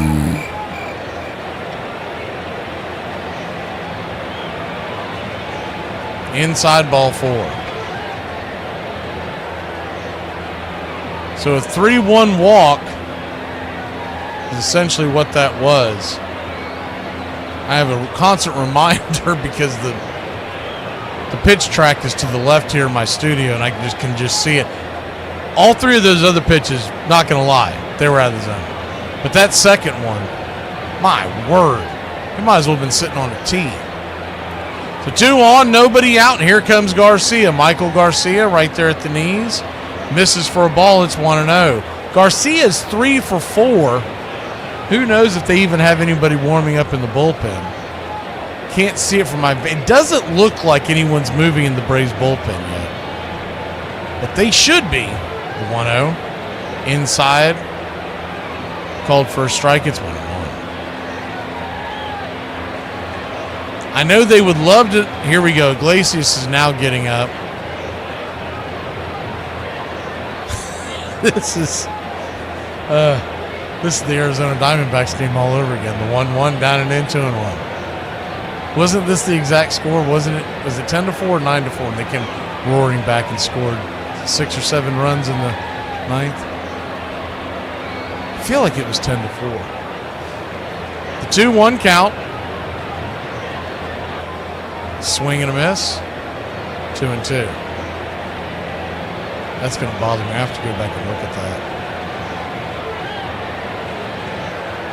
Nah, it wasn't 10-1. It was like a 6-run lead. I'll find it here in a second. The 2-2. Down and away, full count.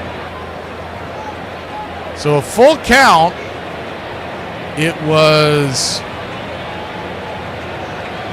That was at Arizona. At home. That's what I'm looking for. It was 10-4.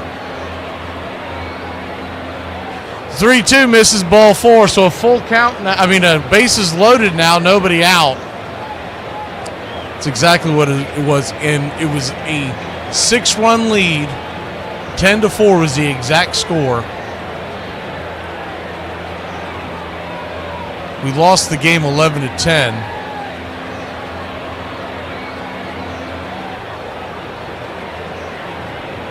Double check. Yep, that's what it was. It was 10-4. They scored 7 in the 9th. Iglesias got the loss, but by the time you put him out there, it had already started to unravel. If you remember, it was Scott Blewett on the mound. And Scott Blewett had pitched a clean 8th inning, and they got greedy, and they left him out there. And he unraveled for 5 earned runs by the time Iglesias came out there. Remember, at that point, Iglesias was pitching really poorly. He's not great now, but he was terrible at that point, and he came in with ducks all over the pond and the game on the line. First pitch on the way to Furman is a splitter at the knees. It's 0-1.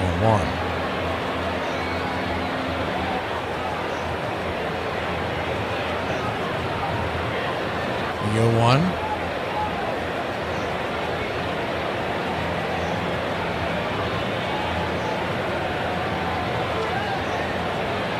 Swing, slaps it down the right field line. That will score at least 2 runs. They'll go corner to corner, and just like that, it's 10-6. Here comes Snicker. This is almost an exact reenactment. We'll be back in a flash. The Braves lead 10-6. But nobody is out, and here comes Eyeglasses. I know I got brain rot because on a cover letter for the job, I wrote work, and I spelled it with an E. I said, I would like to work for your company. That's not even the worst part. The worst part is that they hired me, and I couldn't live up to the hype. They thought they were hiring a fun game, and then I show up, and turns out I don't work. I can barely even serve. It's terrible. I only listen to 3 people. My barber, my dog, and the hostess at the Cracker Barrel. If you're nice to her, she gives you extra crayons, so... And the Reds shared their fans' enthusiasm for World Series glory. Going back to Cincinnati, we definitely thought we had the upper hand. After sitting out the first 2 games, Mickey Mantle had seen enough, deciding that no matter how much pain he was in, he was going to play. But as the game began, Mantle's presence in the lineup didn't seem to matter, as knuckleballer Bob Perky baffled the Yanks. Perky was pitching so well that we thought we had the game in hand. With the Reds leading 2-1, with 2 outs in the 8th inning, they were just 4 outs away from taking a series lead. Then Johnny Blanchard was summoned to pinch hit. I was looking for my bat, and Mickey Mantle was standing by the bat rack. And he said, John, he's going to throw you a slider, first pitch for a strike, a hard slider. And then he's going to come back with the knuckleball. Well, I'm telling you right now, I couldn't hit a knuckleball. If Bob Perky would have thrown the ball in the press box, I'd have jumped up and swung at it. I was swinging at the first pitch because Mickey Mantle told me. Well, sure enough, here comes a hard slider for a strike. Blanchard swings at the first pitch and sends a towering fly deep to right field. Frank Robinson goes back, but the ball sails over the bleacher fence for a pinch hit home run. And the score is deadlocked at 2-2. You're listening to Braves Country Radio. YouTube.com/@Braves Country. Welcome back.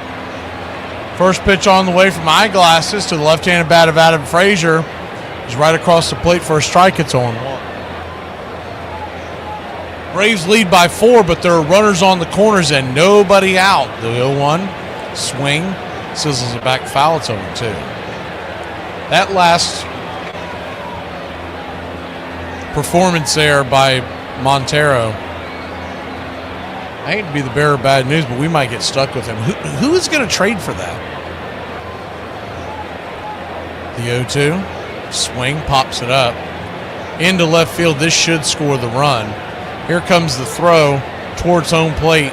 Pretty good throw by Profar, but it's up the line and it's 10-7.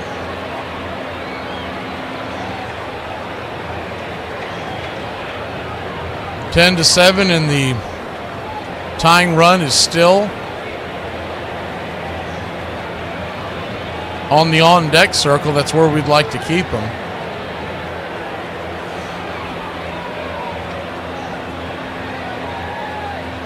Righty-righty matchup here. There's Randall Grichuk, who's 2 for 4 with a homer, a single.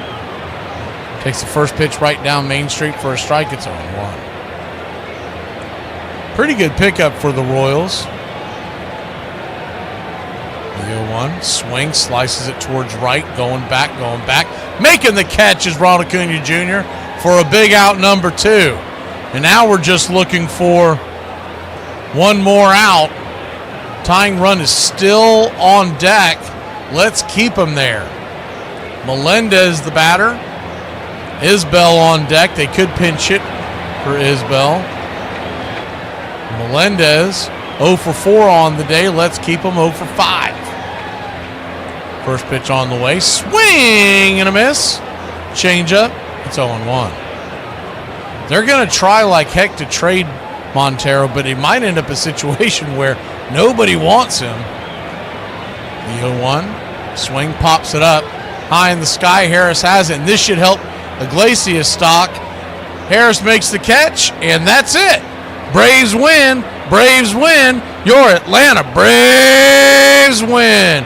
Whiskey for my men. Beer for my horses. The 5-game losing streak comes to a halt. And your player of the game. And you could give this to a few folks. Well, I think we're going to go ahead. I'm going to give it to Marcell Ozuna. He had the 2-run home run that gave the Braves the lead. He had 2 walks, 2 RBIs, a home run, a run scored. You could give it to Riley. You could give it to Acuna. But it's been a while since Ozuna's gotten it. I thought he had a pretty good at night at the plate. Very disciplined at bats, and of course got the home run as well. Y'all have a great night, Braves country. We will see you tomorrow. Hey, we might put 2 wins together in a row. Who knows? Oh yeah, Eric Fitty's pitching. Think about that when you try to go to sleep tonight. Y'all have a great one.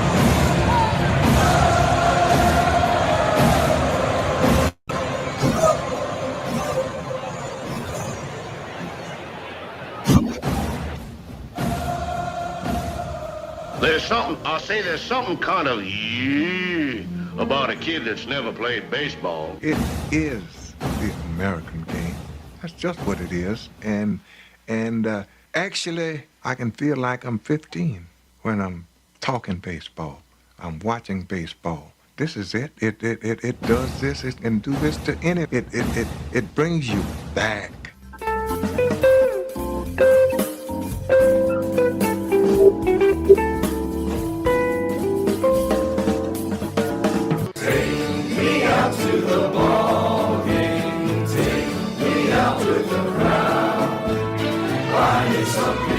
sing praise.